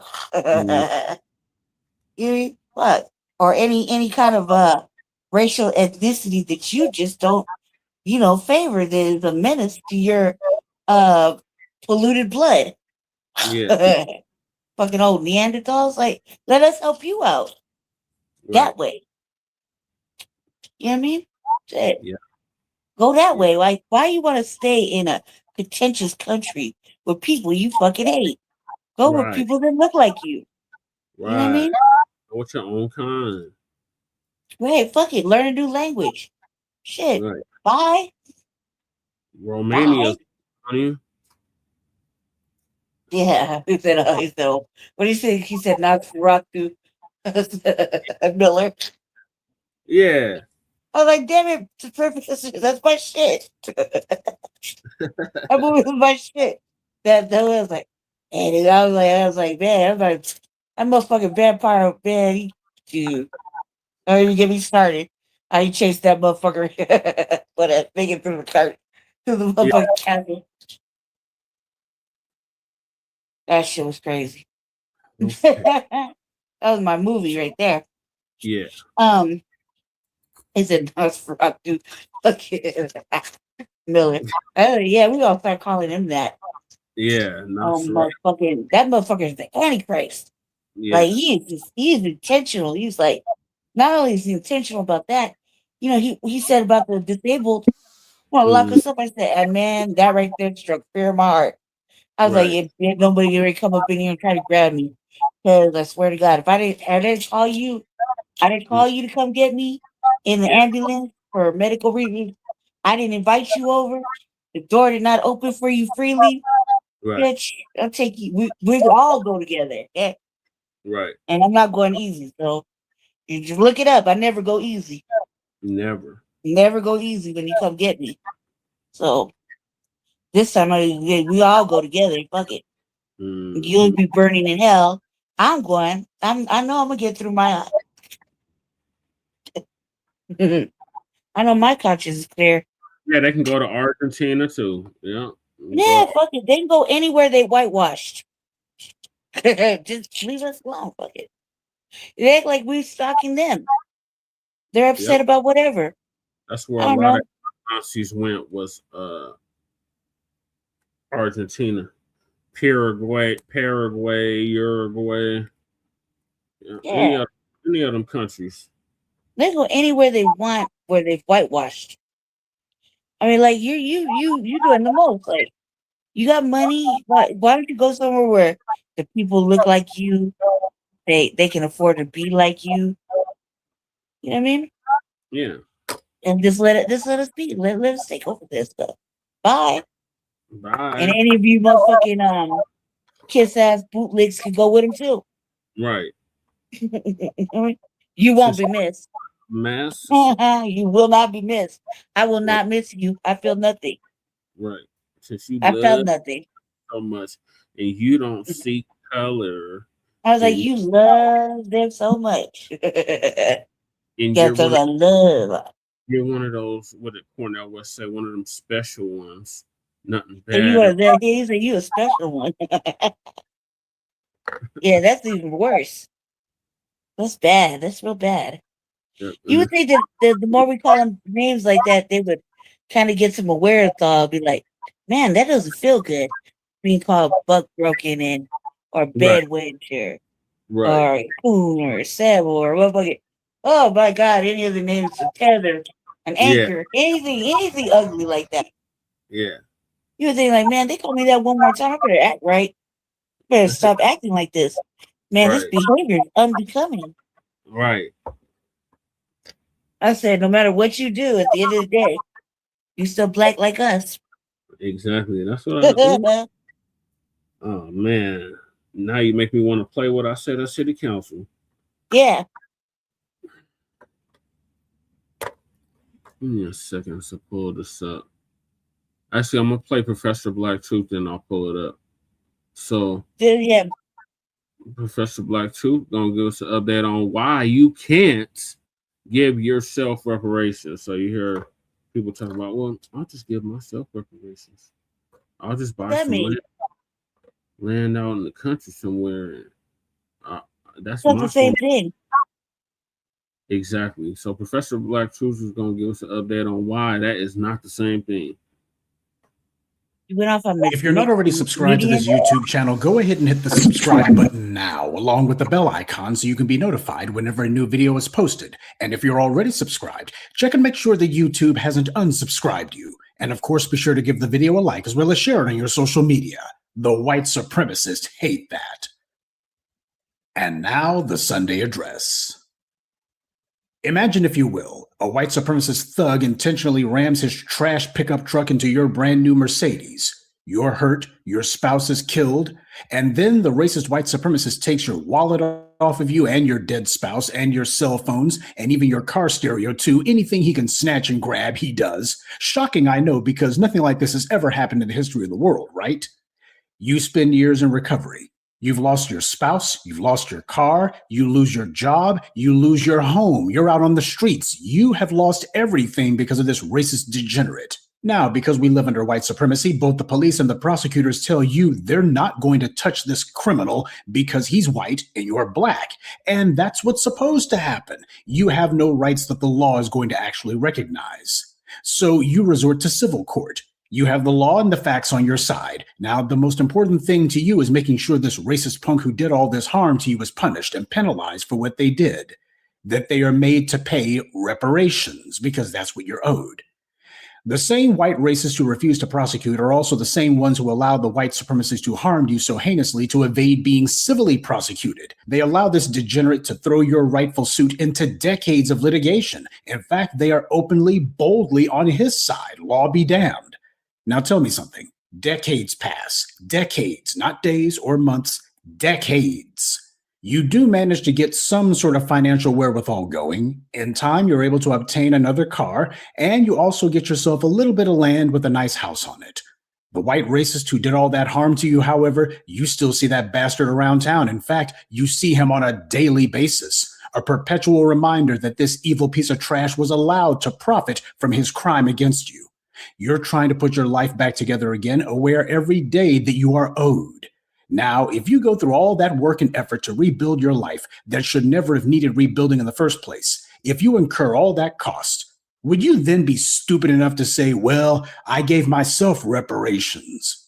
Would you be bragging about something like that? Would you claim that you even got reparations at all? Probably not, because you're not stupid. But unfortunately, we're cursed with a lot of smart, dumb Negroes who are about as sharp as a sack full of wet mice. If someone's involved in a car accident, does the insurance company tell them, well, if you get yourself another car and pay for your own physical rehabilitation and loss of income, well, then you should consider yourself to be compensated? Nobody would ever be dumb enough to say, I paid myself reparations, unless they went to whomever owed them and took it out of their behinds. Now, if you did that, then you could truthfully say, I paid myself reparations. But if you had to work your butt off to reacquire what somebody else stole from you, then all you did was to allow someone to harm you, and then you financially penalize yourself for the privilege of being harmed.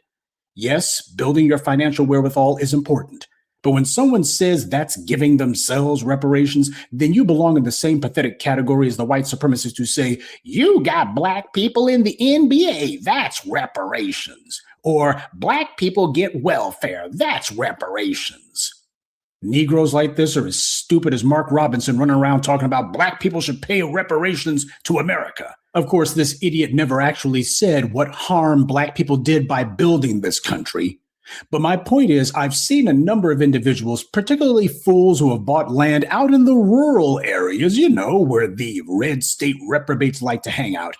These are the people who are dumb enough to say that buying themselves land is reparations. Someone like that is also stupid enough to say that the victims of white supremacy in America owe America reparations. There's no bottom to that particular well. Seriously, you have to be some kind of stupid to say that you paid yourself reparations. But the thing you notice about these clowns is that these people regurgitate a lot of anti-black talking points.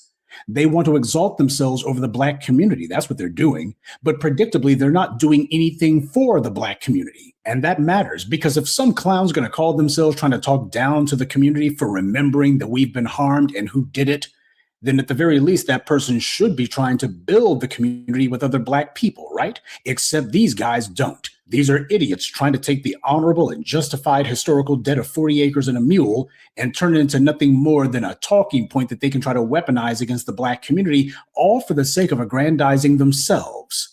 Some black people post a picture of themselves online. They say that they're not waiting for reparations. They went and got it for themselves. This is a self-aggrandizing fool spouting stupidity. They're taking two completely unrelated things and trying to make them one and the same. First of all, if you had to go and get something yourself, that doesn't make it reparations, stupid. You can call it self-actualization, but it doesn't repair anything. That's like saying if your employer ripped you off for decades and refused to pay you, then if you go and get another job, you know, one that actually pays, well, then that's reparations for all that money you didn't get. We got a lot of smart, dumb Negroes out here pathetically trying to make themselves seem like they're exceptional somehow, when in reality, all they've done is expose how exceptionally stupid they are. You can't give reparations to yourself. Reparations is when the person who wronged or harmed you is made to make repairs. That's why it's called reparation. Now, this doesn't mean you sit on your hands and do nothing with your life until you get what you're owed. And nobody has ever said that. And yet you got some idiots online trying to talk like that's what's going on. Nobody sat on their hands after slavery, but we still demanded our reparations. We didn't sit on our hands after the racial genocides against the Black Wall Streets either.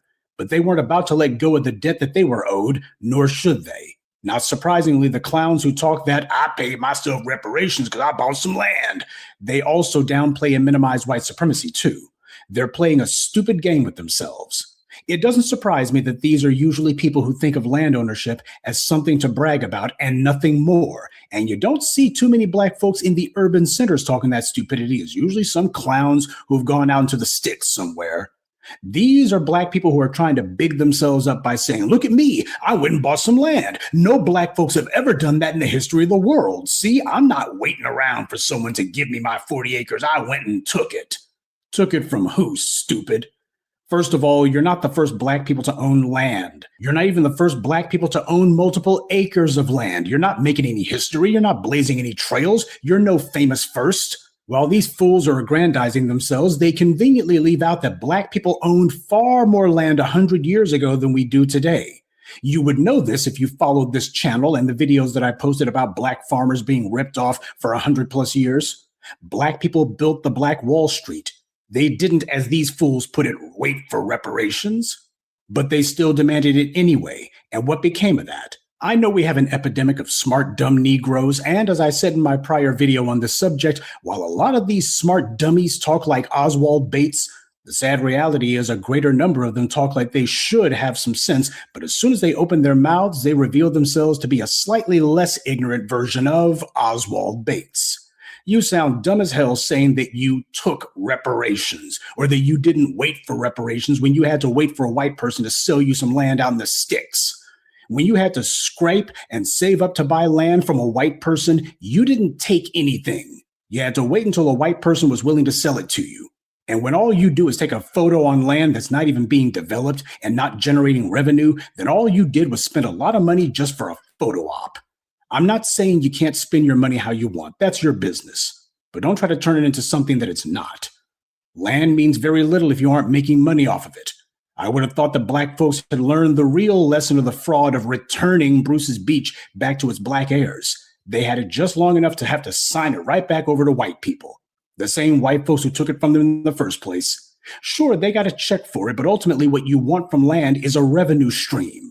If you get some land, that's fine. But if all you're doing is taking a photo of yourself on it or posting a photo online or a video and saying, look at me, I got reparations for myself, that's not Black empowerment. That's a vanity project. And it rises and falls right there.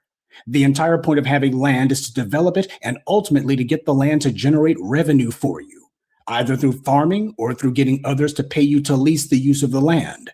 I hear the phrase generational wealth far more often than I should from people who clearly don't know what it means.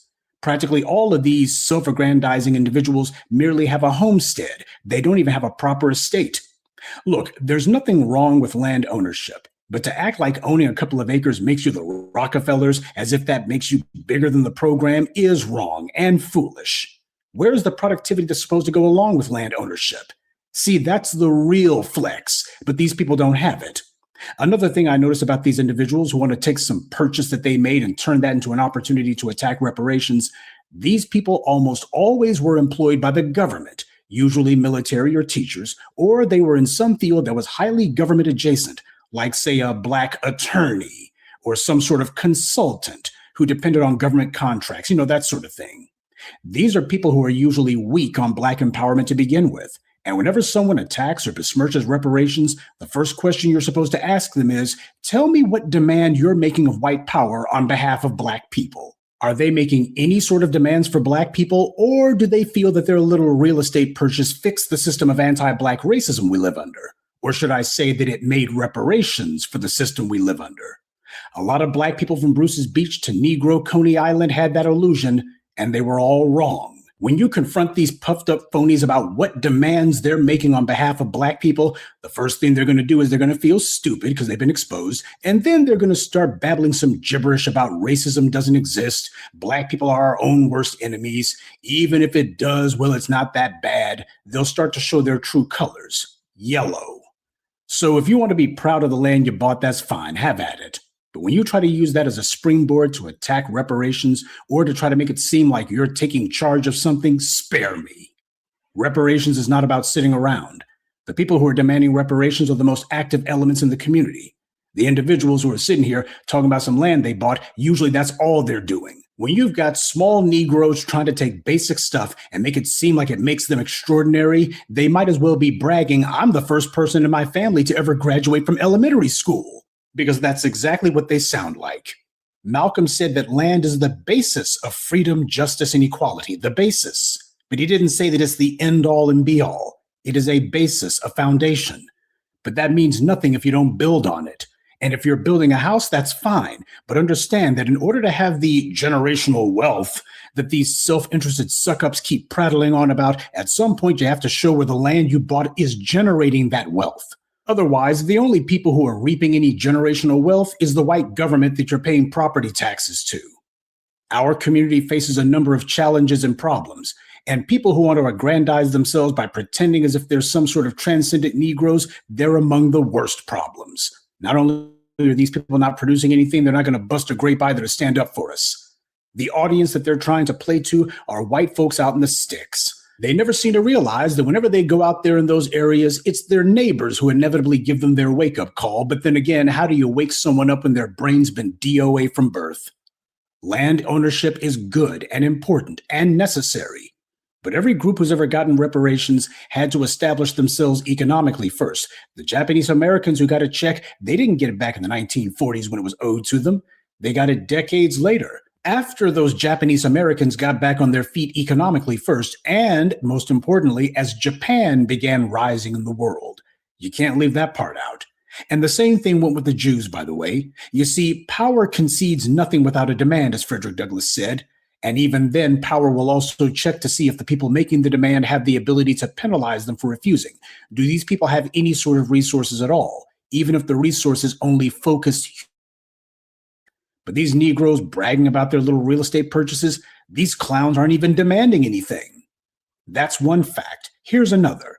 Our situation is qualitatively different from everyone else in that this evil system of anti-Black racism isn't based on anti-Japanese sentiment or anti-Semitism. It's based on one thing and one thing only, anti-Black racism.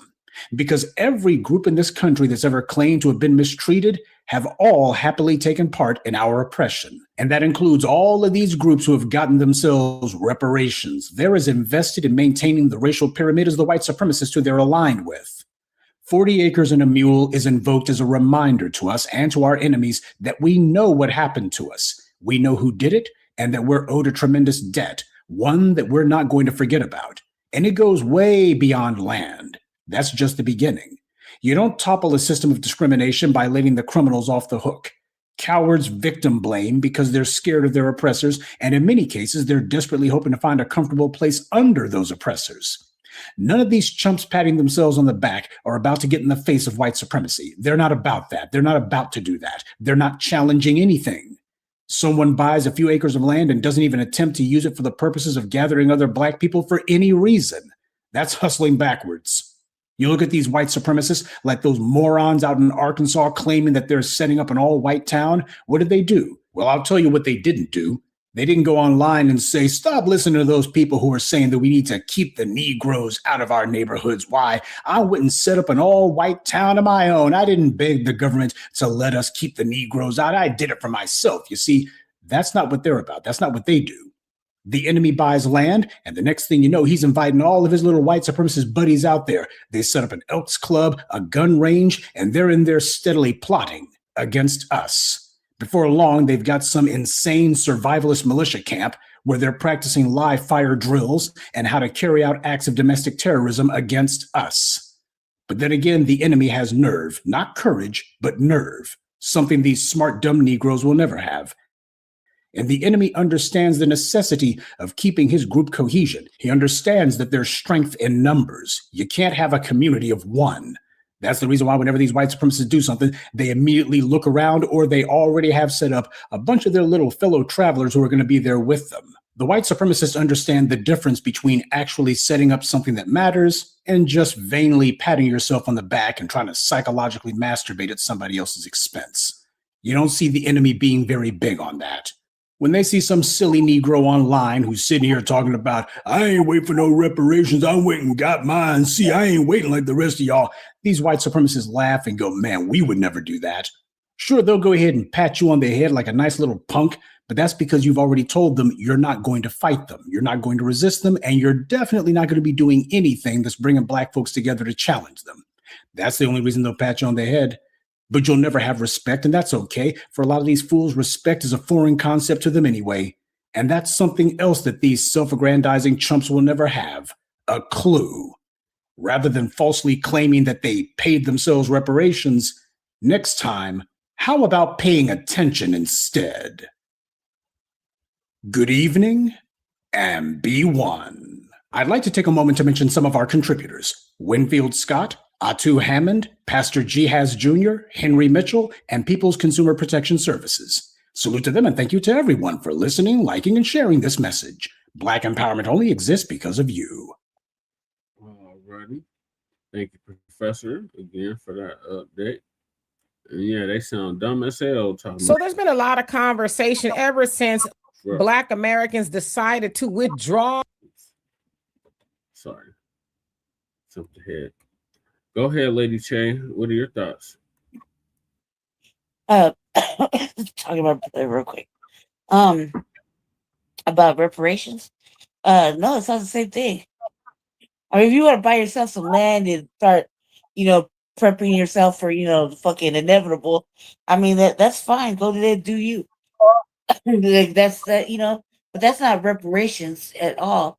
You just prepping yourself for, to have a nice little future, spend your money however you want to, shit. Or we to tell you how to do it. However, it's not reparations. It's not what your ancestors fought, died for. What's owed to them. You know what I mean? Right. For fucking labor and services rendered and never paid for. You know what I mean? Right. It's not the same thing. Right. I mean, but you could buy land. You could build on it. You could start your little bee harvest, little grow. Collect. You can do a lot of shit with an acre or 2 or 3 or 4 or 5. You can fence that shit off. It's all you. And that's not reparations. That's like family. That's like equity stacking or equity building. You know what I mean? It's for future, for future projects or whatever the fuck you got. I don't know. I can't tell people how to spend their money. That's bad. Right. It's not reparations. It's not reparations. Mm-hmm. Good. Okay. Thank you for that, Lady Che.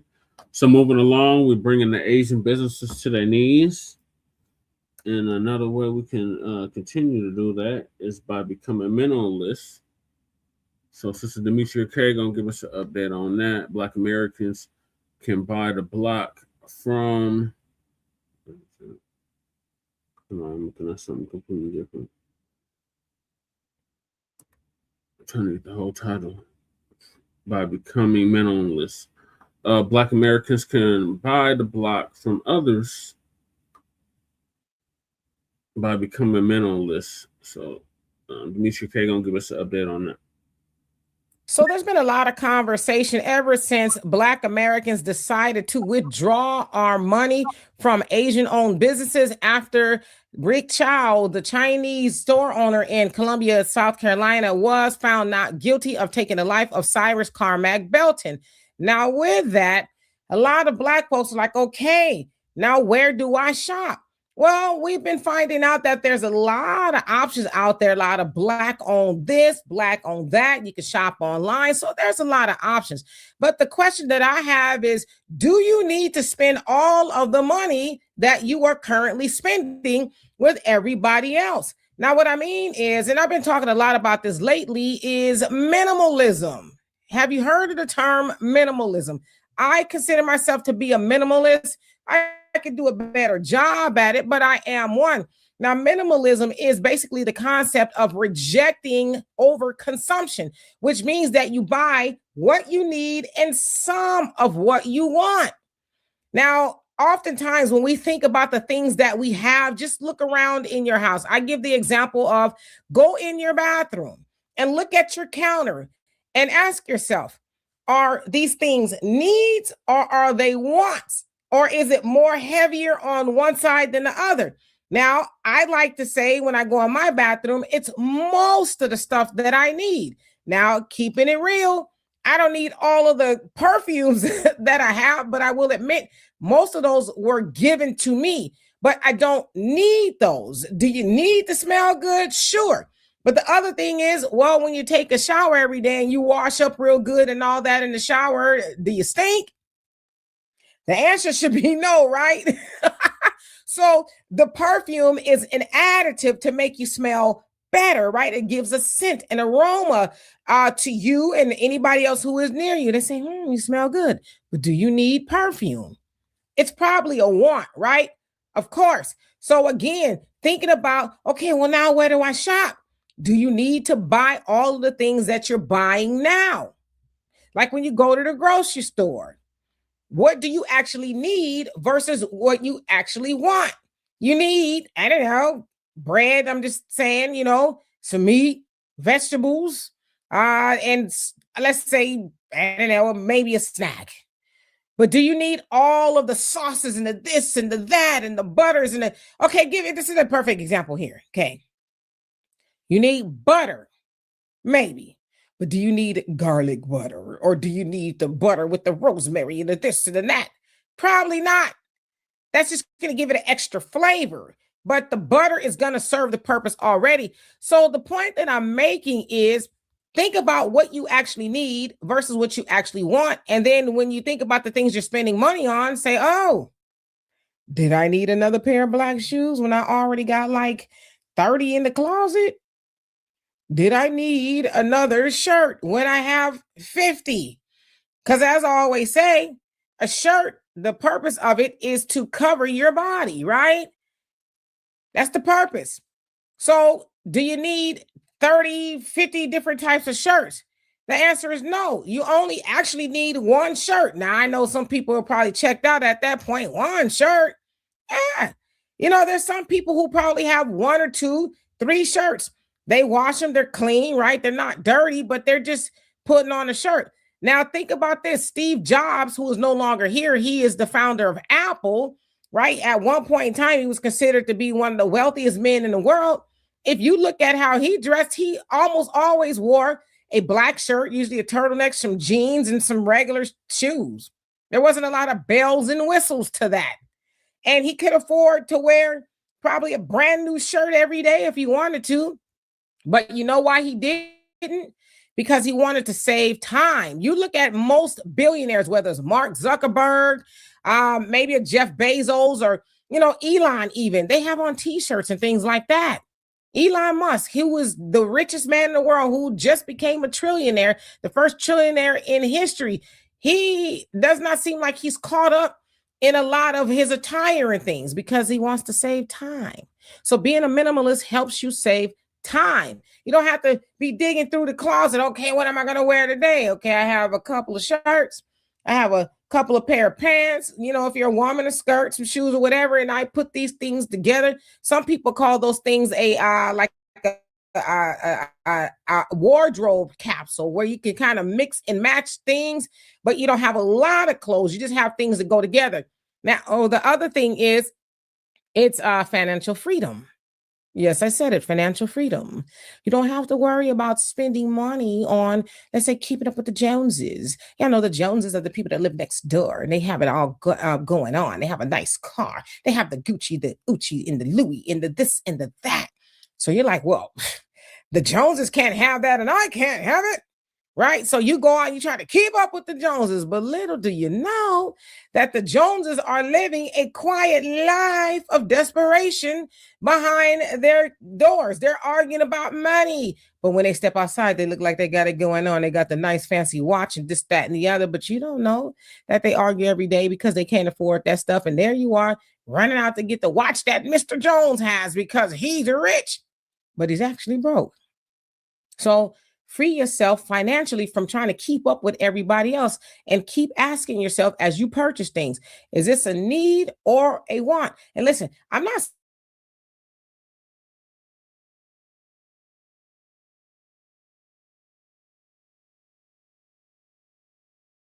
or a want basis than a need.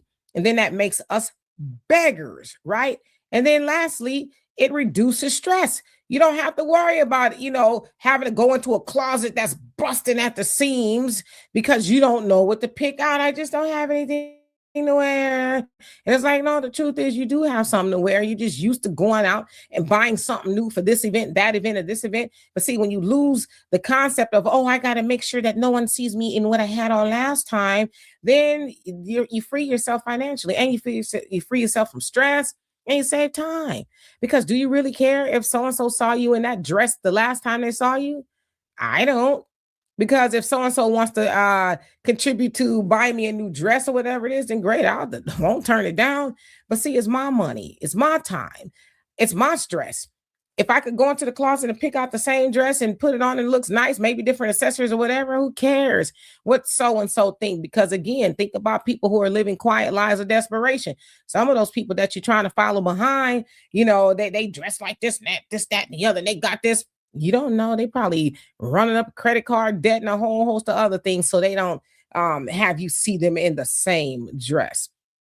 So back to my original question. Do you need all of the things that you are spending money with the others on? The answer is probably no.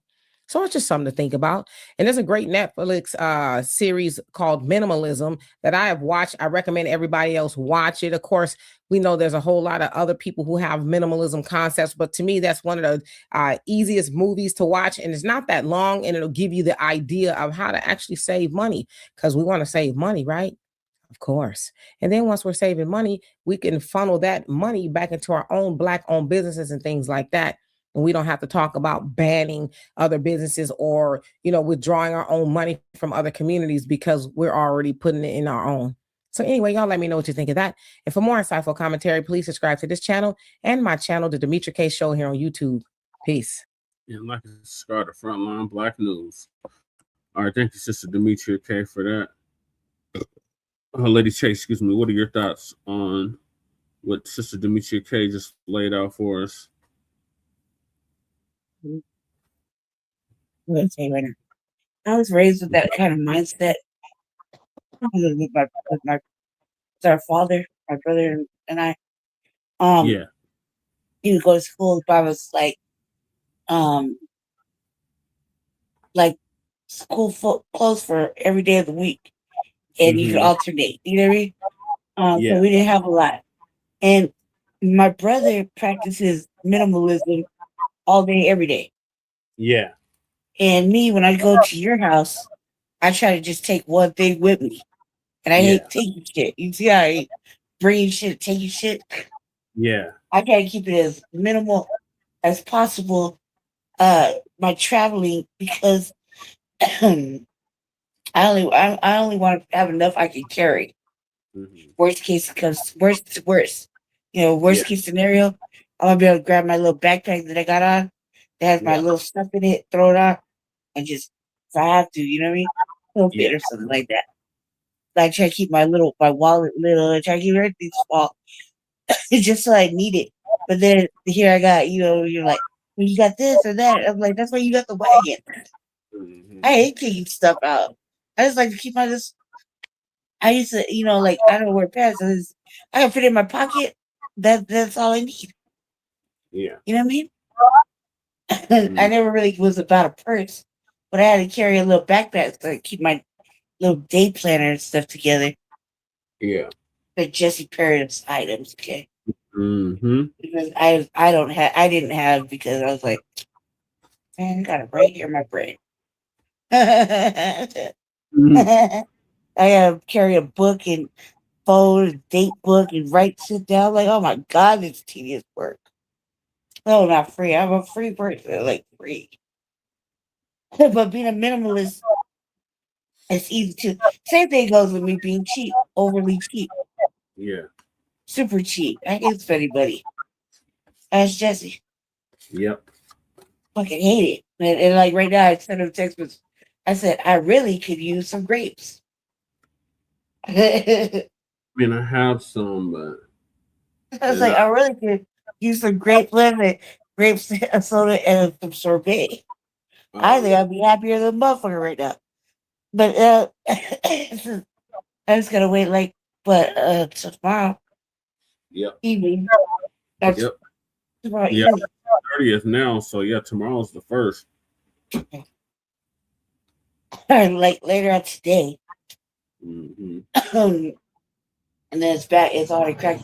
It's always the end of the month, man. That is the hardest for us. Yeah. But we managed to get through it. We always get through it. Always get through it. So yeah. Okay, Lady Che, thank you for that. I would have to go soon, Jesse. My notes started kicking. Okay, well, you might be able to stay up for this next. Do one more topic. FBA has the Asian stock market crashing. No, I thought you were going to do the city council thing. Oh yeah, that's right. Thank you for reminding me. I'll probably stay for that. I might have to go. I don't want to fall asleep on the thing. That's you. That's the you thing. Yeah. Pull of me. I can't do it.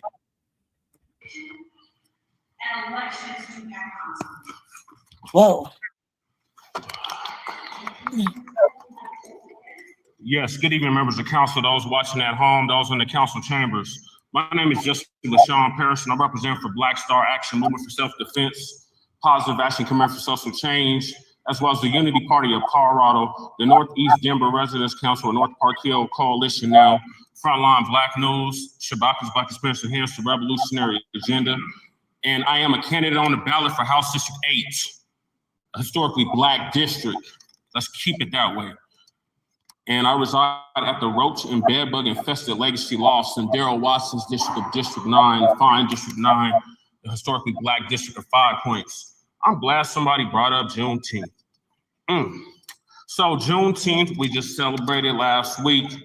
I was glad to see that I was back to 3 days again, but I want to make this perfectly clear. And everybody in the sound of my voice, and this is not performative because I've been here, done this. I'm not new to this, I'm true to this. I've been showing up to these meetings since 2013. Where have y'all been? Now back to what I was going to say. Juneteenth is specifically for a specific group of people, a specific ethnic group of people. Not just a race, but a specific ethnic group. That ethnic group is foundational Black Americans.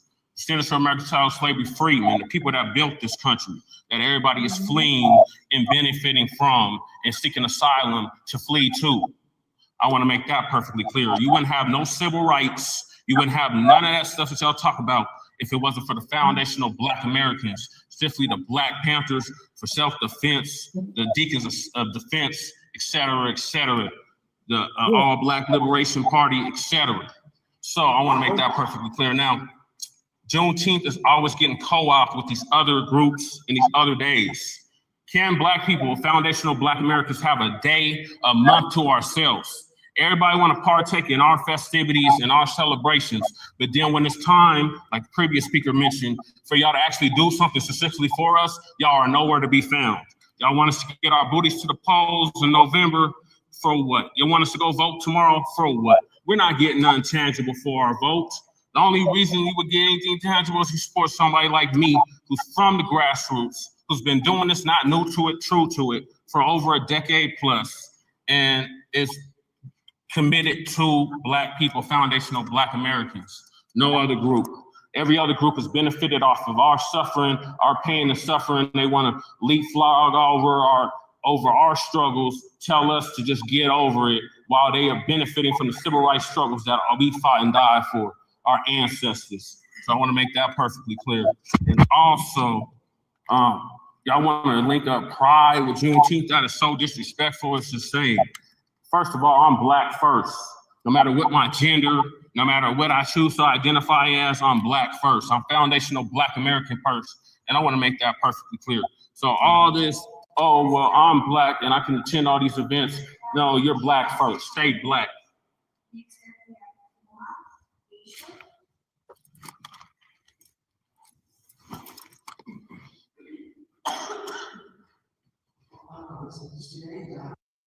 Yeah, because that stupid bitch Medina was there. And she's talking about, I didn't do this for performances. Yes, the fuck you do, bitch. You got the Aurora City Council shut down due to your Why was she there? Why was she there? I don't know, Lady J. Man, I was so ready. I was like, we was like by the think alike. I was gonna be on that same shit too, and more pertinent because it would have been worse if I saw Alan, Anna, whatever the fuck his name is. No, Anna wasn't there. None of them. Yeah, action. They I was wasn't ready for that. I was gonna be like, how you want me to talk to you outside, like a woman or like a man? We're talking about outside. So they were gonna try to arrest me. I had a vision about that. I was like, shit. Go ahead. Before you do that, though, why don't you go ahead and call Chief Thomas? Right. But I won't be going nowhere, bitch. You don't want that kind of media problems. You don't want the problems, especially you don't want the problems. So there, know everybody, man. You think I'm being there like I'm gonna learn something? No, I'm just gonna go in there and get situated like I always do. They'll let me right back out. That ain't you tripping. Right. Stay in there long enough to change out, shower, eat, maybe read a book. Yeah.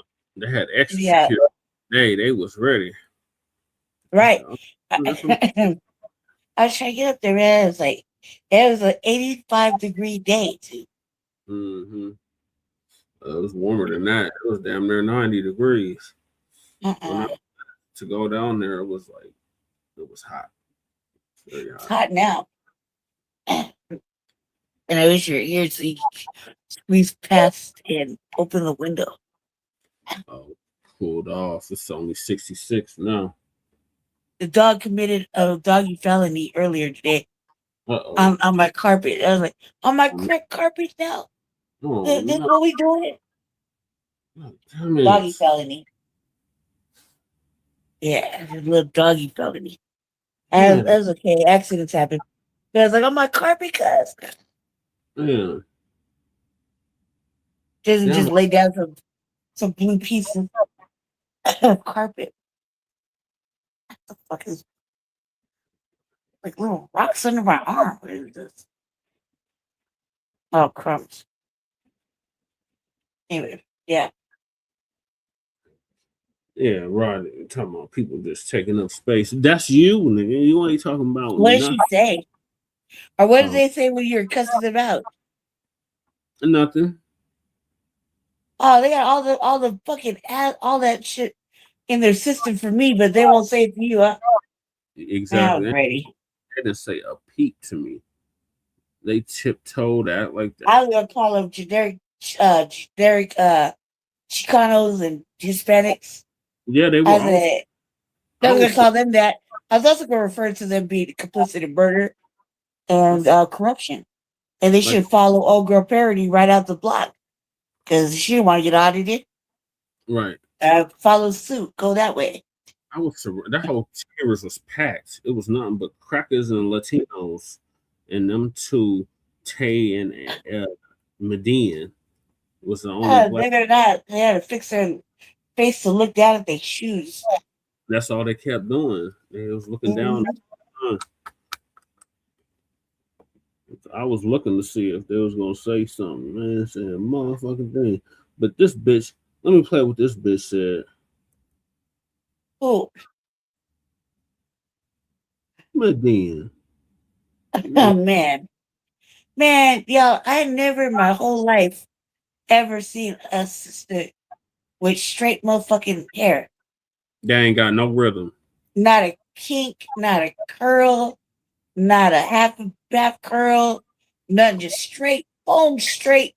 motherfucking jet black hair. Never. I mean, it's not a rip. It's not even a rip because, like, not even in the heat. Never in my whole life. Never in my whole life have I seen a dark skinned sister with straight white girl hair. That's how I would refer. But like not a kink, not a curl, not a half kink curl. Like I got, you know what I mean? Yeah. Nothing. I was just, and it's just breath and no rhythm. Oh God, no rhythm. Always in PJs. That's what I call the pants. Always in PJs.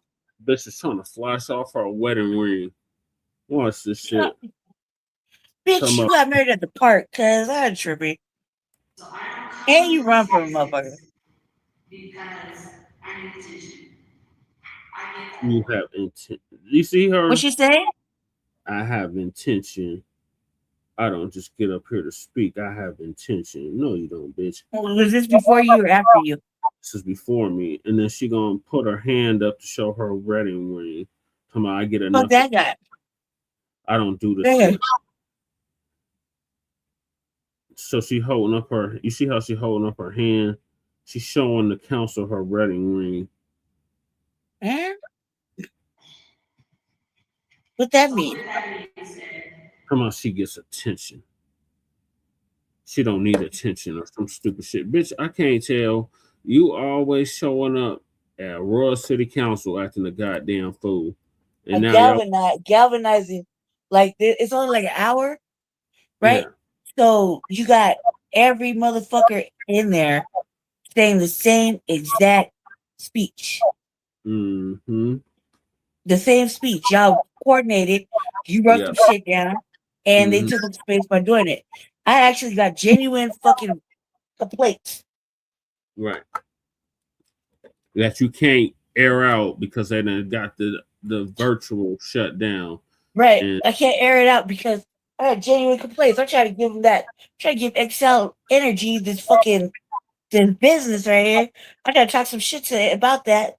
Like, this motherfucking prices are ridiculous for energy. And where's the money coming back to the consumer? That line.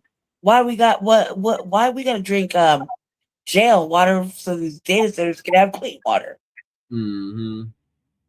And ever since I got here in '88, we tell me that we're gonna be on a water restriction.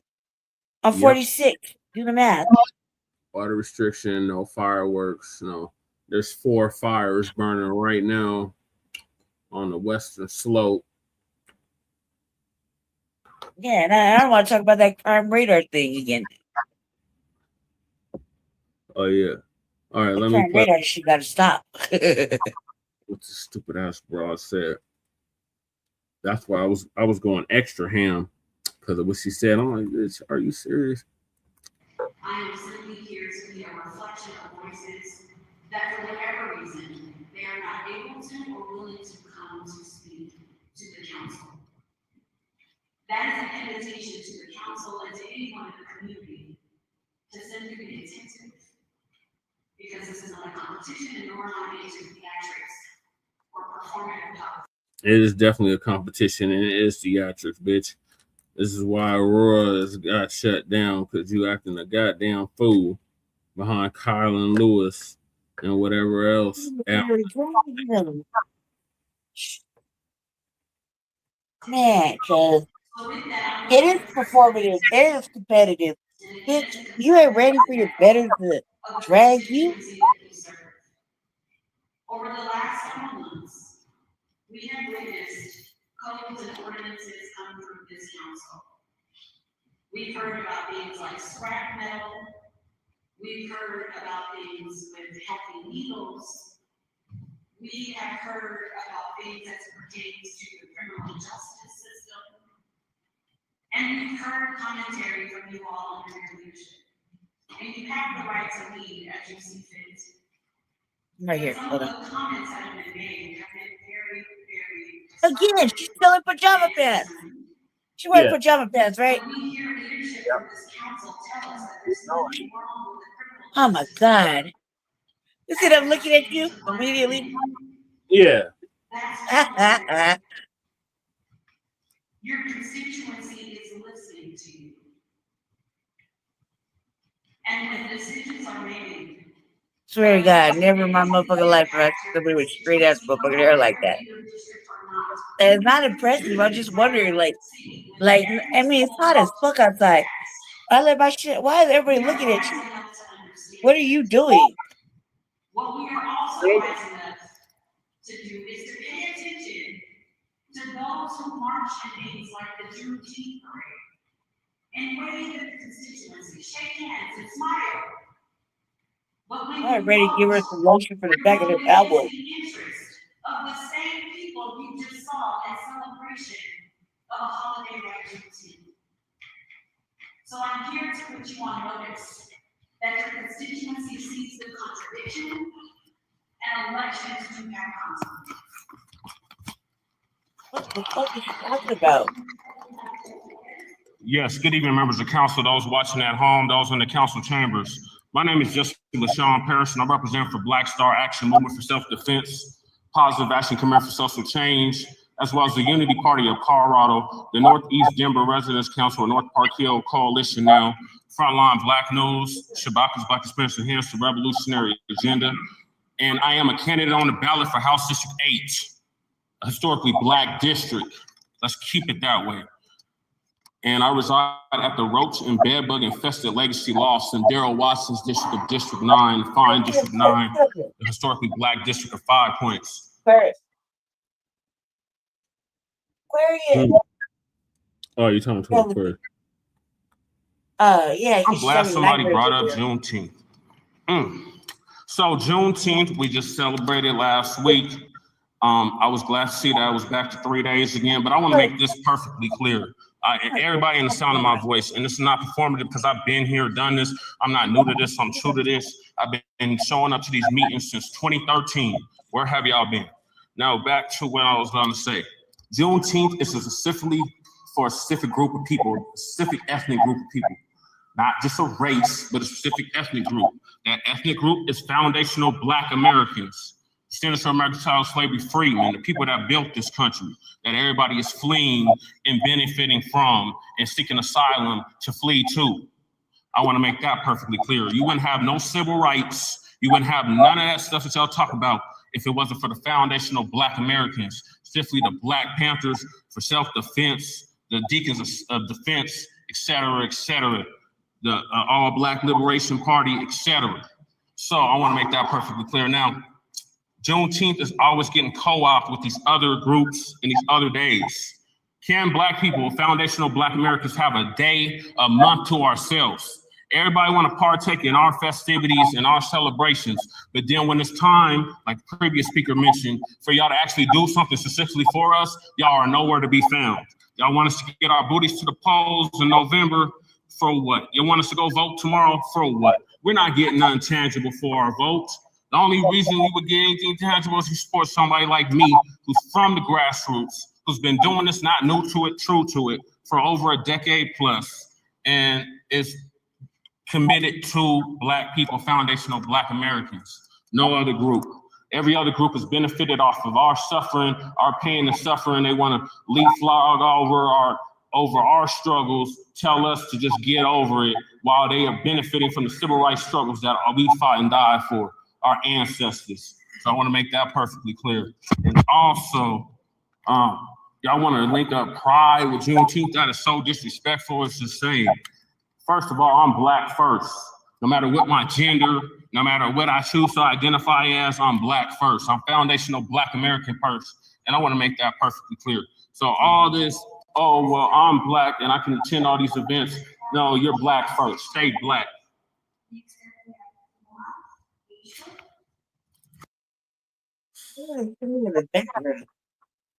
Huh? What does it say in the back? Do you have to say Black or stay Black? I says you're Black Say first, stay Black. I was going to say Black. Or say it, really, say it loud, say it proud. Man, but I don't know about that broad, but that'd probably give me a motherfucking headache. Who's that? That's that, what is his damn name? It begins with an M. The one that gave me that cigarette that one time. Where I Oh. saw with a lighter and a cigarette. Oh, okay. Him. What else happened? Is that it? Because city council, they didn't have the free touch no ricochets. They passed that that minimum sentencing that Chantel and it was working on. Oh, that's great. They had a white supremacist. Ooh, let's put a white supremacist on what he said. This motherfucker. Ooh, I was like looking at him like, cracker. I better not catch you outside. All right. They lay down, babies. Always right here. You need attention. I think this is him.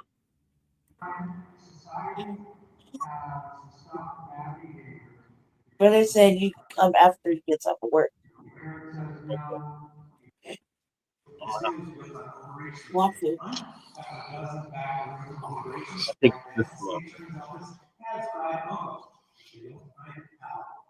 You are exactly right. There's not that much still left to object to. Yet, the enthusiasm of the bill's sponsors remains incredibly high. Why is that? There are two possible reasons. First, it's perfect advertising. It carries immense PR value for voters and vendors who view the world strictly through a lens of oppressor versus victim. I'd like them in the audience in front of you. oppressor versus victim. Okay. He said he don't believe in that. No, bitch, you're an oppressor. And you're mad because we calling you out for your oppressive fucking ways. Oh, he got a ricochet. Huh? I live in America and equal opportunity. The land and opportunity off the backs of foundational Black Americans, cracker. The fuck you talking about? See? So the other day, yeah, he was triggered like that. I had put me in a different mode. They seek to apply different penalties to different people. That's fundamentally un-American. Lord. But that advertising is simultaneously apparently different as open for crime and culture chaos to the rest of the Western United States. Other cities are also having to live their most troubled street populations find their way to a consequence-free promised land here in the city together. And we all know that emphasizes securing the potential businesses that were instigated to capitalize. The second reason for the enthusiasm might be that tricky. It might be that the bill's most effective machinery remains intact. Classified misdemeanor is an empty bucket just waiting to be filled. The commission is then. These dummies, they kept bringing up fentanyl and shit. Fentanyl didn't have nothing to do with this. What they was talking about was people that was pissing in the street, pissing in the alley, and trespassing. But that ain't that. My thing about that is, homeless people don't have options like that. Right. And the rule should be, unless you're doing something bad, like in front of children or in a place like where people can see you, you're overly doing nasty things, exposing yourself unnecessarily. If you just went behind the dumpster, nobody was watching, and you had to go to the restroom, you had to go to the restroom. You know what I mean? Like, there's nowhere to go. They don't let just. They want. It used to be where you can go into 7-Eleven and maybe use the restroom if you bought a Slurpee or something. Mm. You bought something. Days are over. They don't want you in anywhere. So and then these white people get to vilify you and crucify you over go to the restroom. Mm-hmm. And where's your advocacy? I don't know. Probably writing agendas. Right. Supporting, sanctuary city shit. That motherfucker said they make a sanctuary city for trans people, cuz. I'm like, don't you already have that in Maine?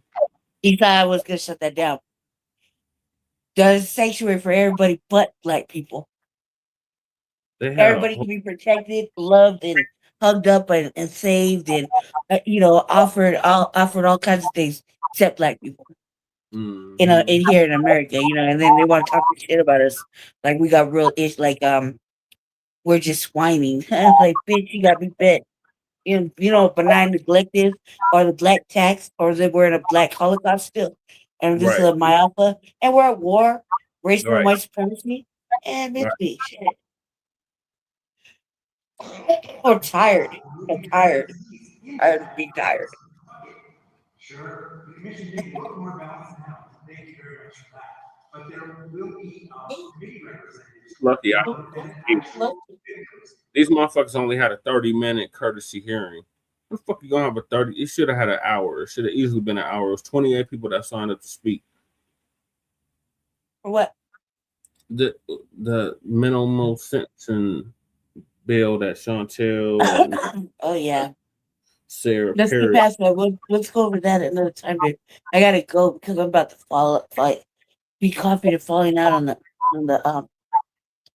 on screen. Okay. But medicine's kicking in. I'm just gonna go off camera. I can stay for at least one more topic. Okay, I'm gonna get to at least one more topic, and that is FBA boycott has Asian stock market crashing and more stores closing. Great news. Great news. Great news. So Water God's gonna give us an update on that. And what I say about writing checks that your ass can't cash, that might bounce, ain't it? That bit might bounce, ain't it? People today. That's fresh. That's new. 350 squirrels were found in a cooler in a Chinese restaurant in New York. I said 350 squirrels was found in a a Chinese restaurant. Might have to drop a dime on them. For sure. You know what I'm saying? Stop. Shit, for sure, bro. I like that shit.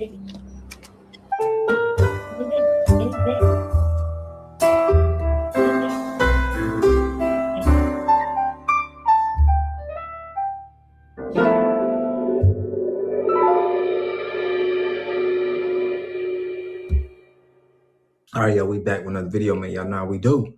Always pushing health, wealth, and a better understanding of self.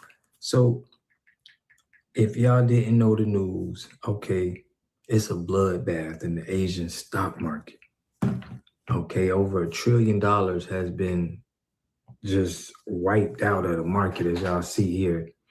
It says China, Japan, okay, Korea. It's going down. And that's probably the exact amount of wealth we was putting into the market. And we got to transition that money to something else. Now, they don't really want to put this and make it seem like it's us, but there's no other reason why there's stores, Asian stores closing, and the stock market is crashing. Okay, like I told y'all a couple videos ago, people are pulling their money out. They're also losing money, but people are pulling their money out. They're looking at it in the long term, right? They're not finna sit money in these beauty supply companies and these companies that they've been making all Black people in. They're already seeing the drop. So it's like, it's gonna compound on whatever we doing. So this is a great time for us to capitalize, especially our women in the beauty products. We need to be making our own beauty products and selling them to us. And it's just a beautiful thing right now. I love to see my people coming together, spending money together. I know we've been, spending more money with, our community, trying to see the money circulate. And it's a great thing. A lot of people don't like this. They like, yo, we should be, but it's great for us. It doesn't matter. It doesn't have to be great for everybody else. Everybody else can do the same thing. And we can continue to just keep blessing our people and get in business so we can all bless each other. But it's crazy that the stock market is going down. I'm gonna let y'all hear some of what the foundationals are saying about this. And we got some other altercations that been going on with these Asian stores, but it looks like, number one, they empty. We're not spending the money in there like we used to. And we still trying to get everybody on code, but make sure y'all subscribe to the channel, hit that like button, push on the algorithm. I greatly appreciate that. We'll give y'all some more commentary. Let's get it. They said boycott, be bald-headed. We said, who bald-headed? And what I say about writing checks that your ass can't cash, that bit might bounce, ain't it? That bit might bounce, ain't it? Peep the date. That's fresh. That's new.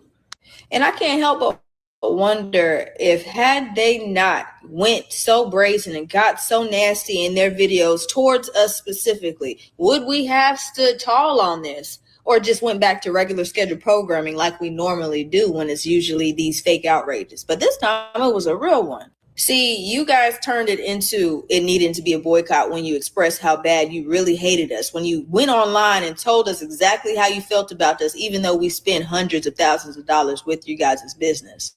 See, we simply said, hey, you guys, talking to our own, let's just go ahead and come together and open up our own businesses where they actually respect us. And then the other community heard we're boycotting the businesses. That's not what it was. Although there isn't a specific number about how much Koreans actually own in the U.S. when it comes to beauty supply, news reports suggest that it's about 70% in the United States. And that attributes for most of the Black hair care market. And see, the beauty care industry is not the only industry that Korea bases its economy on. It is also tech. But here's the thing. Just think about a table with 4 legs. If one leg is wobbly, the whole table is not stable. And Korea is seeing that happen in live time.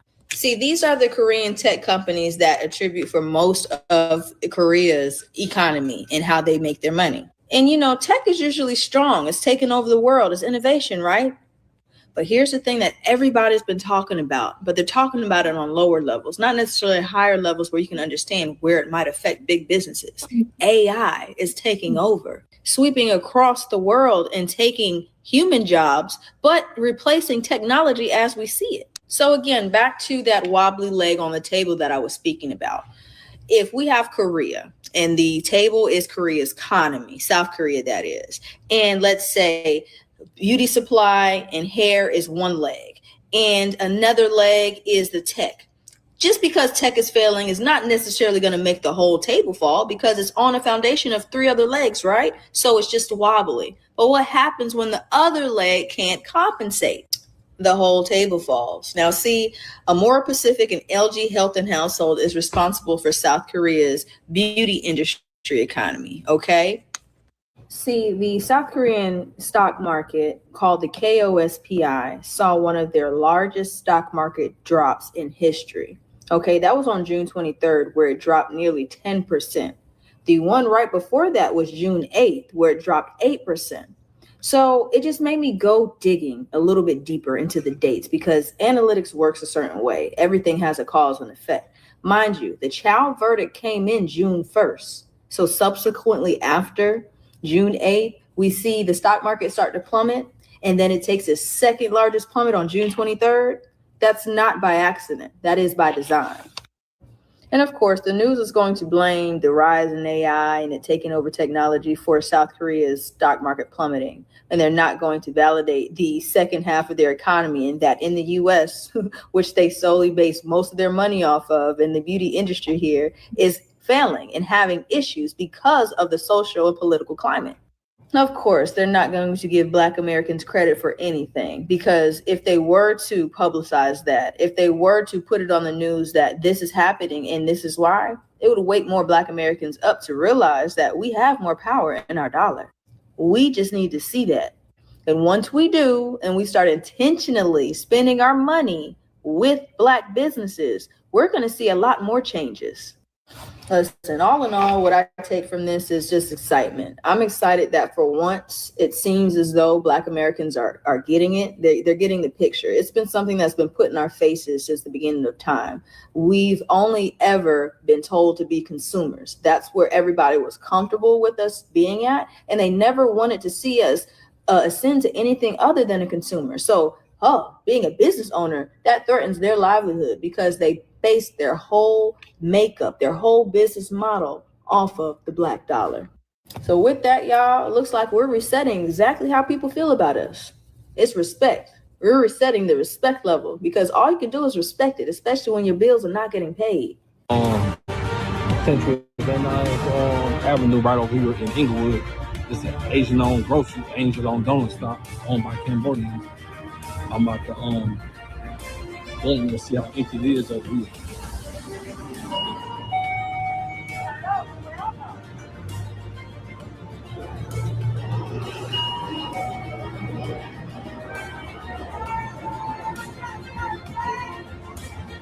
Yeah, it's an Asian-owned garden spot over here. You already know what type of fish activity goes on in here. They got the windows blocked off. You already know what goes on over here. Like,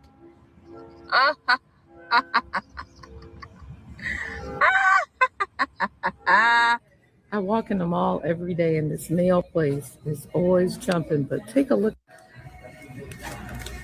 The boycott is working because they are closed down. To a new nail place, you check them out from TikTok, and then you're asked, oh, hey, I want to respectfully make sure that you say yes to making content before I start recording.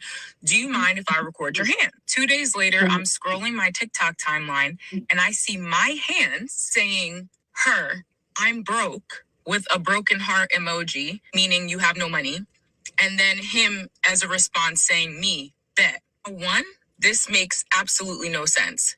How am I broke and I'm a paying client that tipped you very well? As a woman of color, I found it very odd how when I looked at other videos on the page of women with lighter skin or white hands, they had no kind of weird captions or anything on it. At 11 o'clock at night, I then check my phone and he sends me a message through the automated number that they have. Hi, Kiani, before your next appointment, I wanted to reach out and tell you that I can no longer take you on as a client. There's a video going around on the internet where a person is talking about me at a nail salon, and I just want to come out and apologize for any misunderstanding that happened, take full accountability, but here's my end of the story. So that post that I posted actually had nothing to do with her. It just happened to be her hands in the video used for that like viral hook. Like, you know how creators use viral hooks to get viewership and stuff like that? That's basically what I did. And I completely forgot that that customer, I didn't want to do her nails anymore. That's really my bad. I shouldn't have, correlated her to the video, which could be a big misunderstanding. But yeah, I just wanted views on the video. The reason why I don't want to do her nails anymore is because it just kind of made me feel uncomfortable as I was doing her nails. And my whole thing is that if I don't feel comfortable doing a customer's nails, I'm just not going to do the nails. We can make life enjoyable with those transactions by talking to one another, by asking each other, how's your day? Just cool conversations, As she sat in my chair, she kind of was passive aggressive and didn't really believe that I could do my job, asking, oh, do you want to see the French again? And like certain things that just kind of ticked me off. Racism isn't even part of the equation because I have a ton of African-American clients, Caribbean clients, Jamaican, Haitian, Nigerian. My brother's wife is Jamaican. It's like, bro, how can I be racist? You know what I mean? Like, now y'all see why I've been telling y'all to stop going to them shops even before all this boycotting happened? Because they're racist and they only want your coin. But not only do they want your coin, they feel like there's a privilege to sit in their chair and you owe them. So not only do you pay them for the service, you got to shook and jive while you're in their chair too. Because if you don't, they're going to feel uncomfortable. This is blatant racism. He is racist. He's racist. And he wanted her to dance. Dance? What do you mean you're going to sit here and get your nails done because you paid to get your nails done? You're supposed to sit here, get your nails done, pay to get your nails done, and entertain me while I'm doing your nails. And his apology video is weird as fuck. Because are you a nail tech or are you a content creator? Because she paid you to do her nails, not to create a video bashing her. So what the fuck are you upset about when she paid you for a service? So I'm going to say this one more time for the people in the back. Stop going to these nail shops. Stop going to these chop shops and go find you a black nail tech like me Because, baby, I'ma always eat down. And you can come up in my shop and you can be quiet, watch TV. We can sit there and talk. We're going to cry. We're going to laugh. We're going to have fun. And you're going to love your service, period. And that's how it's supposed to be. I'm so tired of people trying to make us feel like we have to change ourselves just to sit in a room with them. We have to dim ourselves down. We have to cover ourselves. We have to conform just to make you feel comfortable. When all we're doing is literally existing. She was watching TV, but because she didn't ask you how your day was, you felt like that was passive aggressive and you didn't like it because it made you uncomfortable. She not there to cater to you. She paid for a service. Give her service. I'm so sick of people feeling like they can play in our face. Y'all give me some time and I'm going to have us a spot where ain't nobody going to be able to play with us. 350 squirrels were found in a cooler in a Chinese restaurant in New York. I said 350 squirrels was found in a cooler, okay, in a Chinese restaurant in New York. And a lot of people in the comments, because I go to them comments, I get deep down in them comments, they have had squirrel before. And that's your business. If you want to eat a squirrel, a snake, a dog, a cat, that's your business. But when people go to a Chinese restaurant and order food and they order some chicken, they expect chicken. But I've been saying this about these Chinese people. Lay off of it a little while. Maybe go to the grocery store and maybe make your own Chinese food.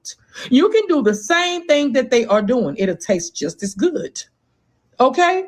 Because you can't tell me, I think a lot of us, especially back in the day, when the Chinese restaurants came in strong, they weren't feeding us something that they didn't have no business of feeding us. You know what I'm saying? But this is wrong. Now, you can go look up this story as well. They found dogs in a restaurant before. So this is not the first time, but 350 squirrels. So y'all was going to skin those squirrels, mix it in with some more of the regular chicken and meat and feed it to people. They got to go to court. But what about those people that could have got sick? What's wrong with people? You know what I'm saying? Chinese, I'm not letting y'all slide. I'm not Chinese people. I'm not letting y'all slide. That is wrong. And I'm going to tell y'all what else I saw. And I saw this with my own eyes.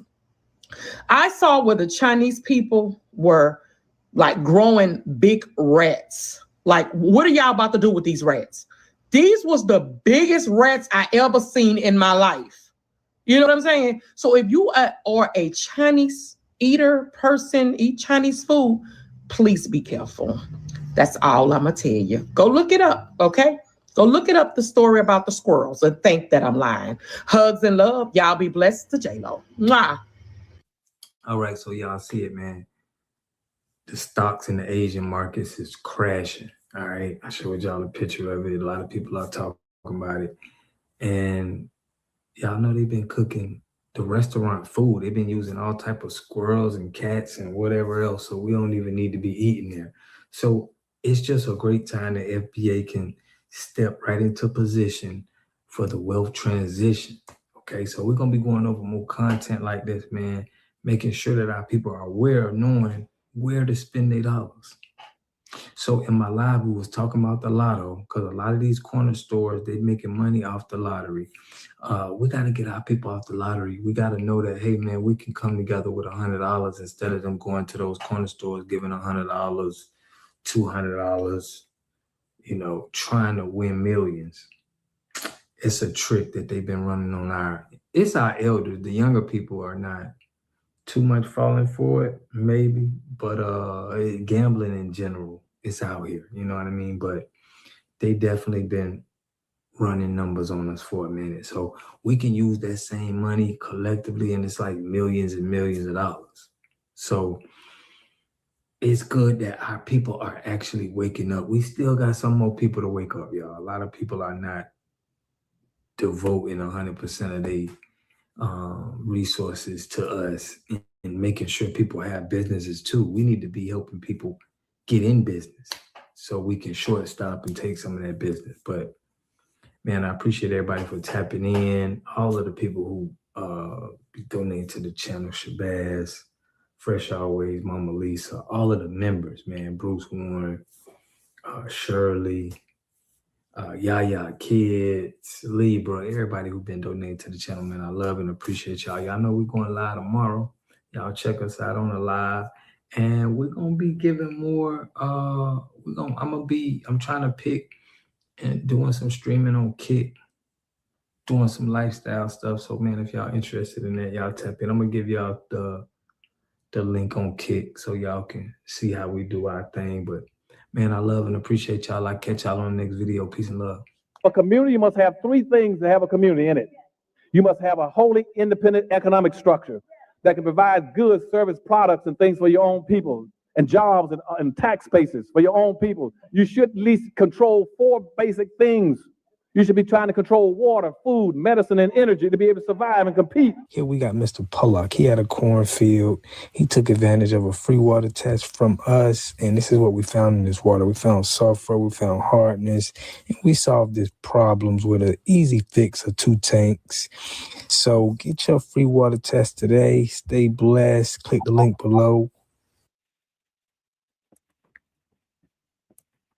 All right, Lady Che, on your way out, what are your thoughts on that? Like, yeah, Belly, don't trip about what I'm about to say. I find it hard to take anybody wearing a bonnet seriously, no matter what they're talking about.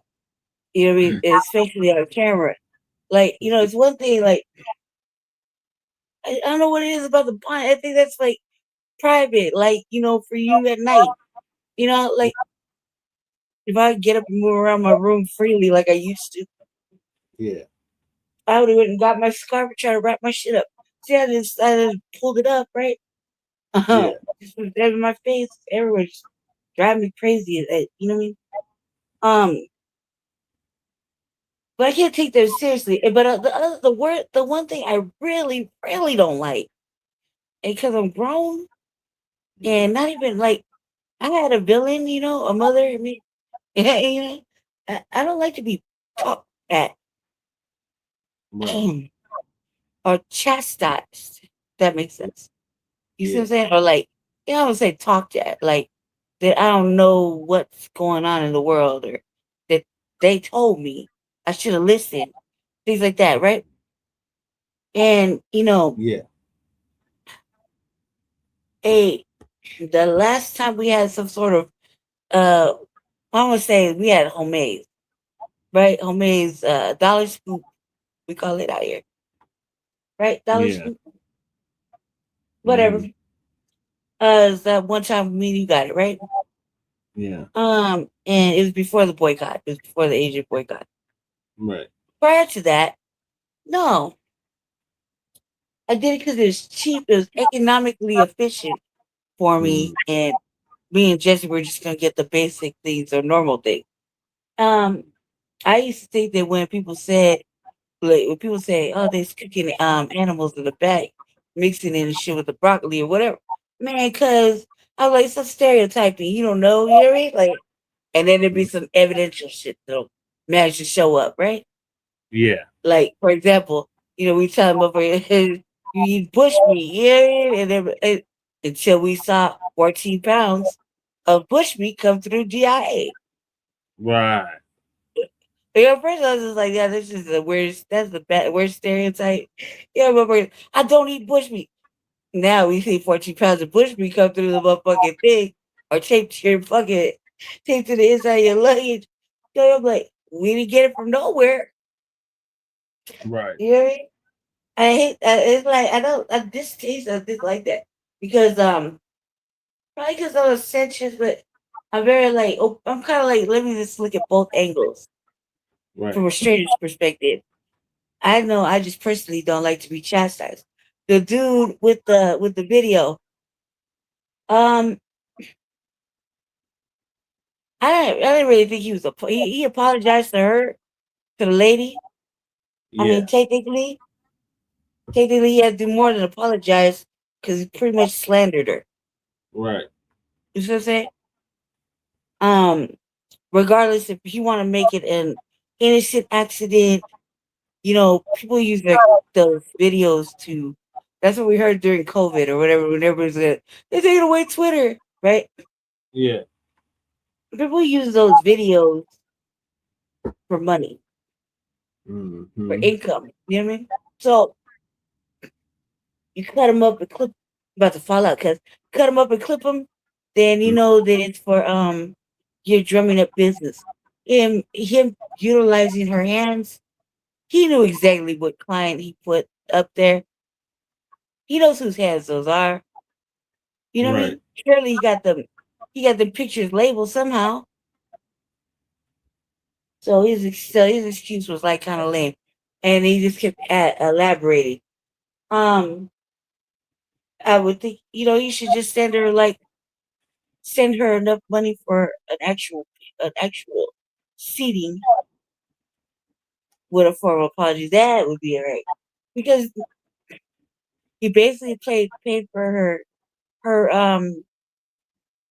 function, whatever she got done, like a sort like a sign of repair. Yeah. You know what I'm saying? An apology for slandering her.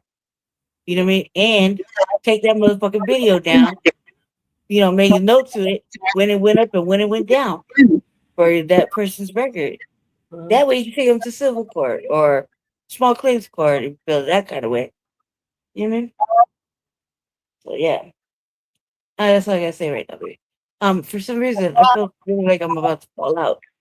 So I'm gonna go ahead and shut the camera off. Are you talk tomorrow? Yeah. Well, later on today, yeah. Okay. Brother said you could come by. I probably be on this medicine. You know how to take me down, so check in. Okay. Yeah. Stay Black Belly. Everybody stay black, stay dangerous. It's Tuesday. Shabak and the Jays come on. Or no, yeah. It's Shabak, yeah. It's just Late night. Shabak enhanced. Yeah, there you go. You tell the medicine's kicking in now. Yeah. Tell my children I say bye, good night. Mommy says bye, good night. I'll text you or whatever. Thank you, family, for staying up with us. I'm gonna go ahead and go before I start stuttering and I actually really fall out. Yeah, we can't have that. Yeah, my chest hurts, so I gotta put my oxygen back on. So I'll talk to you in a second. Okay, love you, baby. Have a good night. Love you too. Stay black, stay dangerous, and I'll see you guys on the next one. Okay. Love you too. Bye. Peace. All right, thank you, Lady Check, for joining us. We'll to the next topic, and that is OPRAH WINFREY gets exposed by Monique and the FBA community for disrespecting Whitney Houston. So, Street Media TV gonna give us an update on that. Now, when she said that, I say, damn, Oprah must be her turn. Yeah.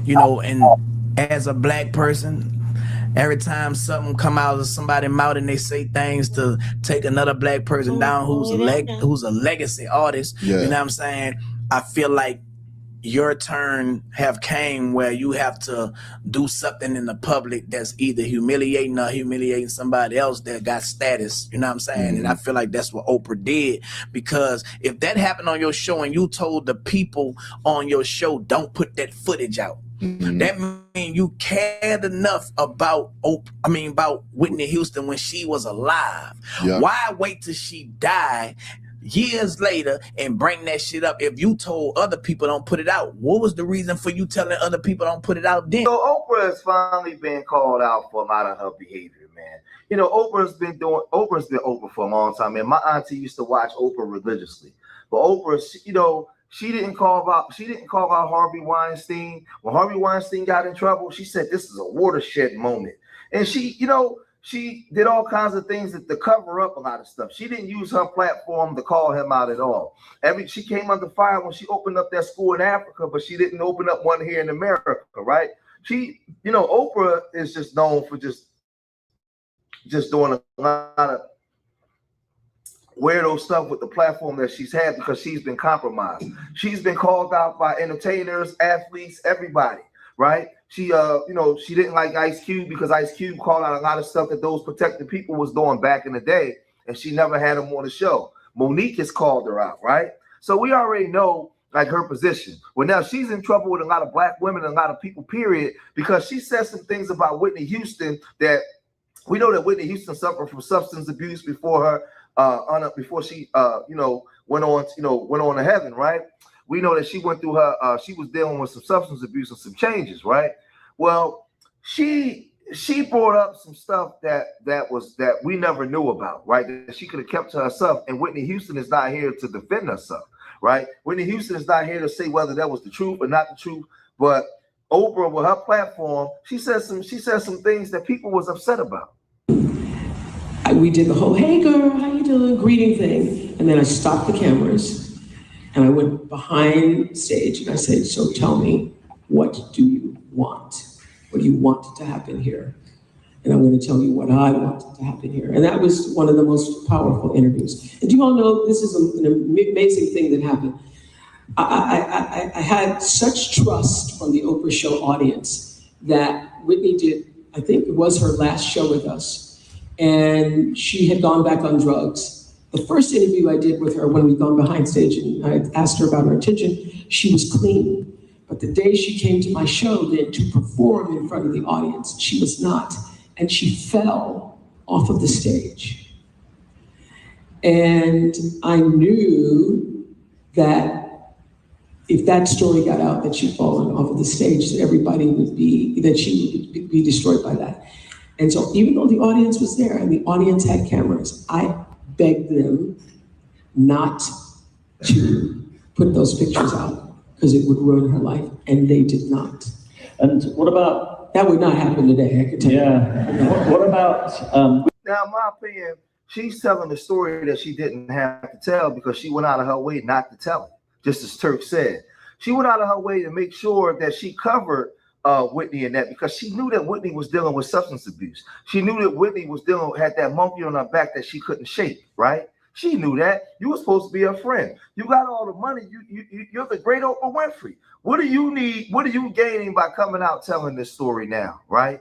Knowing that it was going to upset a lot of people, especially a lot of people that love Whitney, that want to remember her in a positive way. Remember her, that want to remember her in a loving way. You want to bring up all the negativity for what? What did you gain out of this?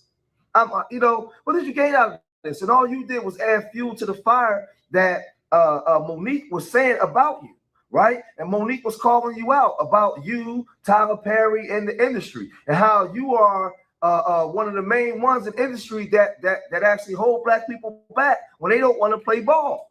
Before I let you go, what is one question you're surprised that nobody asked you? That's a good one, baby. What's the one question you would like to ask me that no one has asked me? That's an even better one. Now, how you gonna hit me back with because I don't know the questions. I don't know what you want an answer to. What is a secret conversation you have had on the side with somebody in the industry that you have never told, but it will make an impact on the industry? It would shake a table. Oh my goodness. That's a good question. Baby, if I tell you who I had the secret conversation with, it's gonna shake the table. Yeah, ask me. You asked me what I want. I love to know. Jesse Jackson. Okay. That's it. What? At shake table. Shake table. Because our brother's no longer with us. Yeah. And it would be unfair. So you gotta play fair. Because I will not speak of a person about any conversation, about any incidents, about anything that they cannot say yes or no to. Because when you do that, that becomes unfair to the baby. Because they don't have they can't say, well, yes, that happened or that didn't happen. But I'll just say, brother Jesse Jackson. And it wasn't a bad thing. It was just brother Jesse Jackson. Yeah, Oprah actually recently talked about Whitney Houston in an interview. Oh, that's why you said, okay, well, there's that. She said that Whitney, kind of passed out and might have alluded to maybe. Didn't Oprah fall on stage? Wellness to me means all things in balance. And balance doesn't mean all things are equal or at peace at all times. Wrong shoes. I don't know, I ain't seen it. And we didn't see we didn't see how she tripped, nothing. She just went down. We saw that. We saw her. She was walking and they found. And everybody was like, well, she said the shoes. Okay. Well, what was wrong? So, and as we're laughing about it and making light of it, just for me, how do you speak about someone that can't defend it? That just, in my humble opinion, it takes it different because that woman can't say yes or no. And now you just want everybody to take your word because you're the great Oprah Winfrey. And you just take my word that that's what happened. That I believe is unfair. And I still love my sister, Oprah Winfrey. Let me be clear about that. People think in correction, it means you don't love. It's simply just correction. And I remember Gary Owens said one time, Gary Owens, the white comedian, he said one time, how can Monique say that she love him and then she say this? Because that's called blackness. We know how we do it in our community. And I don't care how many Black women you get with or marry, you're not Black, so you wouldn't understand. These are the kind of gems that she drops. Yeah. Even me, I've been in here in the game for 57 years, and the subject will come up. And most people don't even know that Monique even talks like this. It drops jewels. I'm sitting here mesmerized. Me too. I'm really But I'm not saying anything but the truth. Right. And we've gotten so far removed from the truth. When you hear it, it makes you go, "Ooh, well, wait a minute, why?" Yeah, because it's simply. So again, Monique is vindicated because again, this is what she do. But Ricky Smiley, he also came out. There were so many people that's upset with Oprah. Now, my whole thing is these people ain't just coming out just talking like this just now. People been feeling this way about Oprah, but she's giving them all the ammunition to come out and come against it. I don't care if she was high or not. Whitney Houston is dead and gone and passed away. And Whitney Houston meant a lot to us.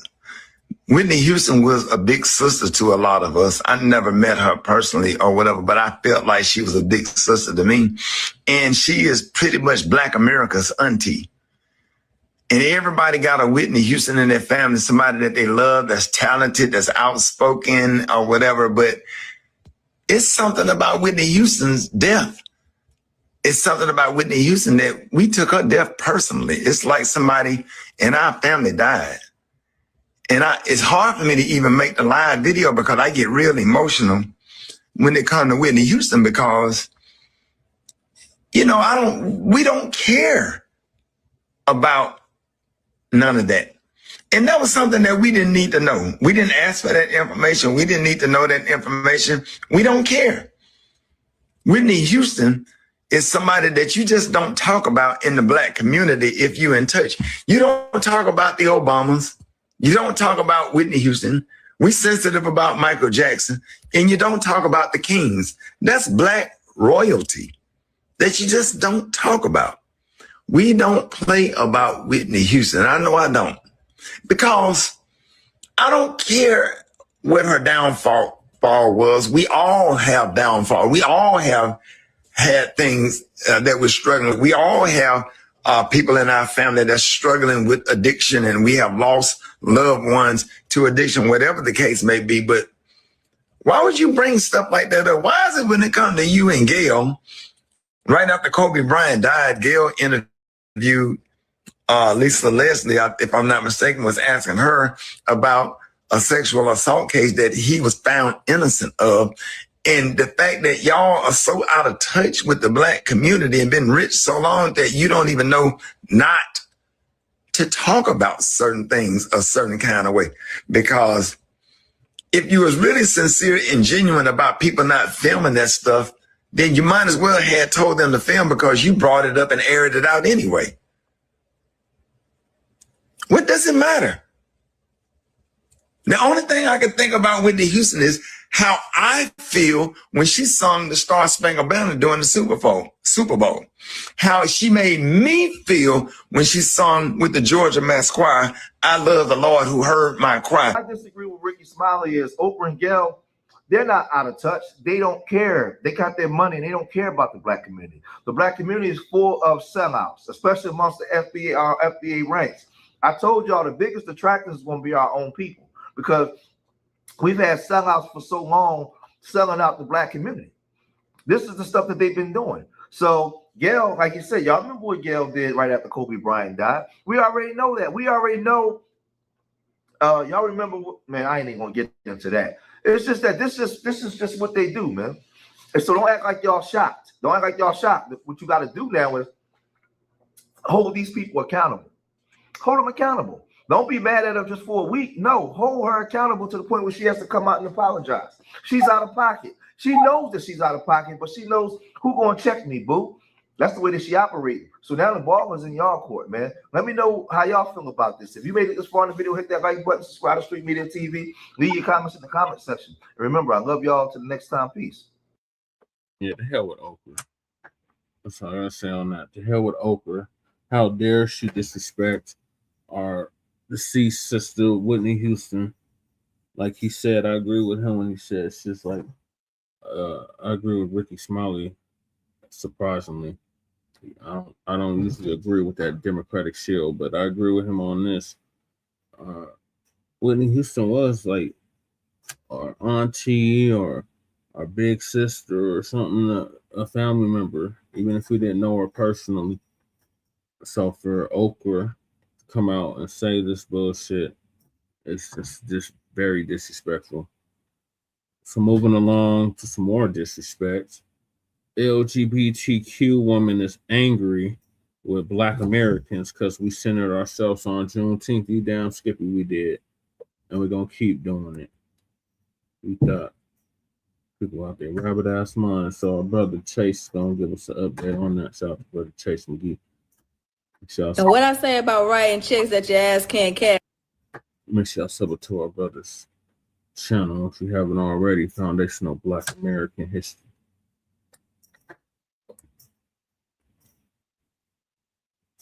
Peace, family. It's your brother Chase back at you again with another reaction video. And check it out, man.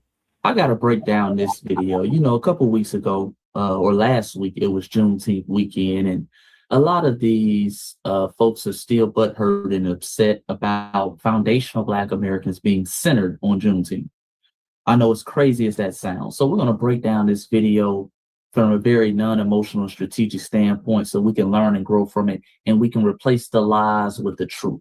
And you can see just how diabolical a lot of these folks are when it comes to foundational Black Americans centering themselves on their own holidays. You dig? But before we do all that, subscribe to the channel, like the video, hype it up for your boy, leave something down in the comment section. And most importantly, go get my 2 newest books, When Black Americans Stop Singing and Start Swinging, and also Old Black Money. Because as we're going to see by this video, it is a must we control the narrative, and most importantly, it's a must we tell our own story. With that being said, let's jump straight into the stream. I'm getting tired of Black Americans. I said it. Before I even let her go, just to be clear, we don't give a damn. We don't give a damn. That goes for you Pan-Africanists. That goes for you Negroes who are just anti-FBA detractors. That goes for the tether class of immigrants. We don't give a damn. If you like us, if you rock with us, if you agree with what we're saying, okay? We're standing on lineage business, and most importantly, there's nothing you can do about it.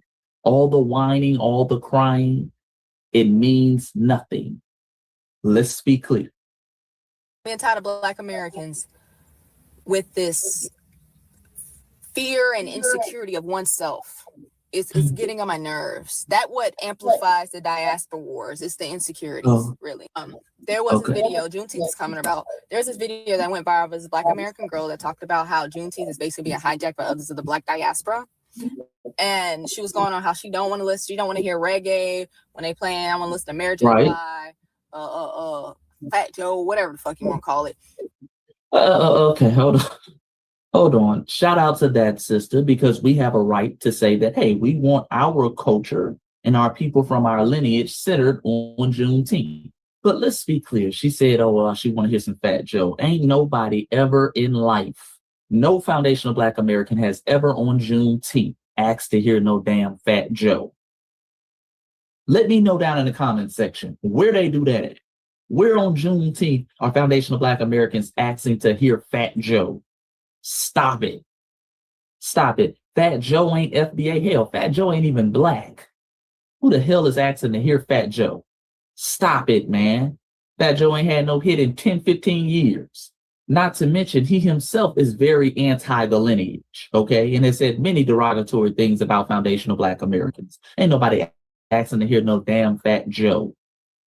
But that shows 2 things. Number one, family, either she's lying about what this young lady said, or she didn't listen to what the young lady said.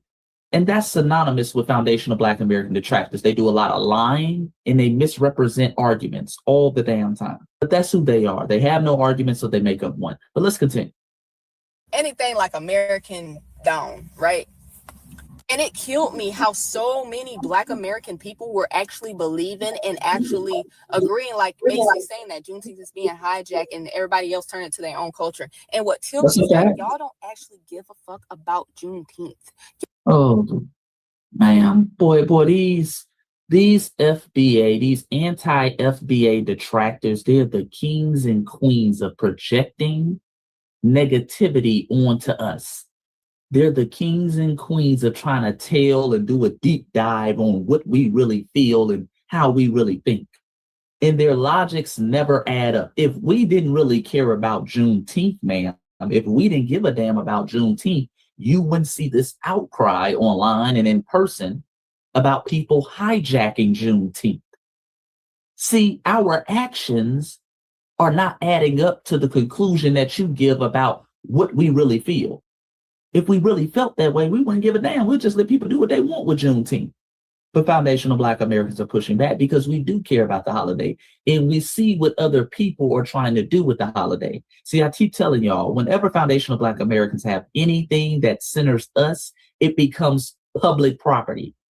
Anything that's meant for us is public property. People get to come, set up their lawn chairs, set up their culture, and it becomes this global Pan-African Day. I want y'all to notice a lot of the Juneteenth flyers that you see every year. Notice one thing, they always have red, black, and green. They always turn into this Pan-Africanism type thing. It's always damn near African-centered. You see a lot of Juneteenth events that's talking about, oh man, come celebrate with us, Juneteenth and Afro beats.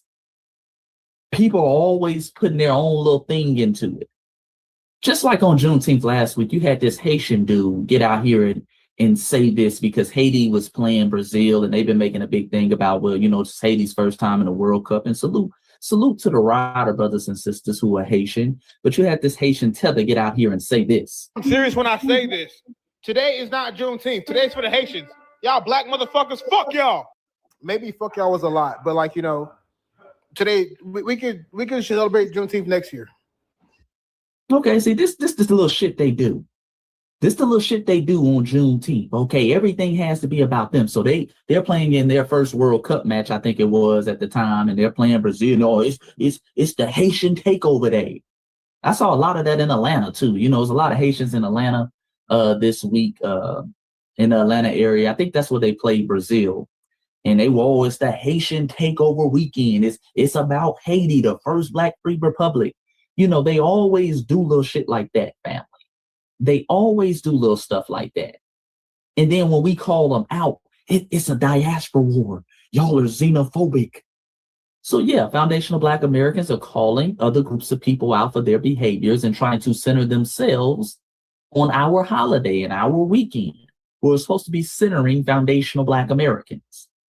But to somebody like this is offensive because, again, foundational Black American culture, our customs, our tradition, our heritage, our identity, okay, is supposed to be for everybody. It's supposed to be public property. Everybody's supposed to be able to use it and abuse it as they see fit.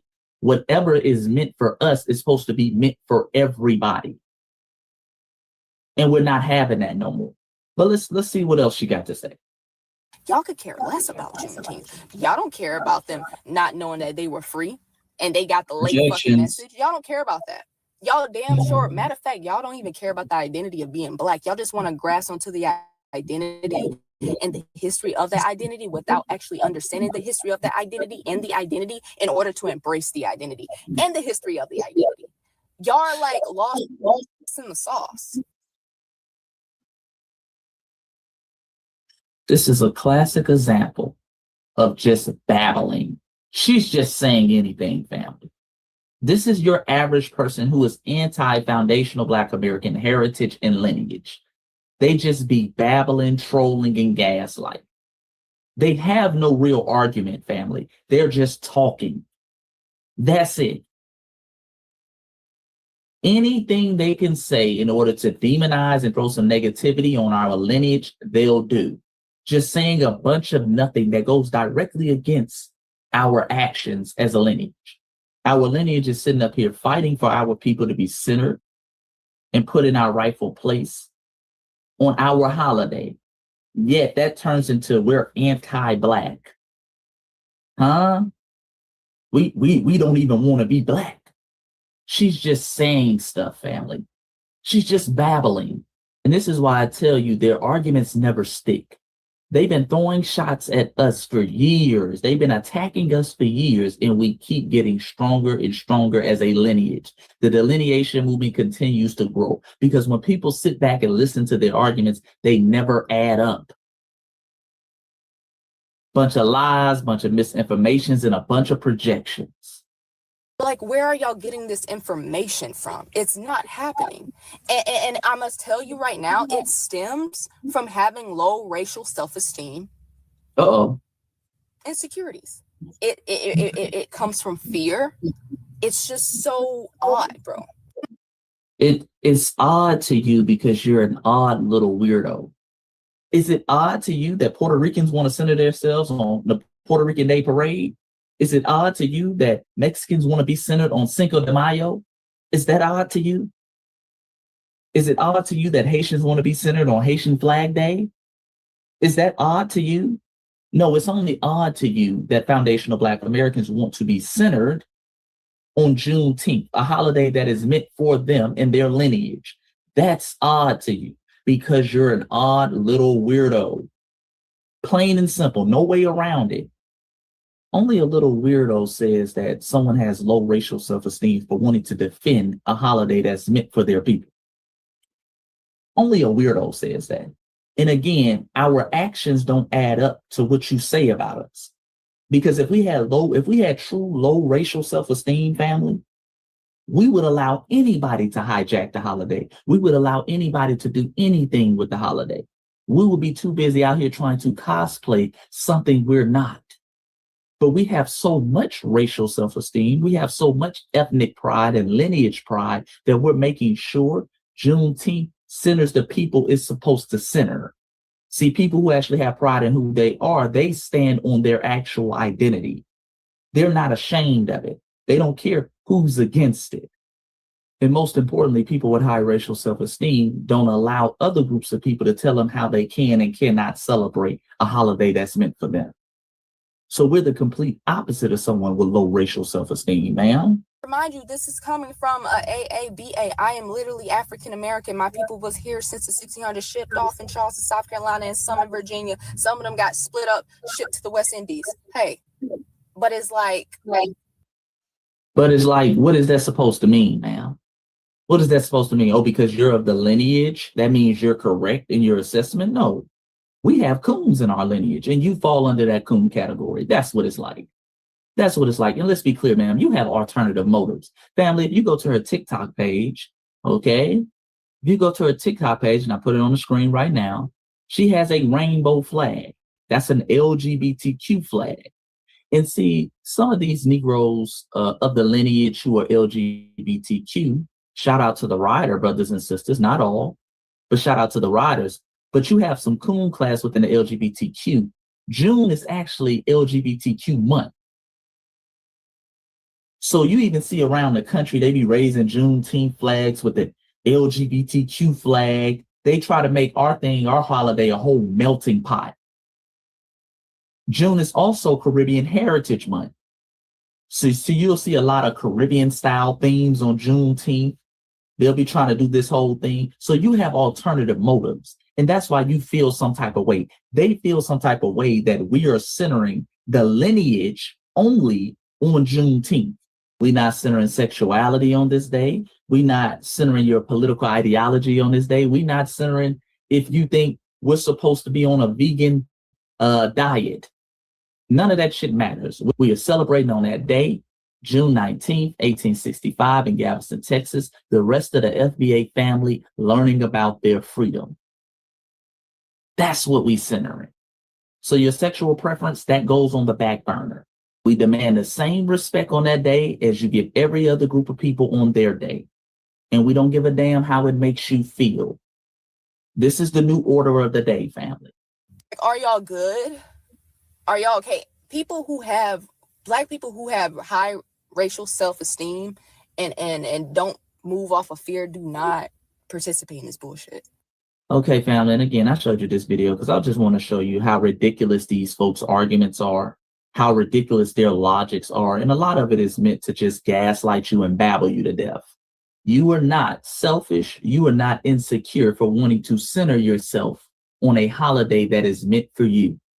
And anybody who wants you to center another group or to dilute your holiday and make it about everybody is an enemy of your lineage. They're anti your lineage, even if they come from your lineage.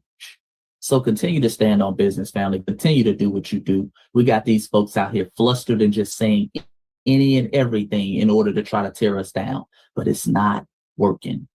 It's not working because we as foundational Black Americans are phenomenal people, an unstoppable force, okay, that can move rivers, that can move mountains to get what we want, to achieve what we want. And I know our ancestors are rejoicing right now. The ones who have been made invisible, the ones who we can't even say their name, we can't even honor their achievements without throwing in everybody else. I know they are rejoicing right now. And that's why we keep moving the way we're moving. That's why things and avenues keep opening up for us.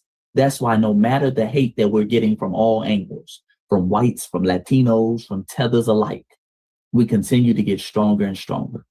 But it's your brother Chase. Tell me what you think down in the comment section below. Do you agree with me? Do you not agree with me? Did you think she made any type of point? Let me know. Also, family, go get my newest book, When Black Americans Stop Singing and Start Swinging, in Old Black Money, because it is a must we tell our story. I'll also be going live tonight on the page, so tune in tonight, Monday night. I think I'm gonna make Monday my new live day. Okay, so I'm gonna go live. We're gonna chop it up with the family on, current events of the week. We're gonna have a topic for the family. We're just gonna chop up some good game. So like the video, subscribe to the channel, hit that bell icon, hype it up. And until next time, you know what it is. Peace and Black power. Foundational Black Americans. You are phenomenal, phenomenal people. And don't you ever forget that. I'm out. And like and subscribe to Frontline Black News. Yeah, I agree with Brother Chase said. To hell with that damn alphabet mafia tether. How dare you? You're not gonna do that for any other group. Any other group, they have they day. You're not gonna try to center yourself in their day. But yet, when it comes to us in Juneteenth, everybody wanna have a melting pot on our day. No, we shutting that shit all the way down. And I went off at the Juneteenth in my city because they had Pan-African flags. They had the LGBTQ out there. Like, no. I went smooth the hell off. I went straight to the damn coordinators for the event and told them, look, I need to get these colors right. I need to get these flags right. And you need to get this. I had to do a lot of straightening. I'm going to put it like that. And I had to go off on city council about the same thing. So y'all heard me earlier go off on their ass. Said at that meeting, I'm not new to this, I'm true to this, and we're going to continue to stand on FBA business. And ain't nothing these tethers or these detractors or these pan goofies can do about it. All right, so moving along, we got the New World Order shift from U.S. dominance. So Lisa going to give us an update on that. Shout out to Lisa Cabrera.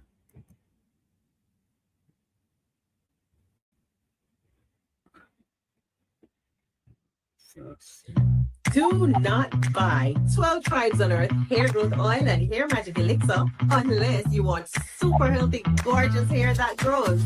They have a whole line of amazing hair growth products, including hair growth leave-in conditioner spray, hair growth shampoo, hair growth spray, and hair growth butter. I'm starting to sense a theme here. They include quality natural ingredients. They smell amazing, and you can see the results for yourself. So if you're looking for healthy hair growth for your natural or relaxed hair, try 12 Tribes on Earth today.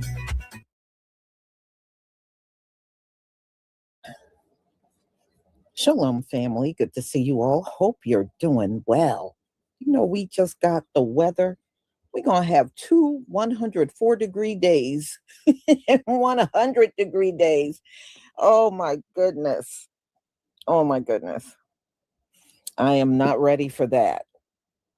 And those are the days I don't like, because if people buy butter or tanner oil, it's going to melt by the time it reaches you, because there is no way in the back of those UPS trucks, it's hot. So if it's 104, that sucker is going to be completely melted.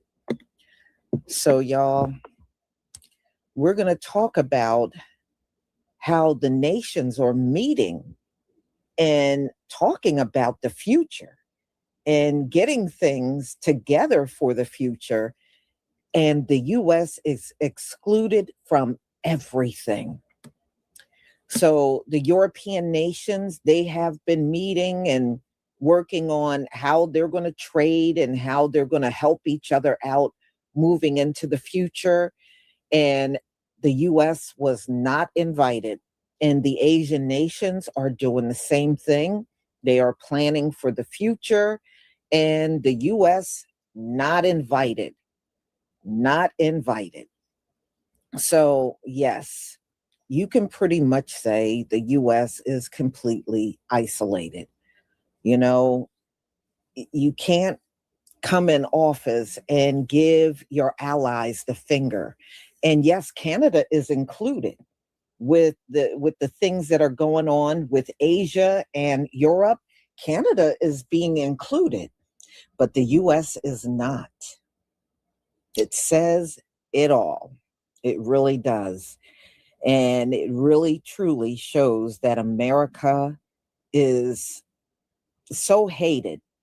People don't want the Trump administration around.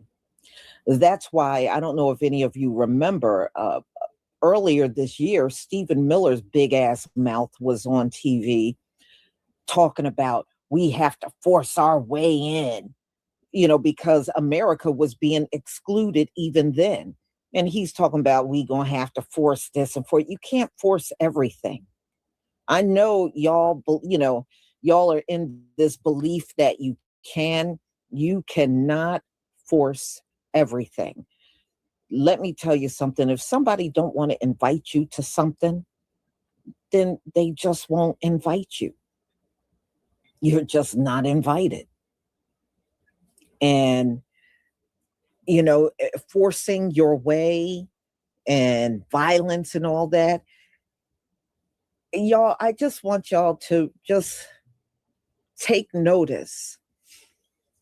One thing that our people have done over the years, whenever they would try to enforce, you know, law enforcement, and they get all violent with us and unalive some of us and everything, you notice we don't run.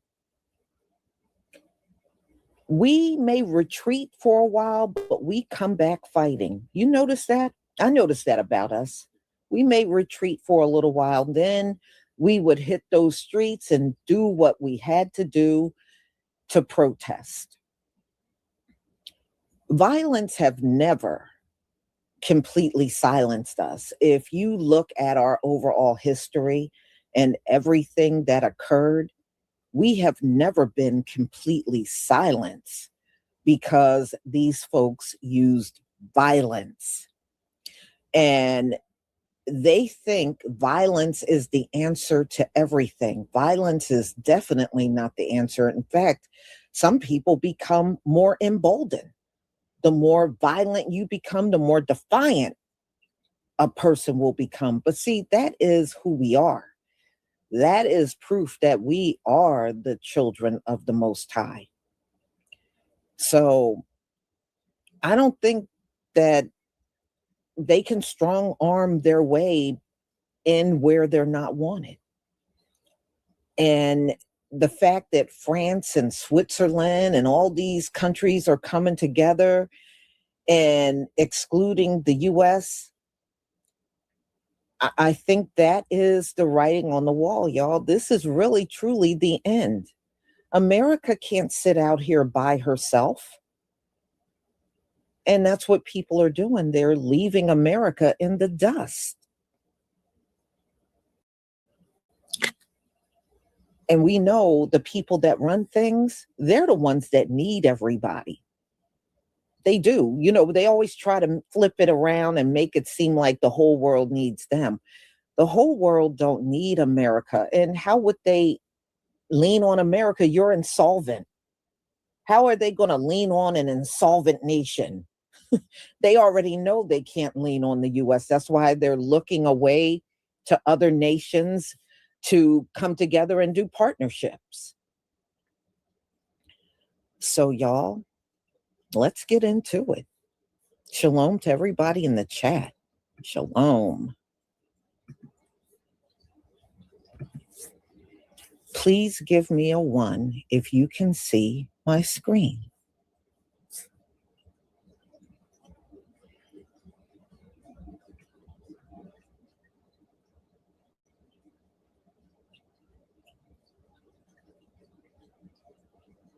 Thank you. Thank you.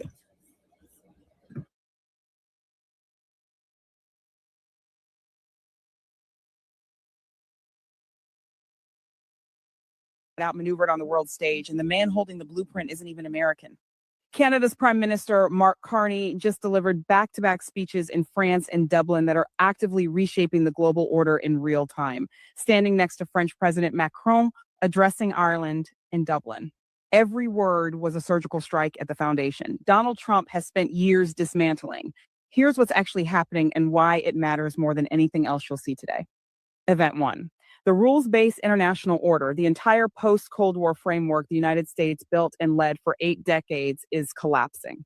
Carney said it plainly in Dublin. Multilateral institutions have weakened. Economic integration is being weaponized, and the global trading system is under direct threat. That's not rhetoric. That's the documented reality Trump's tariff wars and his strike on Iran have accelerated. The architect just torched his own building, and the world is watching it burn. Event 2. While Washington retreats into itself, Canada is moving fast. In the past year alone, Carney signed 20 new economic and security agreements across 5 continents. Canada became the first non-European nation ever admitted to the EU's defense procurement program. And Carney is now engineering a bridge between the Trans-Pacific Partnership and the European Union, a coordinated rules-based trading bloc of 1.5 billion people. 1.5 billion. That is nearly 5 times the U.S. population, operating under shared rules that no longer depend on Washington's leadership. Event 3. And this is where the stakes become historic. Carney is constructing what he calls a third path, a unified bloc of middle powers that no longer compete for the favor of great powers. They become one instead. Canada plus the European Union. Combined population more than twice that of the United States. GDP of comparable size, collective defense budgets twice that of China's, home to the majority of the world's top 100 universities, and over half of all Nobel Prize winners. And Carney drew the line in Dublin with 5 words every American policymaker should hear. When the rules no longer protect you, you protect yourself. That is not a warning. That is a declaration of strategic independence. What we are watching is the direct structural consequence of America first becoming America alone. Trump didn't just alienate allies. He triggered the fundamental reorganization of global power around a new center of gravity, and Canada isn't waiting for an invitation. Canada is writing the new rules. Canada is building the new architecture. Even the Gordie Howe Bridge connecting Michigan and Canada, Trump's team tried to shut that down too, at the request of an American billionaire who owns a competing private crossing, because apparently that's what foreign policy looks like now. The world did not wait for America to come back. The world adapted. So here is the question every American needs to sit with honestly. When your closest neighbor is building a global coalition twice your size in direct response to your own government's decisions, is that their failure or yours? Comment below. Let's see who has the courage to answer that. So I am really excited because I think we're starting to see how the post-American world order is being built. It's like the internet of relationships. And what I mean by that is the old American order was a hub and spoke. One country, the US, controlling access, rules, and enforcement. But now it's shaping into a decentralized internet-style connection with many smaller hubs and regional and individual connections, just like the internet. And there's a second part.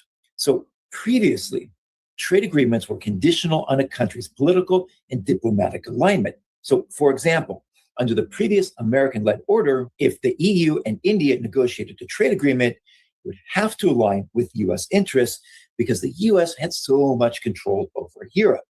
That is no longer the case. And the EU may well have had on its own required India to stop buying Russian oil, which funds the Russian war on Ukraine.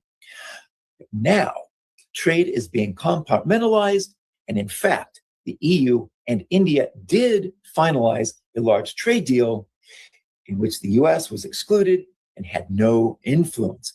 And the agreement was not conditional or dependent on other issues like requiring India to stop buying Russian oil. That's the new model, decentralized, compartmentalized. And my prediction is that it will make us all safer in a more peaceful and cooperative world. I am totally optimistic about the future. And I have more international perspectives on Substack, A Cultural Perspective. Come join us there. The world will have to move on without America. People are still to this day asking, why aren't these people doing anything? And let me explain to you guys something about the United States as someone with an immigrant background who grew up here and who hates it here. So I was an English literature teacher in Palestine to 8th grade students. These were 12 and 13-year-old children. One of the rules at the school that I worked at was that as teachers, we couldn't facilitate and initiate conversations about Israel. Do you think we never discuss Israel in the classroom? False. It was a constant topic. These children were able to relate themes in the books that we were reading to their lived experience. Some of these children were extremely apathetic when it came to literature, but whenever talking about their people, fighting for freedom, they would die for their country. The passion was there. These were 12 and 13-year-old children who were extremely political. In the United States, you can find grown-ass adults who couldn't tell you even the name of a state senator. As we've seen with that spring break video, there are adults walking around who do not know which countries their tax dollars are being utilized to destroy. Some people are not even aware that we're at war right now. Even worse, a lot of them only cared once their gas bill went up, once their Shein packages were delayed. One would think that every single person living in this country would be political, but that is not the case. A lot of people genuinely do not care, and a lot of people don't care enough to take the next step, to boycott, to withhold their money, to shop small, to contribute to some type of organizing, to even educate themselves. They are not willing to do that. And so this is why whenever I see people asking, when will you guys do something? I feel sorry for them. They do not know the nature of this country. If there are Americans who aren't educated, then they're cowardly. If they're not cowardly, they're apathetic. The people who are working hard to facilitate change in this country are an extreme minority. The people who are willing to go to the next step, the people who are educating are a minority. And so everyone else, the world is going to have to move on without America. They're going to have to be more bold, more brave, more courageous, not that much smarter. But don't count on the United States and Americans joining you. When empires decline, they do not quietly retire. They do not peacefully hand over power. They lash out. They start wars they cannot win. They overextend themselves militarily. They bankrupt their treasuries. They alienate their allies. They commit atrocities against civilian populations. And then they collapse. And the collapse is devastating not just for the empire, but for the entire world around it. The Roman Empire did it. The British Empire did it. The Ottoman Empire did it. The Soviet Union did it. Every single declining empire in human history follows the same script. The details change. The century changes. The weapons change. But the pattern is always the same. America is following that script right now, line by line, page by page. This video is about decoding that pattern. I'm going to walk you through why America really attacked Iran, and it is not what they are telling you. I am going to show you why America will lose this war, not because I want America to lose, but because the structural factors make it inevitable. I am going to show you who actually benefits from this chaos, and the answer will surprise you. And finally, I'm going to show you what the new world order looks like after the dust settles, because the world you knew a week ago, that world is gone. It is never coming back. Every dying empire follows the same script. America is no different. And by the end of this video, you will see it too. So let me walk you through this piece by piece, because once you see the pattern, you cannot unsee it. My name is Professor Zhang. I study historical patterns and game theory to predict the direction of geopolitics. 2 years ago, I predicted this war. Everyone thought I was out of my mind. Then it happened.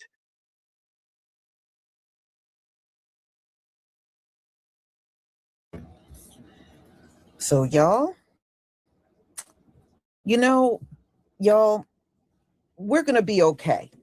We're going to be okay, because one thing about us in our history, past and present, we always had to depend on ourselves to make it through virtually every situation in America. These other groups, on the other hand, they always needed help. Those are the ones that are going to fall apart from being isolated. They are. But us, we've always been living an existence that's very isolated. No other group ever stepped up to help us or work with us or anything. So, isolation is really the norm for us. It's really the norm for us. We've already been isolated for centuries. So at the end of the day, we're going to be fine, especially now that we got the boycott going and we're now keeping our money more in the community. We're going to be fine. In fact, it's going to help rise us up even faster. And we should not be stopping with the Asians. We need to go beyond that, because it's virtually all, because they got the convenience store / gas stations. And then you got the Latinos with the bodegas, and none of them have treated us right. None of us. And the bottom line is, we need to get out of all of their stores. Let's go back to eating at home and preparing our own food and making our own desserts and things that we like. Shoot, get an ice cream maker, make your own ice cream. There's a lot of things we can do. We don't need to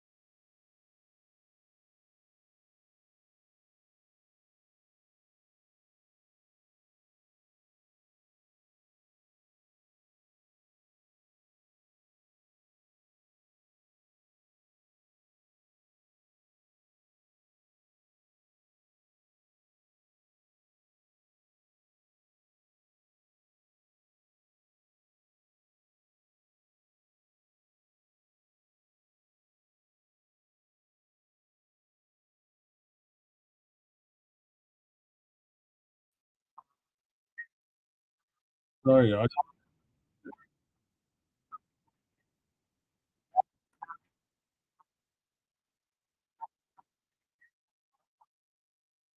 Activity has stepped up in 2026. I ain't gonna make it without us.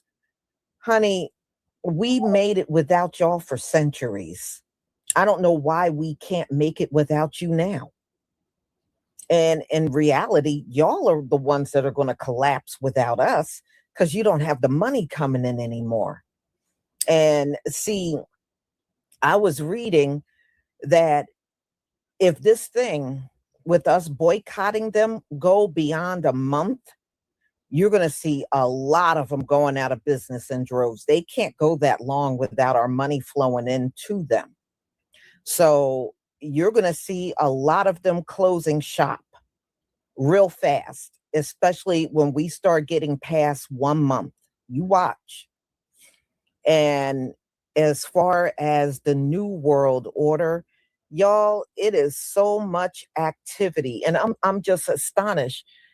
We are just days away from America's 250th anniversary, which will be on the 4th of July. I think there is a full moon. There are asteroids, and they said the asteroids that are passing the Earth are much bigger and larger. And I already showed y'all all these meteorites. They said the activity has stepped up in 2026. That's why we're seeing so many coming in to Earth's atmosphere. And after this 250 year anniversary, y'all, just be ready for anything, because I really think once America goes past that mark, we're going to see a lot of things happen. And I'm not talking about just, financial things. And I think we're going to see a dose of everything. I think the judgment is really going to be apparent on America. The fact that America is being isolated from the rest of the world, that is judgment, y'all. That is judgment. And it goes to show you what nation that the Most High got his eye on. It says it all. So, and that judgment is going to be harsh. And you see in these final days, these folks ain't letting up. They're still out here doing all kinds of racist stuff and think they can come and talk to us sideways and everything and try to move forward as if nothing has changed for them. Everything has changed for these people, and they know it. They know it. So we shall see, but I think we're going to be in for one hell of a ride after this 250 year anniversary. I do really think we are going to see some major things happen in this country. America has dealt with a lot of blows just in this year alone. Not just the war, had to come public and announce they're insolvent. Money, Social Security is insolvent. And Donald Trump don't want to pay for any child care. He's cut Medicare, Medicaid, Social Security is only 5 years left. So, our elders are going to have to figure out what they're going to do. 5 years is not a long time. Those 5 years are going to go by fast. So, in the Trump administration, they're saying they ain't doing nothing about it. They're not doing nothing about it. So by the time we get to the end of Donald Trump, it's going to be more than halfway to that 5 years. So, but that's what they want. And if you go back, that's what Elon was talking about. That's why he was like, Social Security is a scam. It's a scam. I said, yeah, because what he's trying to set it up for is to let you know you're going to work until the day you go to the grave. That's what they want. They want all of us out here working until the day we go to the boneyard. That's the way they want it. So I'll keep my eye on all this New World Order stuff, excluding America from everything. And y'all, I have my next live coming up at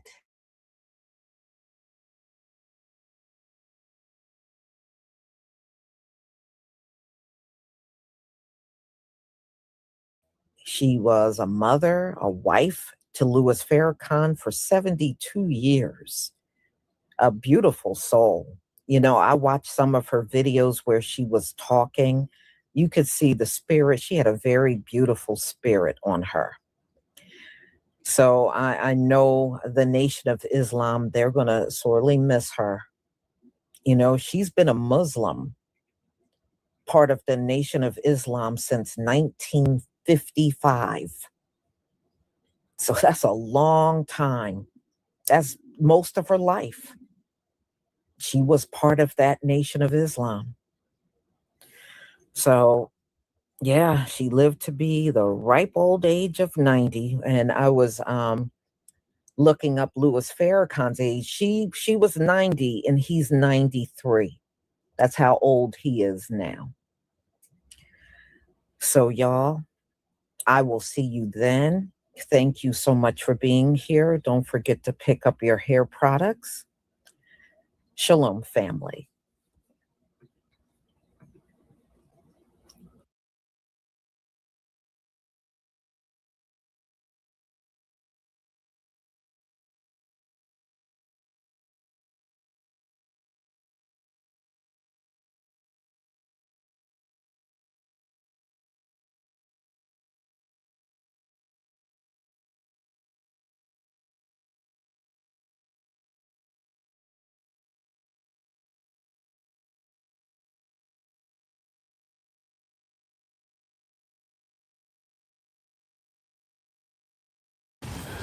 What's interesting? There was an article that came out today by some writer named Michelle Bryan, and she looks foreign.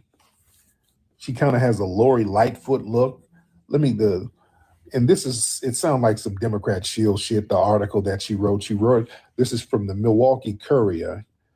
The Michelle Bryant woman, it says, she's the host of Say Something Real with Michelle Bryant, a morning drive political talk show on WNOV radio, I guess out there in Milwaukee.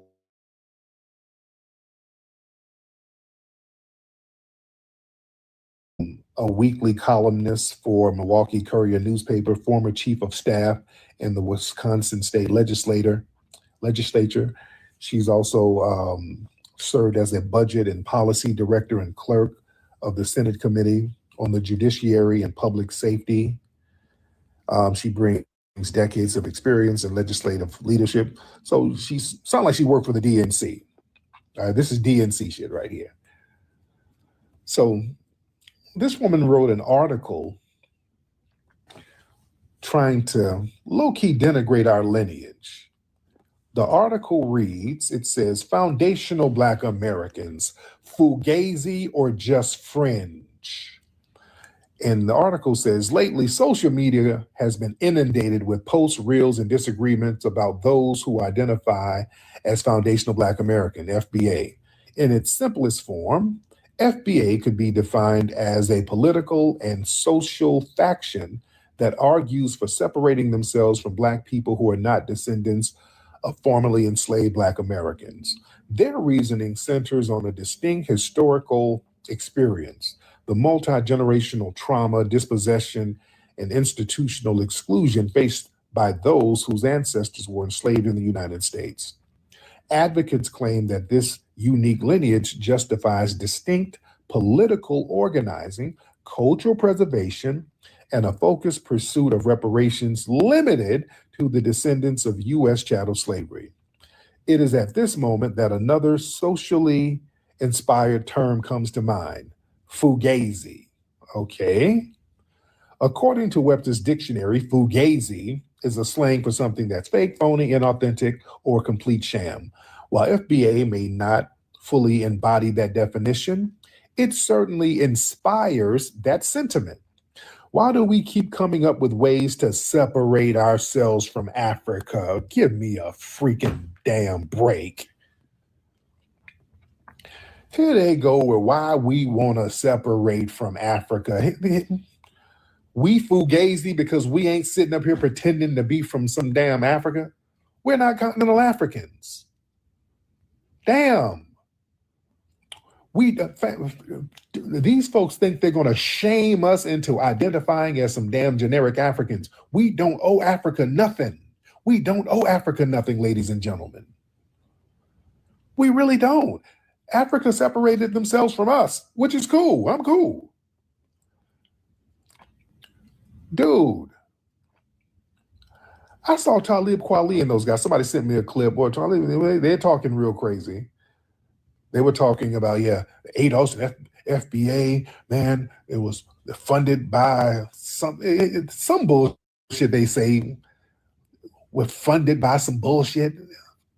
It's always some secret or Illuminati type organization, some bullshit.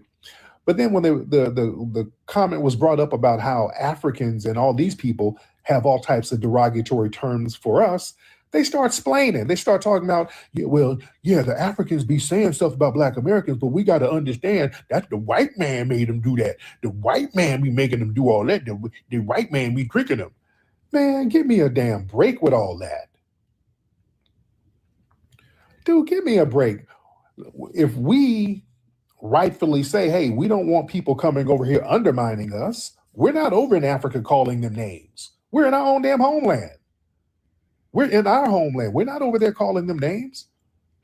But when they come over here and call us names, and then we check them, oh, we're the Illuminati and we're funded by white supremacist groups and we this and we hate them and we hate ourselves because they is us. But when they call us all types of pejorative terms, oh, they're just babies. They don't know better. The white man tricked them. Give me a damn break. Give me a damn break. We're the CIA, but they got tricked. They just didn't know no better.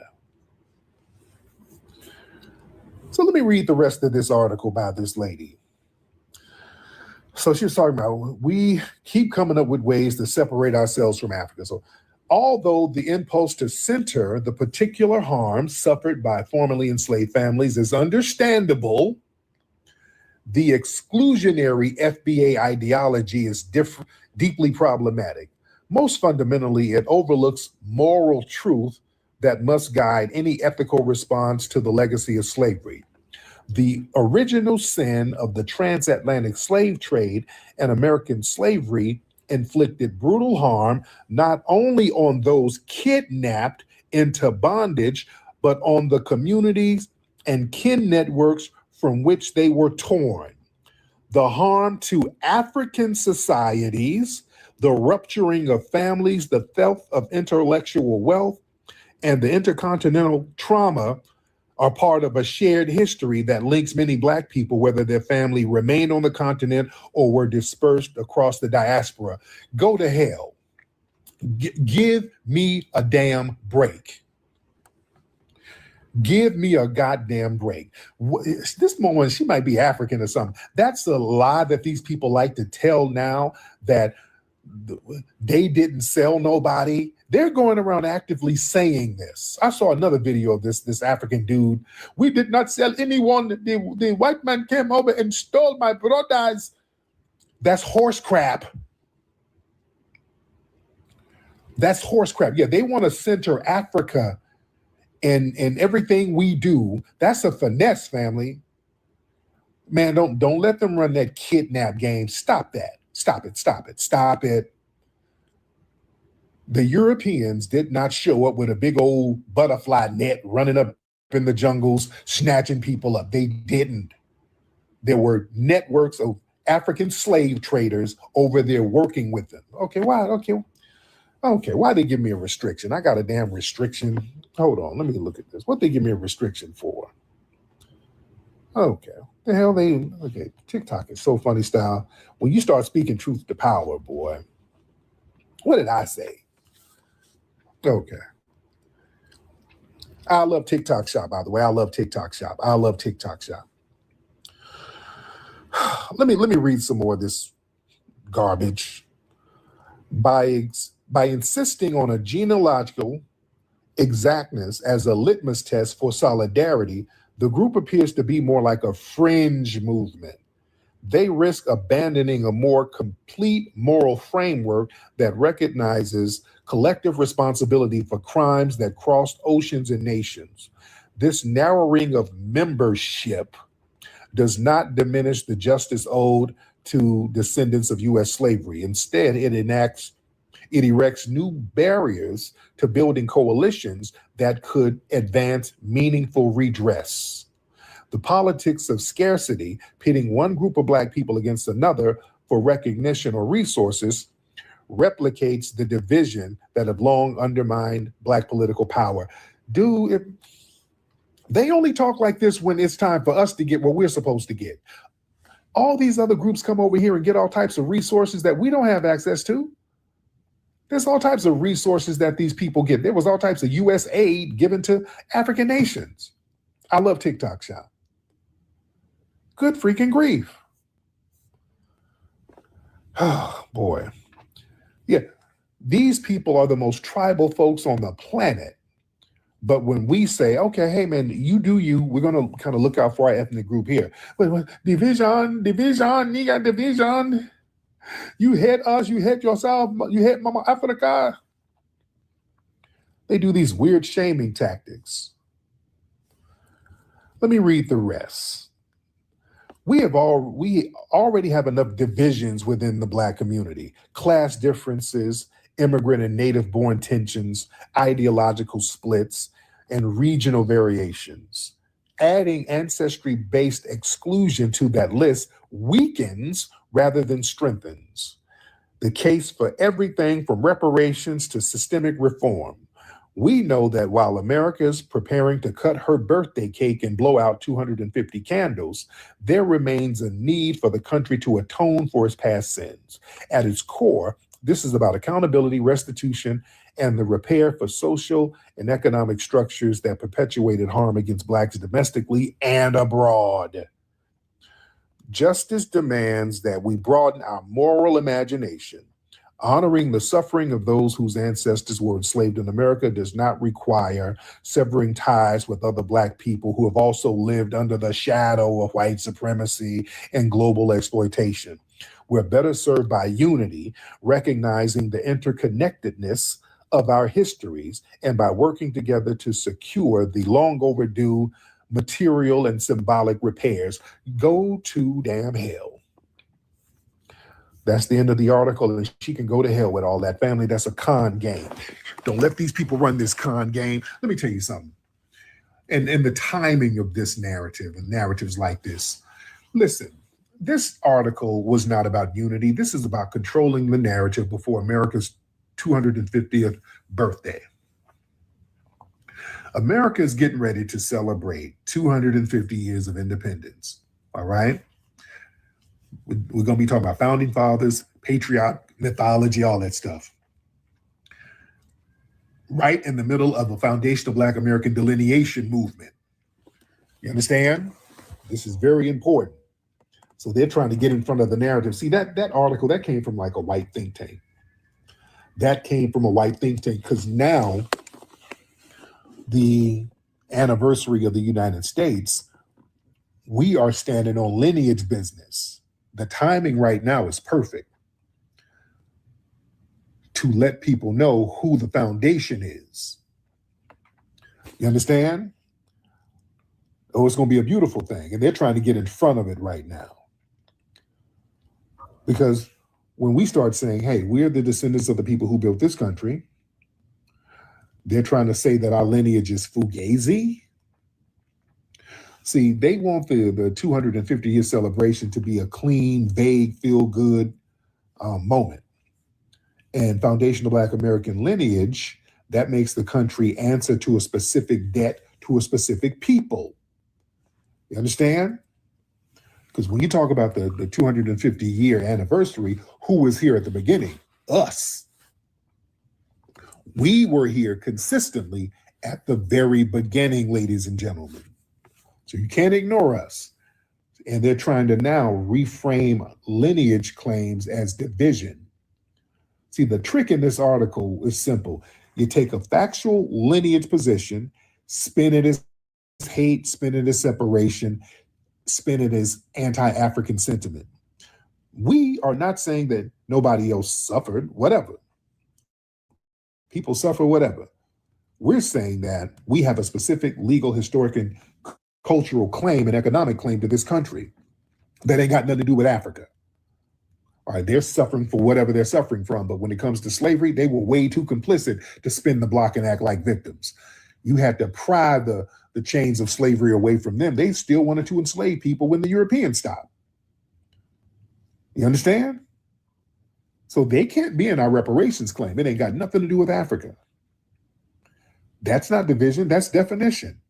Every group gets to define their lineage. They get to define their history, they define their trauma, they define their ethnic interests, they define their political agendas. But when we try to do it, then all of a sudden it's fugazi and problematic. Go to hell.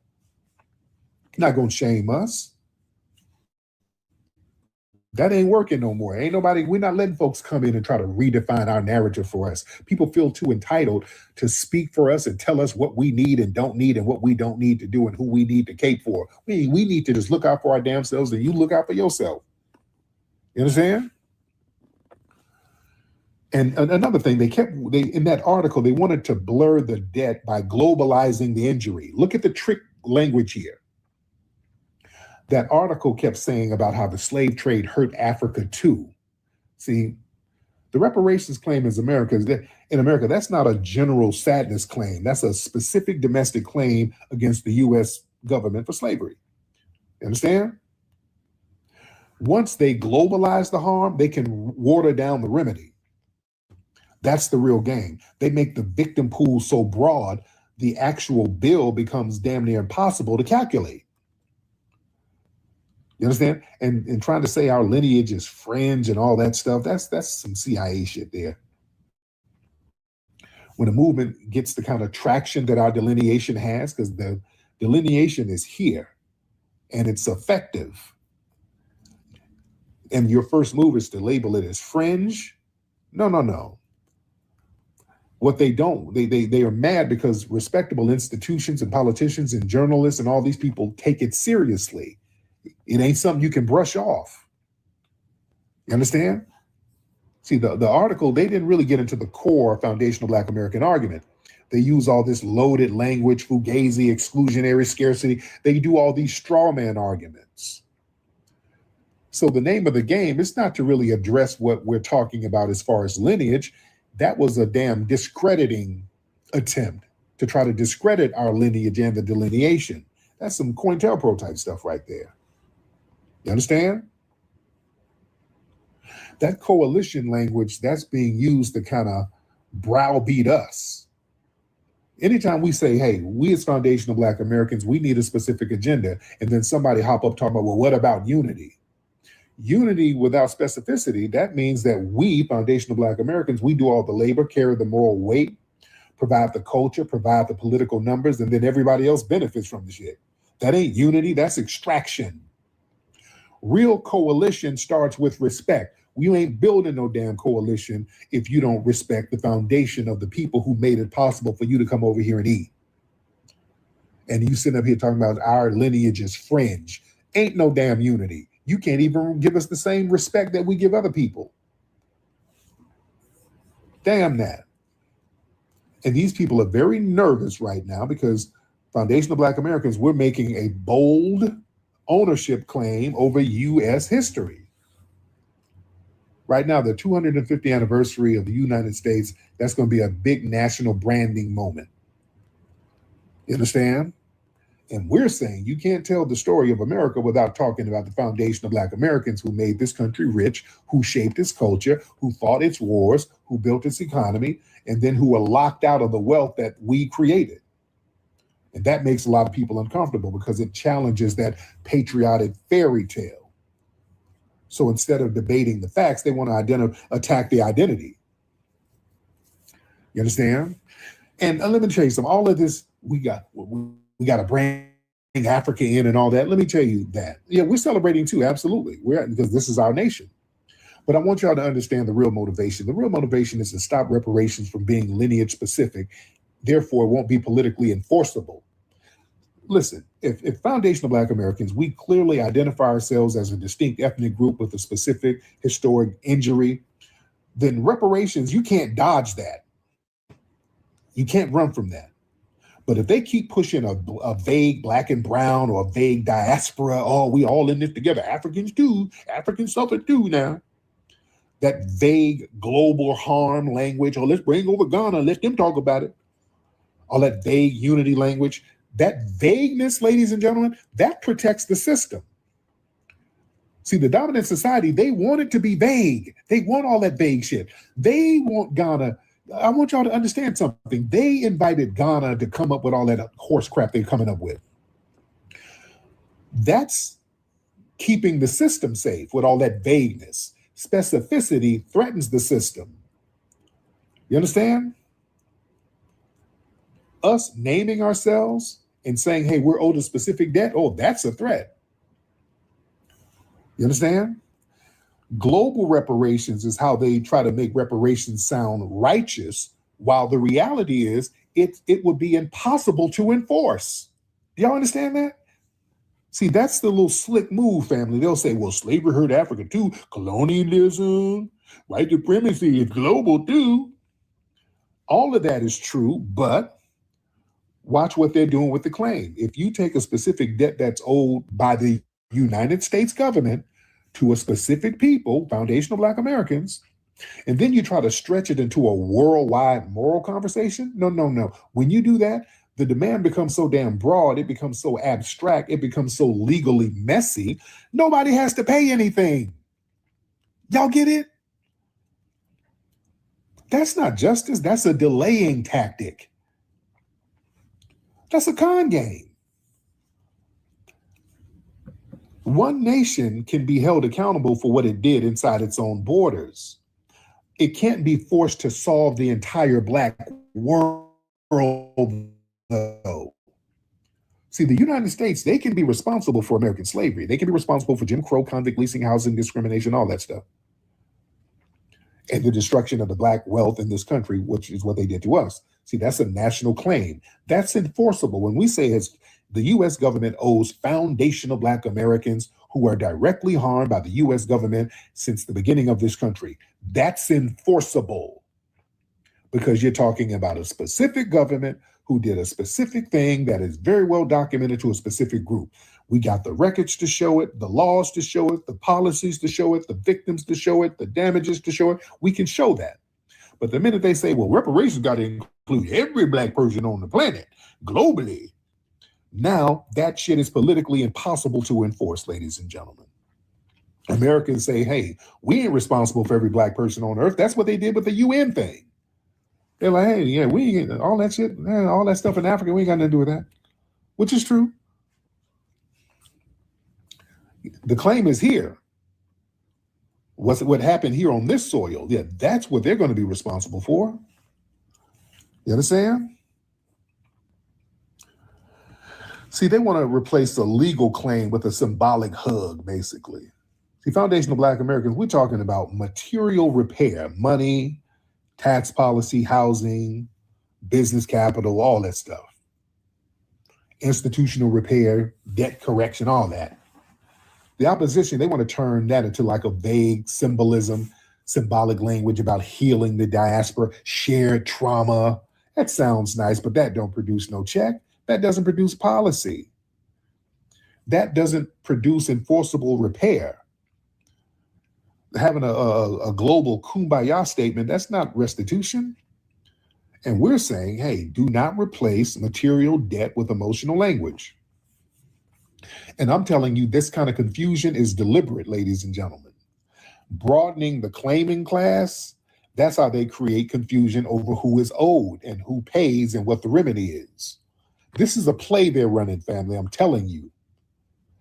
Every serious reparations claim, it needs three things. It needs a responsible party, an injured party, and a specific remedy.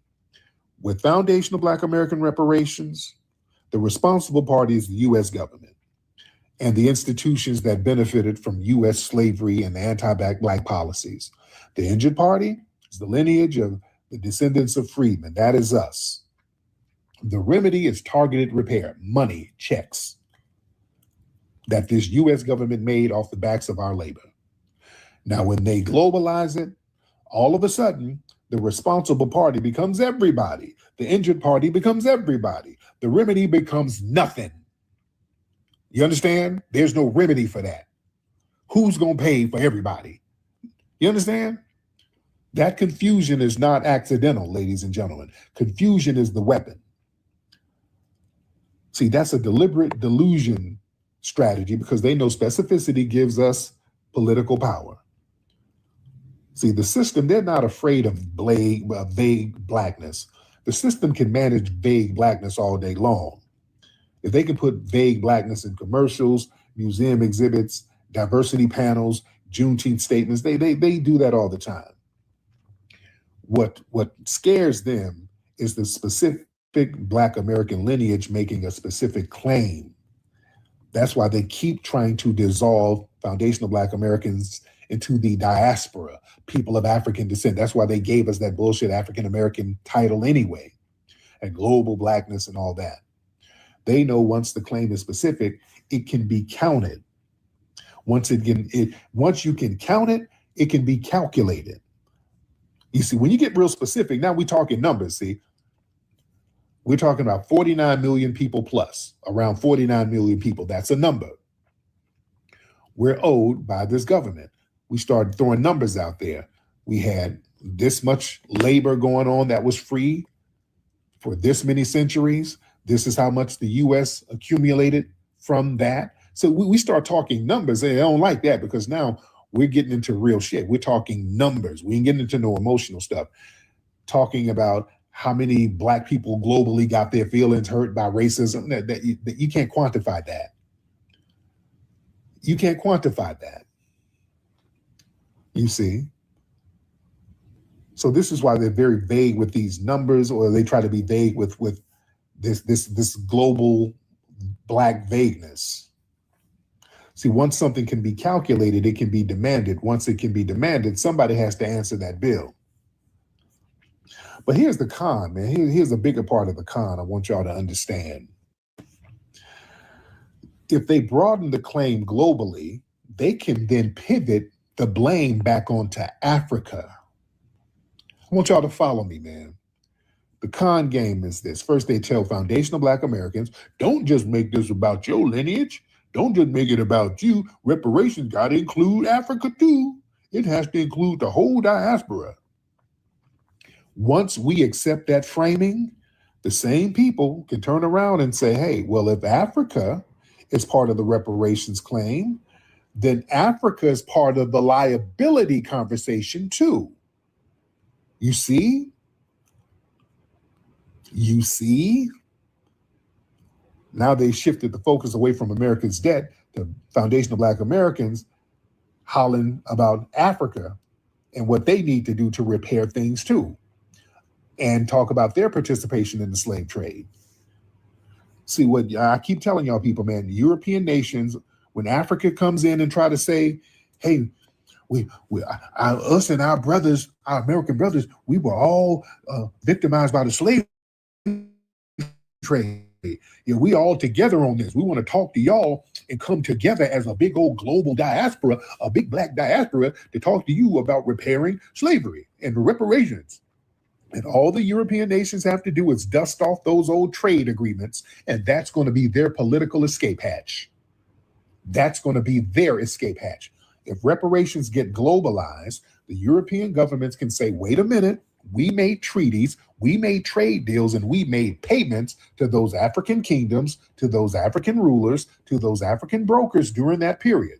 So if you're claiming a global reparations debt, go ask them where the money went. That's the trap. You understand? They can pull out those historic receipts and then they'll use that to muddy the waters. Not because it morally clears Europe, it doesn't, but politically it gives them a talking point to dodge accountability. They can say, we already paid the Africans back then. We already paid them. So what do you want from us? We gave them whatever they did with the money. That's on them. So you need to go holler at those Africans who we already paid. You understand? Then we back at square goddamn one. Dude, I'm telling you that's a finesse. We don't need them African nations at all in the conversation of reparations. That muddies it up. I'm telling you that shit muddies it all up. It muddies it up. All they're going to do is pivot back to them and dust off them damn agreements. That's why these Africans running around here lying about they didn't sell nobody. That's horse crap. Dude, no. There's all y'all still got the slave dungeons sitting up in there in your homelands. What slave dungeons? What slave dungeons? What are you talking about, nigga? I have nothing. Like they just lie through their damn teeth with the proof sitting right there. You know? Yeah, they sold people and got paid. They were getting rent paid to have those slave castles and slave dungeons on the coast of Africa. They got paid for that, family. Damn. Yeah, they'll lie now, but hell, liars lie.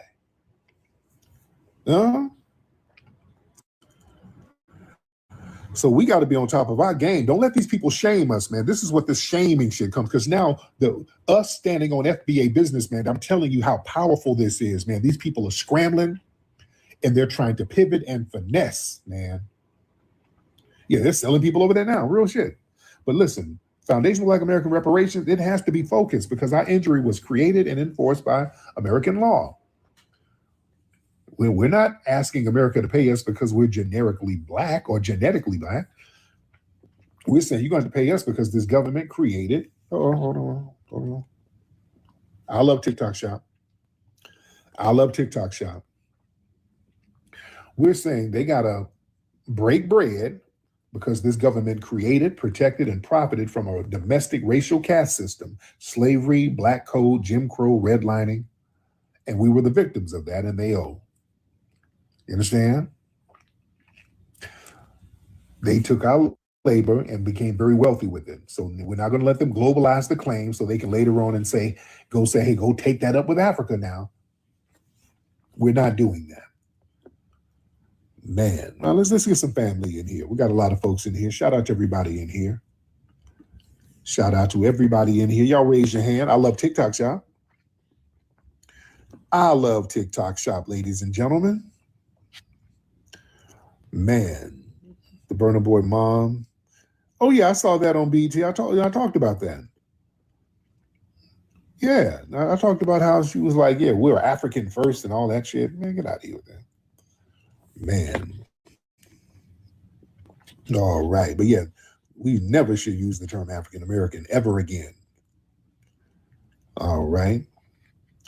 Let me see who we got. Raise those hands. Oh, let's get Brother Dreddy Pendergrass. I ain't seen Dreddy in a minute. What's up, Brother Dreddy? Brother Dreddy. What's good, player? What's good? I'm good, brother. How are you doing, sir? I can't call it big dog. I'm just out here in Western North Carolina, baby, chilling. You know how we do. Oh, yeah, all day. What's going on with you? I think the hardest realization or the hardest bar, I think you said it earlier, was that the biggest thing with delineation is us looking at them next and saying, hey, don't you owe us some paper too? Oh, yeah. Hey, that's why they trying to be in with us. They like, yo, we got to be in with these dudes because we owe them a bag too. Oh, yeah. Real shit. They're trying to get in front of it. Thank you, brother. Yeah, they want to get in front of it because, yeah, they see the world is watching this reparations thing. They're watching and they see how much traction we're getting with it. And they know when we get focused on something, it's going to happen. We ain't letting tethers come in and dissipate the energy. That's why delineation was so important, because it's so important. Anytime we start talking about reparations, all of a sudden some peppercorn head tether will come up here and we don't know where they're from. They're like, hey, what we trying to get reparations for? We don't need nothing. We don't need no reparation. We don't need nothing. We're not letting that happen no more. Oh, no. Those days are over. When they come around talking that talk, hey, man, where are you from? Where's your family from? You know? No. We're making everybody accountable, and people are not used to that, ladies and gentlemen. You guys, our lineage, you're starting to make all of these shady figures and shady characters accountable for all the little shady stuff that they do and have been doing. And they don't like it. You understand? Because the name of the game is for them to destiny swap and come around us and then blend in and then erase us.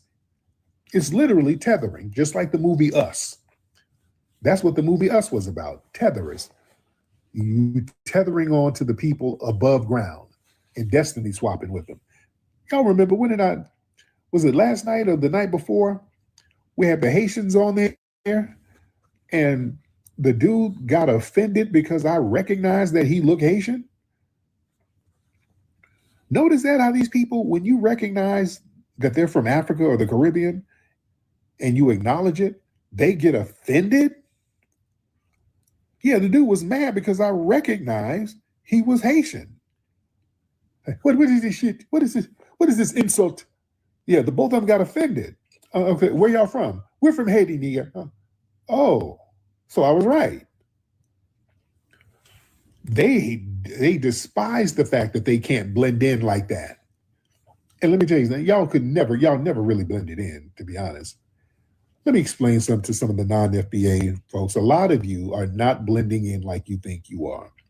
A lot of these foundational Black Americans out here know that you're from somewhere else, and nobody says anything because it's not a big deal. Do y'all understand that? Just an FYI. Just an FYI. A lot of the FBA family, they know you're not from here. They just don't say nothing. They don't say nothing to you because it's not a bad thing. Okay, this is guy, he looks foreign. Okay. Like sometimes we say, hey man, did you see this brother? The brother left his car keys on here. Oh yeah, the guy, yeah, he kind of looked, the brother, he kind of looked like he was Haitian or something. Oh yeah, the brother, the guy, did he kind of look like he was probably Kenyan or something? That's how we talk. We know that you're not from, we can tell in a lot of cases. Yeah, we can kind of tell. You understand? Yeah. That's how we talk. We know. Damn. That's not a bad thing. We can tell. That's just how we talk, right? Yeah. Old girl came in. Yeah, she looked like she might have been Caribbean or something. But yeah, I saw her. Yeah. Go find her and give her keys back. Especially if you're East African. You're like, oh yeah, we know. Oh, we know. Yeah, we know. And I'm out here in Atlanta right now. I'm at the airport. Dude, I can tell everybody where they're from. I can look at people. Dude, I done seen heads, flip-flops, crooked wig. Dude, we can tell. Shit. No disrespect.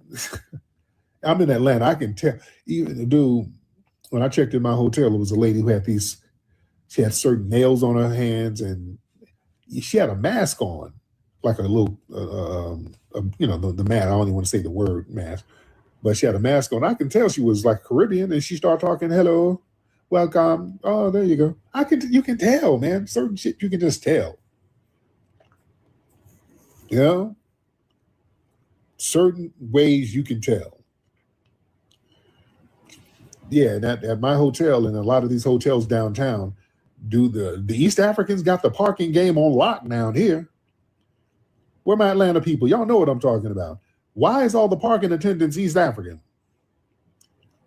I'm in Atlanta. Everybody they look like Tweety Bird. Everybody parking cars, working as parking attendants is East African in Atlanta right now. They monopolize this shit.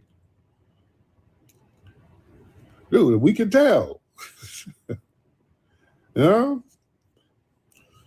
Man, we can tell. No disrespect, we can tell. Man. No disrespect whatsoever. Oh, man. Oh, yes. I ordered some food. What was that place I ordered from? It was good as hell, too. And I think the dude drank my drink. ordered a lemonade. I got some turkey wing. Oh, they were so damn good. What was the name of this place? Hold on, let me give y'all the name of this place. Sweet, what was they called? Hold on one second. I'm gonna find y'all the name of this place. It was so damn good. Hold.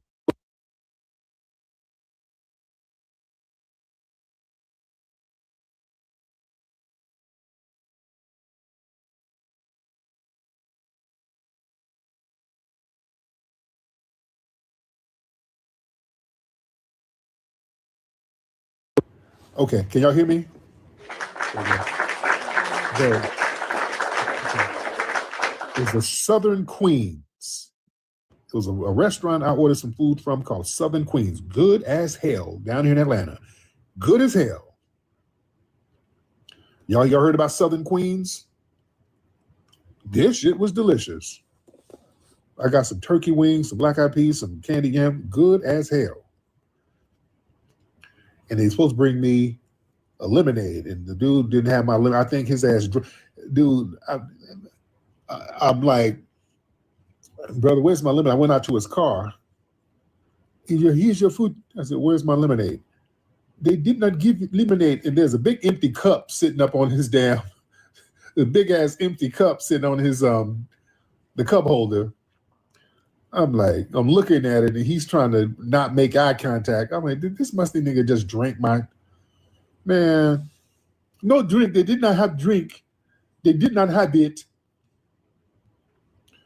And a big ass empty cup is in his cup holder. I'm like, man, dude, come on, man. Dude.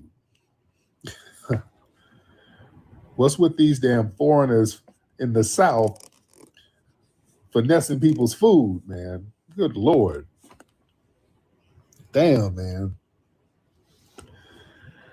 They got me in at least he brought the main meal. The one in Texas, when I was in Texas, this motherfucker just finessed my whole meal. I didn't get nothing. He finessed the whole meal out of my ass. At least this one just finessed me out the drink. When in Houston, this food just, he acted like he didn't get the food. And I'm calling the restaurant. They're like, yo, we gave the food to this dude in a white car. We gave the food. I'm calling him. What food? I didn't get the food. I didn't get that. I'm hearing him sucking on the damn turkey wing. I didn't see it. I don't know what the food is, nigga. I don't know. And I got his ass fired. They ended up firing his ass. You know? Man. Good grief. All right, let me get some of the family in here. I ain't gonna be on here too long because I had a long fight. I really didn't rest. I didn't rest too much last night. And I slept a little bit on my plane. Today was cold as hell. And I see these tellers down in the South, they will eat your shit. They will eat your stuff. Let me see. All right. So FBA Princess, respect. All right, raise your hand. Shout out to the Cancers. Yes, indeed. Shout out to the Cancers. I'm a Cancer. All right, let's get Mr. Marshall. Mr. Marshall, what's up, Mr. Marshall? Mr. Marshall? Yo, what's up, bro? What's going on, Mr. Marshall? How you doing, bro? Man, I'm chilling, man. FBA all day, bro. Yes, sir. Long time fan, been rocking since Hidden Colors 2, bro. Love it. Yes, sir. Yeah, man. I had a quick question though, because you refreshed my memory on the kickback the community had on the firefighters up in was it New Jersey or New York? Oh, it's all over the country. Oh yeah. It was all over the country. Yeah, the kickback was, and thank you for the call, brother. Over in Birmingham, when they had the Children's March down there by 4th Avenue, the fire department went out there and used water hoses on them damn kids. And the Black community did not take kindly to that. The Black community did not like that at all. And when those images of them using those water hoses, those fire departments, because the police were already brutal, then the fire department got in on it. The Black community said, okay, we're going to get our lick back for that. So all over the country, fire departments and firefighters, white ones, started getting sniped. They would call in sometimes a fake fire or whatever. They would call the fire department in, and the fire department show up, and there's brothers on the roofs waiting on them, sniping them. This happened in Jersey. This happened in Chicago. I think it happened in Philly. This happened in a few places. And it got to the point where they had to start covering the cabs of fire trucks. Fire trucks used to pretty much be like convertibles. The top was, they had a convertible top, so you just hop out and just go fight a fire.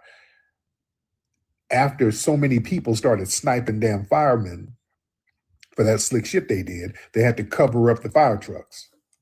You understand? Yeah, the Black community wasn't playing games back then, man. They were not playing games whatsoever. Electric rude work.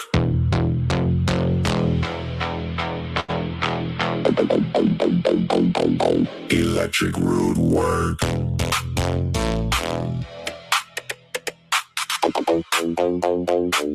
Electric rude work. Electric rude work.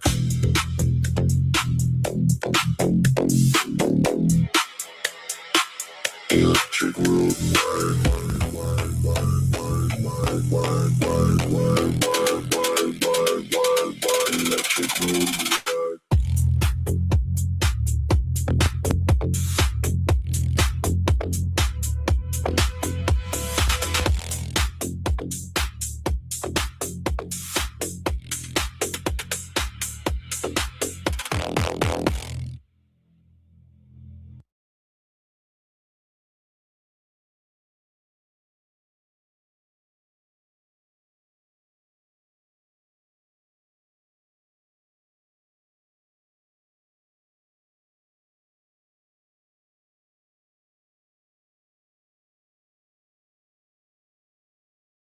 Millions of New York apartments now have frozen rents. Look at this. New York.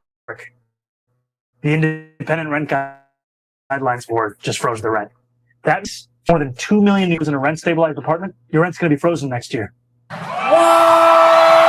From the top of a balcony to down by the stage, rent-stabilized New Yorkers erupted in celebration. For the first time ever, the Rent Guidelines Board voted to freeze rents on both 1- and 2-year leases. A historic decision that means more than 1 million New Yorkers living in rent-stabilized apartments won't pay $1 more in rent for the next 2 years. All but one board member voted in favor of the measure, with Mayor Zora Mamdani calling it a historic victory for New Yorkers. It means everything. It means that our voices were heard, finally. Bronx tenant Ann Maiden says she can finally breathe again. But landlords called the whole process a sham. A sham? Just hours before the vote, Christina Smith, a member of the board who represented landlords, resigned from her post, accusing the panel of ignoring data because it was required to deliver a freeze. Building owners say the decision means there will be less investment in maintenance and repairs, ultimately hurting renters. So the renters We have to lay off some of the supers. Only choice. It's a business. People don't get it. I'm so proud of people my age and young people getting together and forming coalitions. But they don't understand. This just doomed New York City's supply of apartments. There will now be less apartments for multiple reasons. And here's the biggest one. I feel like I'm standing in a time capsule from the 70s. This is a 1-bedroom apartment in the Bronx that rents for $811 a month. Okay. That's if the landlord were to actually put it up for rent. This is a rent-stabilized apartment, but look around. The landlord says there is so much work that has to be done here to bring it up to code that it doesn't make financial sense to rent it out. The owner is deciding to lose less money by just keeping it vacant. Chipped and peeling lead paint, an outdated bathroom, and that red carpet, far from luxurious. Not exactly the red carpet people want to walk into. Kenny Burgos is the CEO of the New York Apartment Association and advocates on behalf of landlords who own rent-stabilized apartments, like this one in Mount Eden. It's been vacant since the last tenant moved out around 2021. And now its rent is frozen forever. So the laws in New York were already so bad.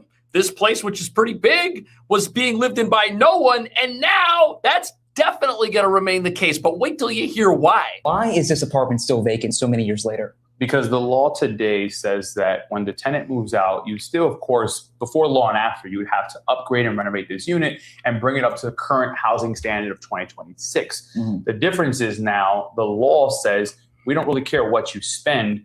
you cannot change the rent from the previous tenants. A 2019 change to the state's rent laws got rid of the 20% vacancy bonus, where landlords could hike rents for new tenants. It's really a crisis. Assemblywoman Linda Rosenthal, chair of the Housing Committee, voted for that bill. We found that with the 20% vacancy bonus, it was an incentive for landlords to harass tenants out. Finally, we righted the scales. Landlords didn't like that, and what they said immediately after we passed it was, we're going to keep apartments off the market. But that's reality. Reality says if your $800 apartment costs $100,000 to fix up and you can only charge $800 a month for it, you're not going to dump $100,000 into a losing investment. It's a business. What do you say to that? I say, what do they then say to landlords who have already gone bankrupt, who've already been in foreclosure? Something definitely wrong here. The tug of war between landlords and tenants advocates leaves lifelong New Yorkers like Troy Williams caught in limbo. I live in a tier 2 shelter right now, and that's why I have a voucher now, you know.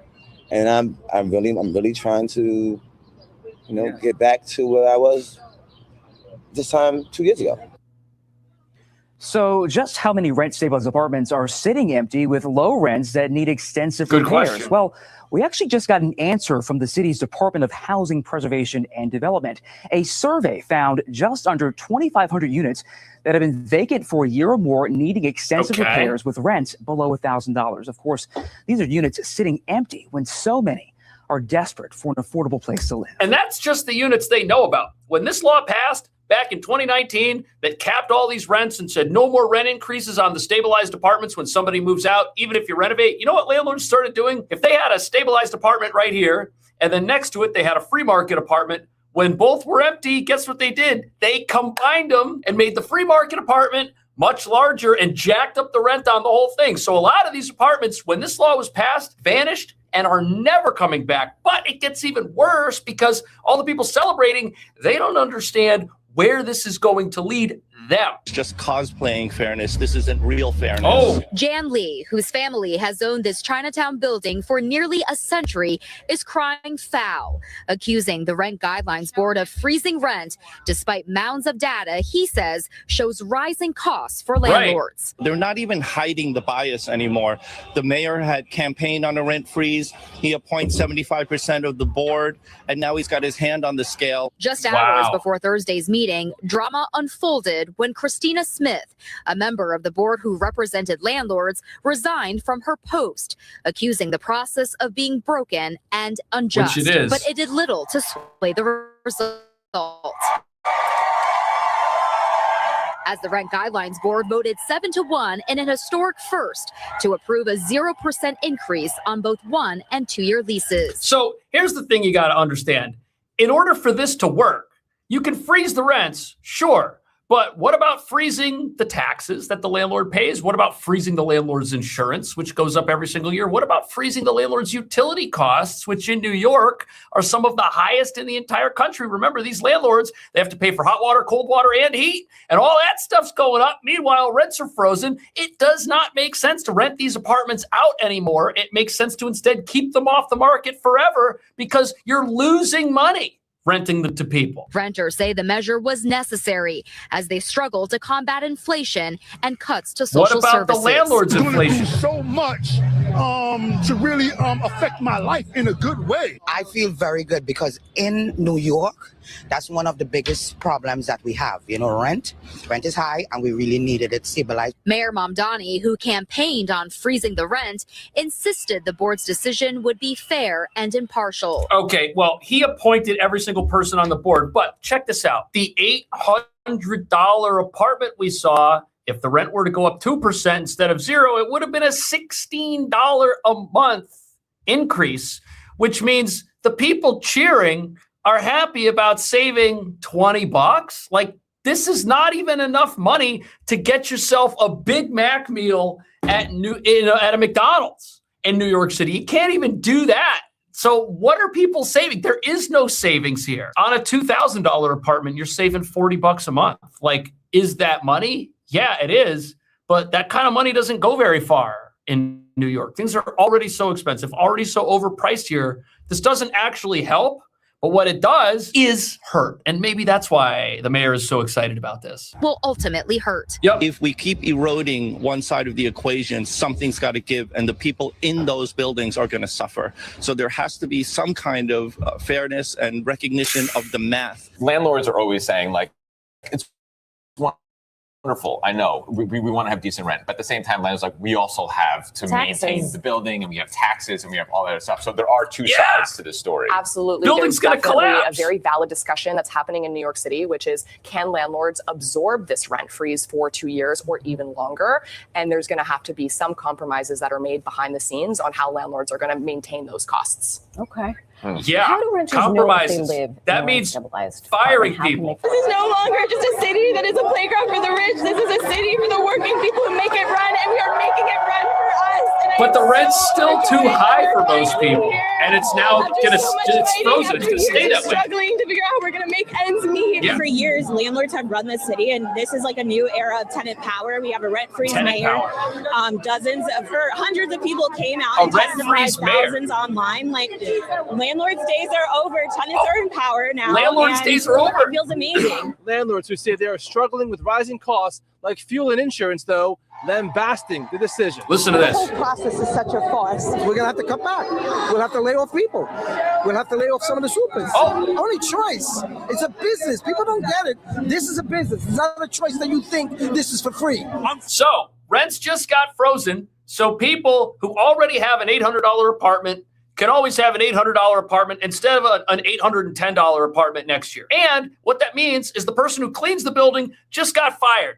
Because you know what? There's not enough money around to pay him anymore. Now the building stinks. Now it's going to start falling apart. What a disaster. Freezing your rent. Mayor Mamdani made it a signature issue in his campaign, then followed through on his pledge to appoint half a dozen members of the 9-member board. Buildings with rent-stabilized apartments saw their revenue So he increase by appointed more than everyone on the 6% last board. year. But while the outcome seemed like a foregone conclusion, it did not come without drama. It was rigged. This morning, Christina Smith, a board member appointed to represent landlords, abruptly resigned, claiming the mayor stacked the deck. The mayor, for his part, in a statement tonight, calling it a historic victory for tenants, adding, "This is the relief that working people across our city deserve." Except for the working people who used to work on the buildings and now can't because they just lost their jobs. And look, as somebody that used to live in a rent-stabilized apartment in New York City, in the exact same neighborhood where the mayor of New York himself used to live, Astoria, Queens, I can tell you that having one of these apartments, it might sound good at first, but it's actually a trap. It totally messes up your ability to stay upwardly mobile in New York, because if you get into one of these places, my rent at the time was $1,800 a month. We got in, the increases were minimal. But when it came time for us to move into something else, all of the other rents had gone up astronomically outside of this stabilized place. So in order to jump to a bigger apartment, to an actual 2-bedroom, because our family was growing, we had to pay double the rent. We were not prepared for that. It was a massive shock. In fact, the rent was more than double. It was $4,500 a month for the 2-bedroom we found after paying $1,800 a month. So people get trapped in these things and they can't move. And now, yes, the rents are frozen on these apartments, but here's what that's going to do. That's going to mean that the people who have them have even less of a reason to move. And if people aren't moving out of the places where they live, new people who do not have an apartment yet cannot move in to New York City. And when you have zero turnover, the rent on the tiny number of apartments that still exist is just going to go through the roof. It's going to go higher and higher. New York City is already breaking records for how high the rents are here on these market rate apartments. And if people can't find a place to live because nobody's willing to move out and no one has the ability to be upwardly mobile, that is essentially a tax on people that live in New York City, a hidden tax. Because if you want to leave, you're going to have to pay double the amount of rent. People cannot afford that. When it's time to move out or when it's time to get a bigger place, people either have to vanish or forego opportunities in life just to stay in a place that was built hundreds of years ago and is falling apart. What a nightmare. And what this basically means is the only way to stay in New York City now is to get a rent-stabilized apartment and to literally do nothing other than live there. Don't move in with other people. Don't get married. Don't have a family. Don't have a bunch of kids, because you're not going to be able to fit. The Democrats have a problem on their hands now that, Obama and Mamdani, they're two true leaders. Neither of them can run for president in 2028. Well, Mamdani was here, as you know, twice. And he's a very nice guy. He's a charming guy, Yeah. good-looking guy. We talk, but you can't raise taxes on people when you force them to leave your state or your city, and they're leaving and they're going to Florida. Most of them are going down to Palm Beach and Miami. And that's the other end of this that nobody's talking about. So you've got these frozen rents. Yes, if you can get an apartment with frozen rent, you might be sitting pretty until the building you're sitting in ends up collapsing around you and you have to move out and you become homeless anyways. But the few people who end up earning enough money to move out of that apartment and pay much more for something else, if their life expands, well, they're going to get hit extra hard by all of the new taxes that are coming, which means they're going to have to move out, or they're going to have to stay and pay exorbitant amounts of money to live in a city that essentially hates them and doesn't want to see people being upwardly mobile. And this is a massive problem because this frozen rent could really hurt the job market in New York City in ways that nobody's talking about either. Because let's say that there are very few available apartments. Well, how do you expand your business in New York City? How does a company like JP Morgan bring in a whole bunch of people and build a new office and bring in a ton of jobs? You can't do that because there aren't places for people to live. And every single time buildings get built in New York right now, because rents are so expensive, most of the places that get built, what are they? They're one bedrooms, they're studio apartments. You might find a couple of two bedrooms. It was very hard for us to find the 3-bedroom apartment that we just moved out of because there are so few of these. And nobody wants to admit that what that means is if you have only studios and 1-bedroom apartments, and those are the entry-level apartments that are on the market that people can move into for $3,000-$4,000 a month, it's either that or it's a bedroom somewhere where you have a roommate. What that means is the only people that can come into New York and even get established or start doing that are people who have no other entanglements. These are going to be single people, people who most likely just graduated college, people who are starting out in the workforce potentially. That means that if you start your company in New York or you want to expand your business in New York, you can really only expand entry-level positions. It's going to be a lot harder to bring in people who have talent and are already successful because perhaps those people have more entanglements in life. Perhaps they have a bunch of kids. Perhaps they have a big family. Perhaps they want to have more than just a shoebox somewhere, and shoeboxes are all that's available. It's going to be hard to attract top talent.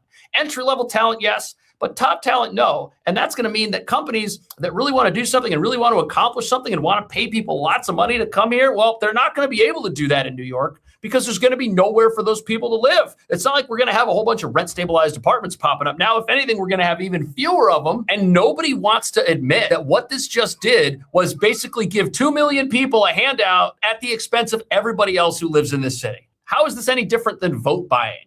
If you're the mayor and you tell 2 million people that they're not going to get a rent increase if they elect you, why would they vote for somebody who doesn't tell them that? The only way that somebody in the mayoral election that brought the city, Mayor Mamdani, could have won would be to out Mamdani. Mamdani wants to freeze your rent. It's already too high. If you elect me, I won't freeze it. I'll bring it down. I'll pay you to live in this city, which is the only fair way to do this because this city's been stealing from you. These landlords are stealing from you, freezing the rent. That just means they're going to keep doing it. I'm going to bring it down. Only problem is that attitude would have got somebody elected who might be even worse. This is crazy. New York's housing situation is just going to get worse after this rent freeze. And here's what's going to happen. You're going to have people that have frozen rent. And for a few years before the building they're living in collapses, they're going to say, you know what, this is great. Mayor Mamdani, he froze my rent, saved me all kinds of money. But then you're going to have people that don't live in a rent-stabilized apartment. These are going to be people that live in a free market apartment, and they're going to say, hey, what about us? Hey, Mr. Mayor Mamdani, what about us? We want a rent freeze too. And then the skids will be greased for the city council to introduce citywide rent control, freezing the rent for all apartments in New York City. You see, that's what's next on the table here. City-wide frozen rent. 0 rent increases for anyone. And then wait till you see what a disaster we got on our hands here. Thank you for watching. See you in the next video.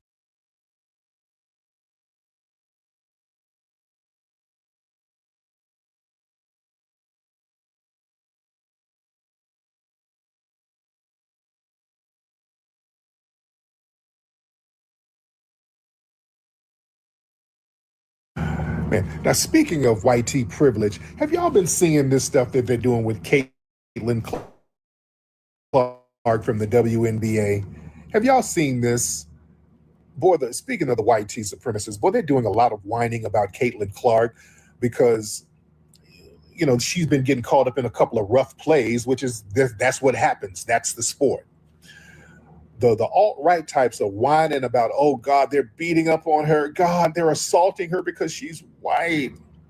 They're just jealous because she's white and she's so much better than them. Look at what they're doing to Caitlyn. Oh, they're really going overboard on this Caitlyn stuff. They're trying to coddle her. They done made some fake AI videos of the sisters beating her up on the court. A lot of the videos that you're seeing are fake. There was a play where there was one sister, forgot what the sister's name was, but the sister, for like a second, she was, Caitlyn fell down and the sister fell on top of her, and it looked like the sister's fist was on her neck for like a second. And the white tea supremacists made it seem like the woman got strangled out on the court. I mean, they're crying. Oh God, you see this? Someone has to do something. They're just abusing Caitlyn because they're so jealous. They're abusing her. Something has to be done. Listen, dude, all of this stuff about they're targeting her because she's so white and so good. If y'all don't stop, you know what? They're really mad that basketball has rules and white supremacy can't rewrite them in real time. I want y'all to understand something. See, on a basketball court, and this is the problem that the white supremacists have with sports. In basketball and in any other sports, the rules are already written before the game starts, okay? The clock is the clock. The foul count is the foul count. An out-of-bounds line is an out-of-bounds line. The replay is the replay. And that's what bothers the alt-right types. They're used to a society where the white supremacists and whiteness, you can bend the interpretation of events after the fact. You understand? Just like with the brother Carmelo, with that case. We all know that that kid got bullied and attacked. But they are, after the fact, they can bend it and make him the aggressor and make it seem like he did a premeditated schmurder. See, that's why I'm white and I say so. You can do that outside of the sports arena. Inside of sports, you can't do I'm white and I say so. You understand? There's set rules that has to be abided by. You understand? Inside of a game, you just can't say she's white, therefore every hard foul against her is racism. No. Basketball has to be judged as basketball. They want Caitlyn protected from normal basketball physicalities, not just dirty plays, because nobody's playing dirty against her. They're playing rough. If somebody commits a dirty play, you call a foul. You upgrade it. If you suspend them if it's a flagrant or whatever. But these people aren't stopping there. They want every bump, every hard screen, every trap, every loose ball scramble, every chest up defense possession. Everything is a civil rights violation against this woman. Now, she's Martin Luther Cream. She's the white Martin Luther King. Everything is a violation of her damn civil rights if you let these fools tell it. You understand? They're trying their best to smuggle some white tea privilege into the rules of the game. You understand? And them studs are letting her have it. They're treating her like every other player. Them studs are giving her the business just like any other player. You understand? And because she's a white tea woman, you're never supposed to rough up a white tea woman. You see? Yeah, she's Martin Luther Cream. She's Talcum X. Yeah, she is Talcum X. They're trying to make her a civil rights icon because she's getting roughed up on the basketball court. Get the hell out of here. See, the real frustration is that she has to compete under the same physical conditions as everybody else. Look, great players gets targeted. They get targeted. Great players get trapped. Great players get bumped. Great players get tested. Caitlyn ain't above no damn body. Talcum X ain't above nobody. They want to extend some kind of privilege because she white, like she ain't supposed to get touched. Nigga, Jordan got fouled. Shaq got fouled. Kobe got punched. Somebody socked Kobe in the damn face. You ain't above rough plays because you white tee. You ain't above nothing. Allen Iverson got hit. Steph Curry got grabbed and chased all over the court. Hell. You know what I'm saying? But when Caitlyn, you bump against her, all of a sudden you got to have a damn press conference and a damn civil rights law for her. Like somebody committed a hate crime. The way they talking, they sound like they want hate crime charges against some of the WNBA players. See, sports exposes why Black people often dominate when the rules are fixed and the field is visible. See, that's why sports has always made white supremacists uncomfortable. See, in everyday society, see, the white supremacists, they rely on hidden hands, moving the goalposts, subjective standards, gatekeeping, arbitrary, I'm white, not say so authority. In sports, you got a scoreboard, you got film, you got statistics, you got a shot clock, you got standardized rules. So you just can't privilege yourself into a play. You understand? You can't deny somebody crossed the finish line when the whole stadium saw it. That's why who was that who fought this boxer one time? Was it Larry Holmes? It was either Larry Holmes or Joe Frazier. He was about to fight this white fighter, and he said an infamous line that I'll never forget.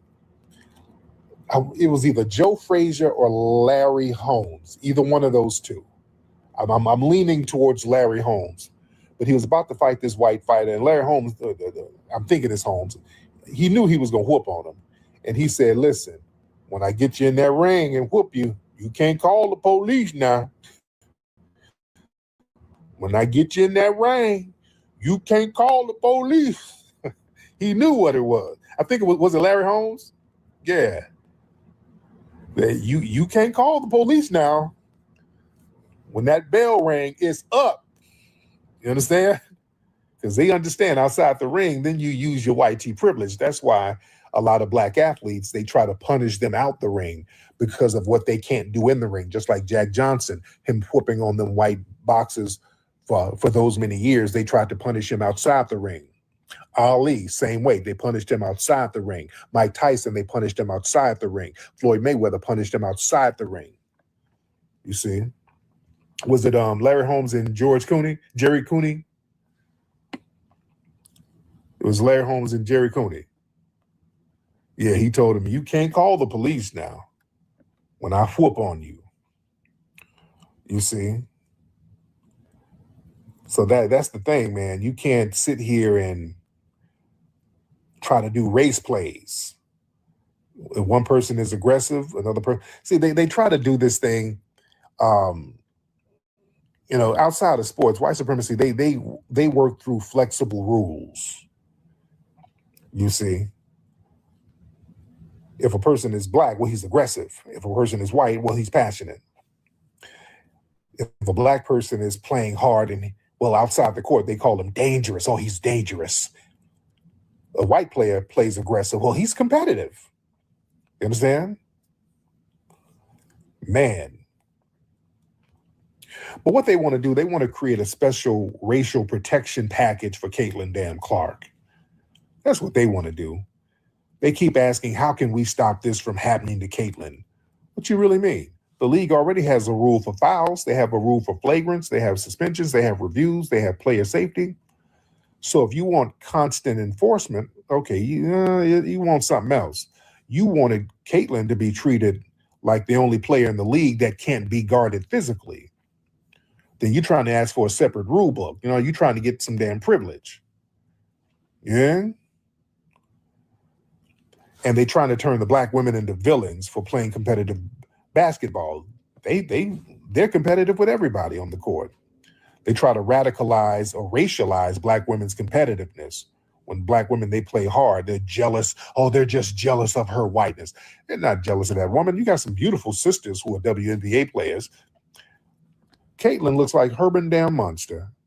Ain't nobody jealous of her. Nobody jealous of her. Stop all that.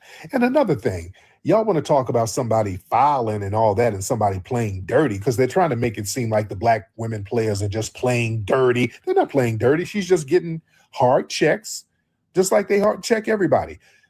I don't want to hear them from no damn white supremacists talking about somebody playing dirty or whatever when y'all got Grayson Allen, that white boy who's been playing dirty for years. He was playing dirty since he was playing at Duke. Grayson Allen, his name is synonymous with dirty plays. That's the dirtiest player in the damn league. Y'all know about Grayson Allen. That dude has a reputation for the dirtiest plays. He be tripping people up, elbowing people, kneeing people. Man, he fouled Alex Caruso. He fractured somebody's wrist on a dude, and then got a 1-game suspension. They let Grayson Allen get away with a whole bunch of shit. They let Grayson Allen get away with schmurder on the damn court. You understand? I don't want to hear nothing about no rough plays. They treated his rough plays just like a player discipline issue. You understand? Man. He just got traded? Who did he get traded to? Man. Who did he get traded to? But yeah, Grayson he's dirty as hell, man.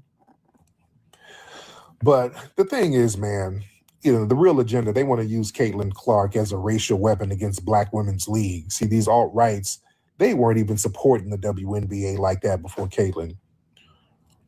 And really, Angel Reese was really the one who got things popping for it.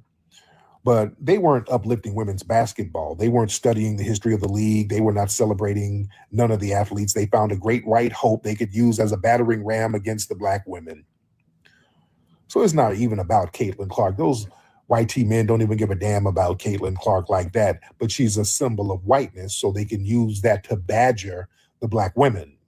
So she's used as a symbol. You know what I'm saying? They're trying to turn normal sports conflict into a racial morality play where the white player is always innocent and the Black women are always guilty. You understand? So yeah, the sister, I think her name was Alyssa Thomas, who did the foul. If it's a foul, it's a foul. But all of that stuff where they're trying to criminalize competitiveness and, oh God, Caitlin, oh God, why are you doing this to poor white Caitlin? Oh God. This is abuse, those big masculine she-bins. Oh, God. This is just them trying to get off their damn anti-Black racism. That's it. The hell out of here. Lord. All right, let me get, family, y'all raise your hand. Let me get you in here. Let me get you in here, fam. Yeah, foul is a damn foul. All right. Let me see. Yeah. Raise your hand, family. Let me talk to the family. Y'all raise your hands. Everybody raise your hand, ladies and gentlemen. Yes, indeed. Raise your hand. Let me talk to the family. Let me get some random folks in here. All right. Let me see. I'm going to just look at the request queue. Who is Just Mex? I'm going to just get some random people in here. Just Mex. Speaking of Crystal, I might go to Crystal tonight. Give me a damn Crystal burger. Just Mex, what's up, Just Mex? Hold on. Let me see who we got. All right, who's that? Auntie Nanny. Let me see. South African Citizens Production. Okay, South African Citizens Podcast. What's up, South African? All right, waiting on the people's thing. There you go, South African. South African. South African citizen. Okay, brother, what were you doing over there? Sound like he's frying up some damn hyena hush puppies. All right, let me see who else we got. All right, let's get Vibrant. Y'all raise your hand, family. Y'all raise your hands so I can know who wants to get in here. Vibrant. Yo, Vibrant. All right, Vibrant ain't saying nothing. Okay. Let me see who we got. Let's get FBA Nola in the building. FBA Nola, what's up, Nola? FBA Nola. Hey, how you doing? Good evening, Hey, sir. hey, dear, love the locks, love the hair. What's going on with you?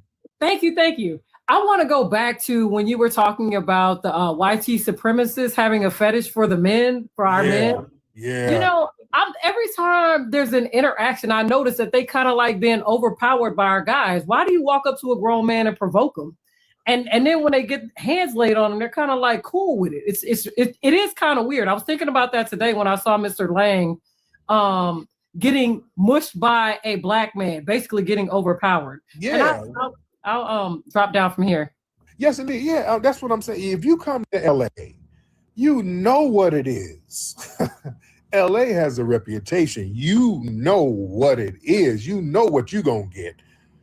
So if you come out to LA trying to antagonize black people, you want your ass whooped. I'm sorry. You want your ass whooped on. Because you know that's gonna come. And that's what happened. Jake was getting slapped on, socked on. And I'm like, wait a minute, this dude might like this shit. He might be getting off on this. You know what I'm saying? This dude just might, this might be like a little fetish for him. You know? Because again, when you dealing with the alpha males, foundational black American men, you know, that makes these guys feel inferior. That's why they're so fixated on us all day. You sit up whining about black people all day. You got all this privilege. You got a whole society that bends over for you, but you whining about black men all damn day. Yeah, that's low-key flirting. Yeah. That's like with Chud. All these transgenders coming out talking about they done stuff to Chud. And they done, you know, they had pictures of Chud in like a little dress and a little dress like a fairy and all this stuff. So yeah, Dr. Welsing talked about this, how there's a self-deprecating thing with the YT supremacists when it comes to black males. I really want y'all to study my sister's book, The ISIS Papers. She talked about how subconsciously sports have, it's designed in a way to show the subconscious insecurities of the white supremacists. How certain balls that are brown or black or colored are large and certain white balls are very small. I want y'all to think about this. She broke down how games involving large brown balls involve holding the balls close to your body and putting them in a white net or white hole or a white field goal. This is deep how she broke this down. It's deep how she broke it down. Listen to what I'm saying. How in football, a brown ball is held close to the body and the objective is to get it over a white field goal, which represents the legs of the white woman. That's what she said. Then in basketball, another brown ball that's held close to the body, the objective is to get it in a white net, which is representative of the white woman's orifice, for lack of a better term. Where she talked about small white balls, it's about hitting them away from your body, like golf, ping pong, baseball. You're using a phallic symbol like a golf club or bat or racket to knock those small white balls away from your body. It's deep how she broke this thing down, man. It's very deep how she broke it down. Y'all read her book. It's deep, man. Yeah, she broke this thing down heavy. And she was talking about how games like golf for a long time which is about self-deprecating, and they wouldn't let black men in golf for a long time. And then Tiger Woods broke that damn color barrier to a certain degree. And look at what they're doing to Tiger now. They're punishing him through legalities because he was dominating golf, a sport that was really set up for white males. He dominated the sports, and then he started smashing all them white T women. Or he's smashing all these white, hockey too. Right. It's deep.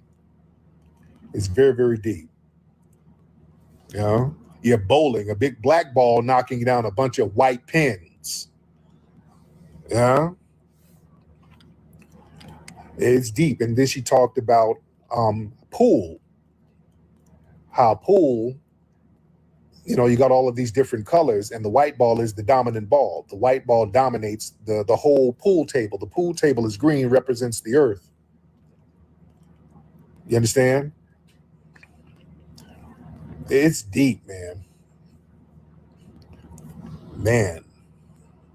Read here. The 8 ball is last. The 8 ball is the most dangerous ball. The 8 ball. The black ball. Yeah.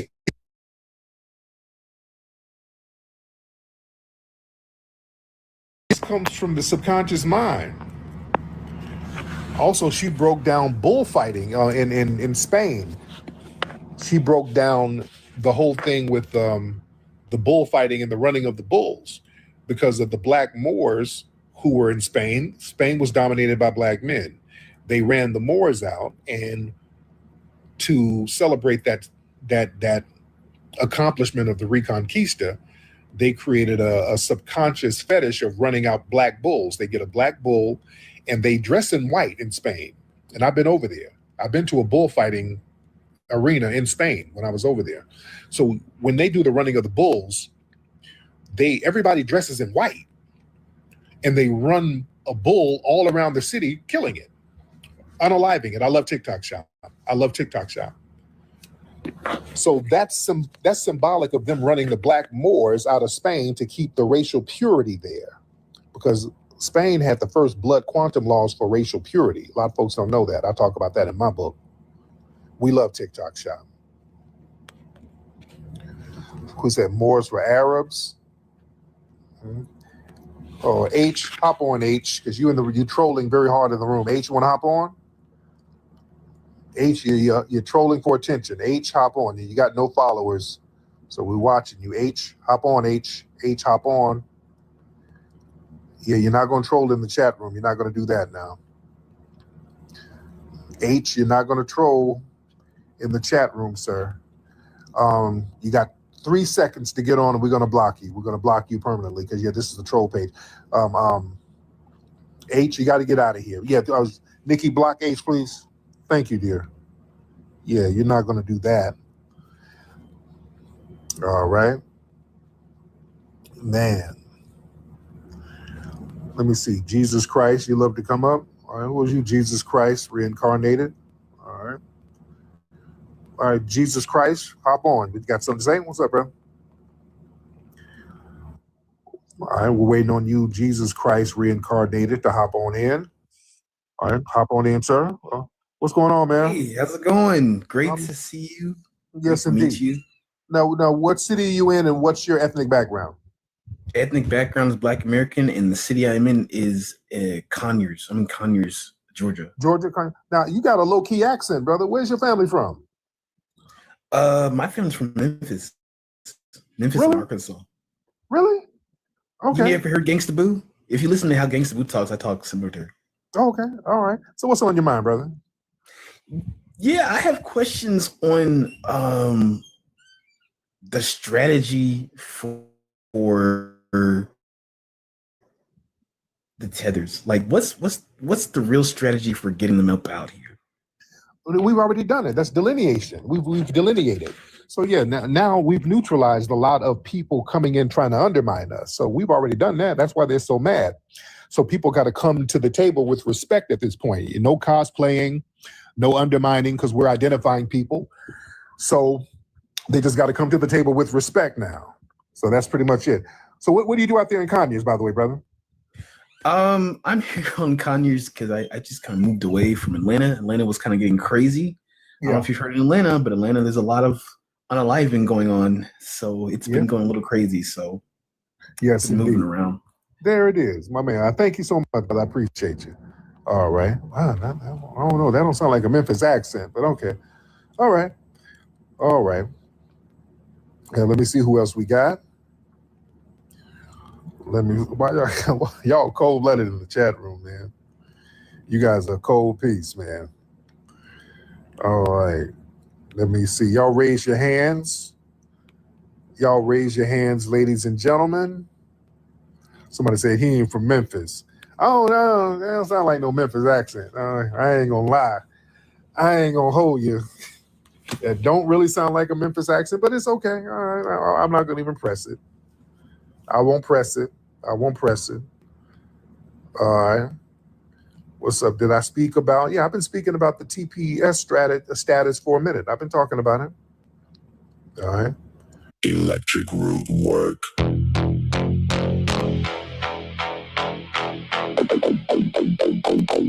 Electric root work.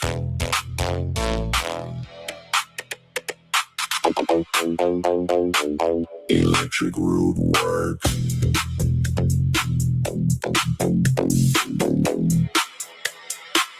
Electric root work.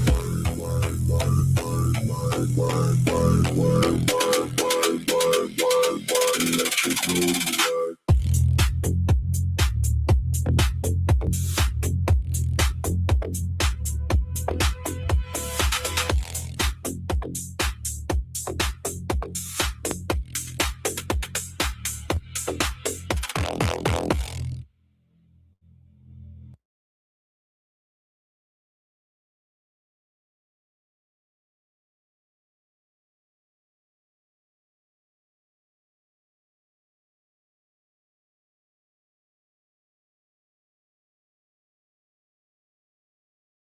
Police say he assaulted a security guard at a nightclub in Houston. Now, according to reports, Boosie, whose real name is Torrance Hatch, is accused of hitting the security guard in the head with a glass hookah. Investigators say it happened when the security guard refused to allow one of Boosie's female friends to use the restroom as the club was closing at 2 a.m. The report says as the woman was escorted out of the club, she dropped her belongings, and when the guard tried to pick him up, he was hit from behind with a hookah. The guard told police he saw Boosie holding the broken hookah, and records show the guard needed 8 staples in his head. Yo, it's Big Ant, the spokesman, man. We back. Another edition of Urban Politicians TV, UPTV. Make sure you stay on your pivot at all times, man. Had to come tap in, and I did want to make sure I came through with the update with this latest news surrounding Boosie from the other day after it broke into the headlines that his federal probation officer had put in a motion to have him violated and sent to prison. Now, I put that clip right there in the beginning, trying to get people caught up on, if you didn't know already, what had happened out here in H-Town, where he was booked on Memorial Day for a club hosting in an event. And this aggravated assault case came up a couple weeks ago where he did have to make an appearance in court. They did give him a warrant. Now, at that time, Boosie said he had spoke with his probation officer and everything was all good, said that it was supposed to be straight and things. But yesterday, it hit everywhere after that paperwork got filed. And he responded and said this: just talked to my PO and he found the email for me to travel to Houston. He said it was at the bottom of the paper under the flights and he overlooked it. He also said he would not count this as a violation. I've had over 50 shows since being on papers, and I went through the right process to notify my PO on every show. And yes, I had marijuana in my system when I got on papers. Every test after that shows that I'm drug-free. I get tested all the time, and I'm always crystal clean. I'm not stupid. My probation officer has been fair to me throughout this process. It's the people over him who have problems with me. They asked him to ask me would I sign a piece of paper saying, can he record our conversations? And I said, hell no. I will not sit back and let these people drag me. I've had several hours of community service completed. I've been doing great on federal probation. Me and my attorneys are working to get this other case dismissed. And here's the proof of my email to travel to Houston. Now, he put up a clip of him showing that he's showing the probation officer the club bookings and events that he can go to. And I keep it all the way 1,000 with Boosie right here. This is a part of the process because I'm going to be real with you. When you own probation, they pretty much is controlling your freedom. Boosie knows this already. He is somebody who has done time, and you could say, hey, I'm working with them. They're not going to violate me. When you say it's the people that over him that want to violate me, they do have it. Even in this document right here, you catch a new case, they can violate you for that. If they don't come with the paperwork, if you don't come with the proper proof that they approved you to be at that event, that's true as well. They can violate you for that, but then they can come through and say, well, man, We just want to violate you because you ain't supposed to be around this person or you wasn't supposed to be around that. They can find any reason to violate you. That's why certain times they be like, you really on papers. You was 1 foot in and 1 foot out. Now, this federal gun case that Boosie caught, he got those charges to a situation where he was able to get time served for the ankle monitor. Then probation is what he is on right now. This is the federal level. This is not the state level. But anytime they file these motions, the news is going to break. People can get the news of it. People is paying attention to the documents moving around in the courtroom. Now, Boosie say that they got a good understanding, say that it's the people up top over this situation right here.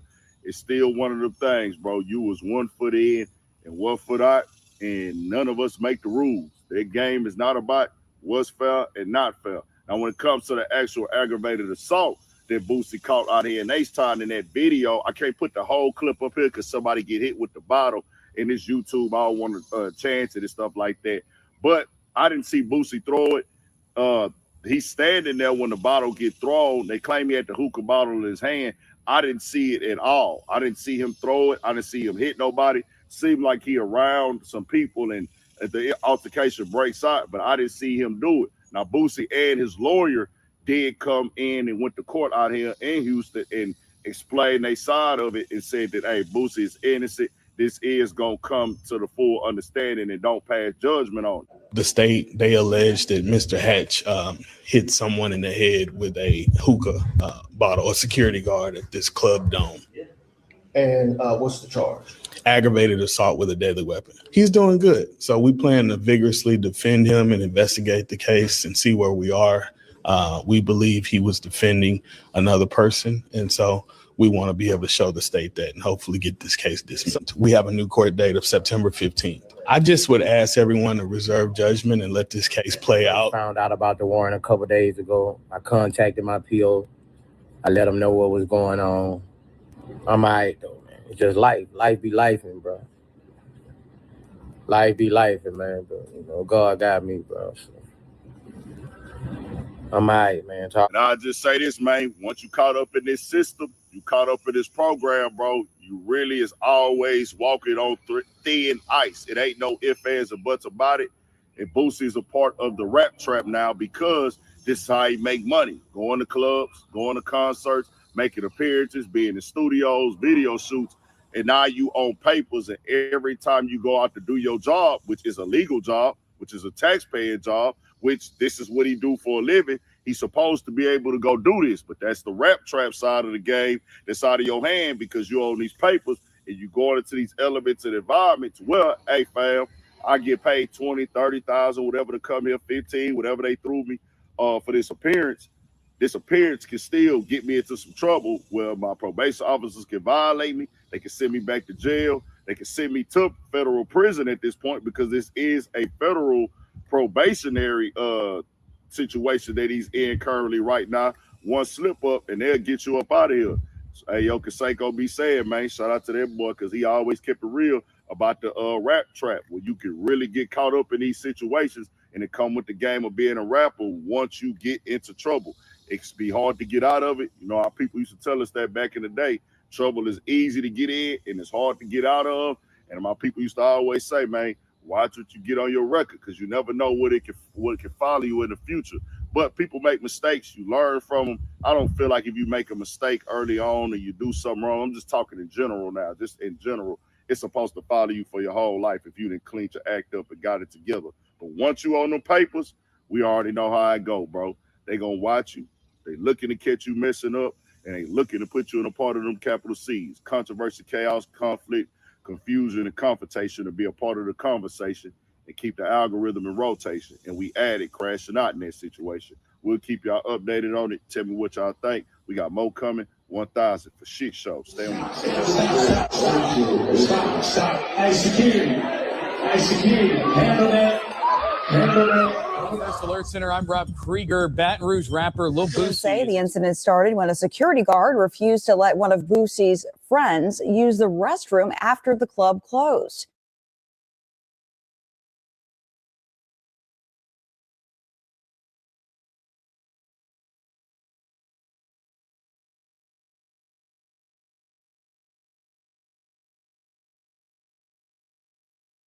Alex, none of this is messy.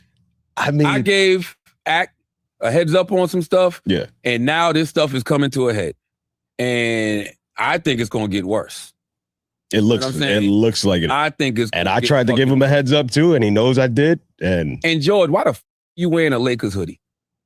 You should have had on a Toronto Raptors hoodie. What type of team member are you? What type of team player are you when you wearing the ops favorite basketball team? Me and I can have the conversation publicly if you want to. Because I want to know. I got it should happen right here. I got questions. I want to know about this stuff. I ain't seen none of y'all talking about this shit. Stop deflecting from this stuff. I want to know about these headlines that the Wall Street Journal and Inverse, you and Charlotte, and everybody else is talking about. Please, because this is, come on.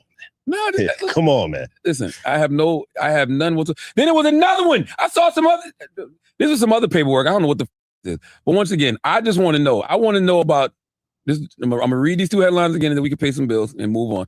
But InverseWire.com says, pay no attention to the grand wizard behind the curtain. 5 lawsuits say the bets were rigged, the screams were bought, and even the chat losing its mind was a hire inside the machine that manufactures Drake. Grand Wizard is mentioned in that. George Wynn. Ack, I want to hear you talk about that. And the Wall Street Journal article is, they looked like they were getting rich on Poly Market, but none of it was real. The prediction market has flooded social media with deceptive videos paid by paid creators, according to a Wall Street Journal investigation. Drake and Aiden Ross declined to comment for that article, as they should. And Shorty keep asking the date. She trying to finesse Poly Market for bread. Talk about me, don't talk about Rock Nation. Address y'all. Don't try to deflect and say Rock Nation is paying people to do X, Y, Z. This ain't got nothing to do with nobody. This is investigations that people have been doing on you and your team. We should have hit Ack. George. We could have had Ack come right before you leave. Nah. I need this. I need set the worldwide nigga that I need the nigga that to sit with this for 10 days. Okay. All right. While I'm minding my business on an island somewhere. Okay. And then when I come back, I'll catch up on everything that the worldwide nigga net's been talking about. Charlamagne been like trying to all right, let's find the next way to, kind of become like a bigger commentator and a bigger figure. And it's politics. Like Charlamagne's a political nigga. You get what I'm saying? But he wouldn't be saying nothing to me if it was I was like super pro-Democrat. But because I'm not super pro-Democrat, that's why he came with his thing that he had no proof of. I'm like, yo, come on, bro. Come on. You feel what I'm saying? Yo, the craziest thing too, when I started hearing even Charlamagne talk about, Charlamagne talk about like steak. I'm like, yo, bro, this is what I'm saying. Charlamagne got like, yo, let's sit down. We got to do it on both our platforms. Let's sit down and really talk about it all.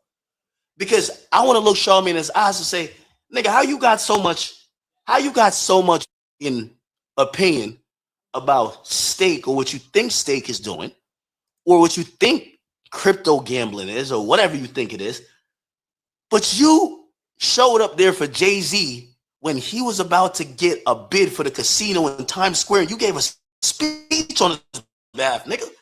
I'm listening to this new podcast. Charlamagne's like, yo, this is influencing the kids. Nigga, you tried to get a casino in the middle of Times Square.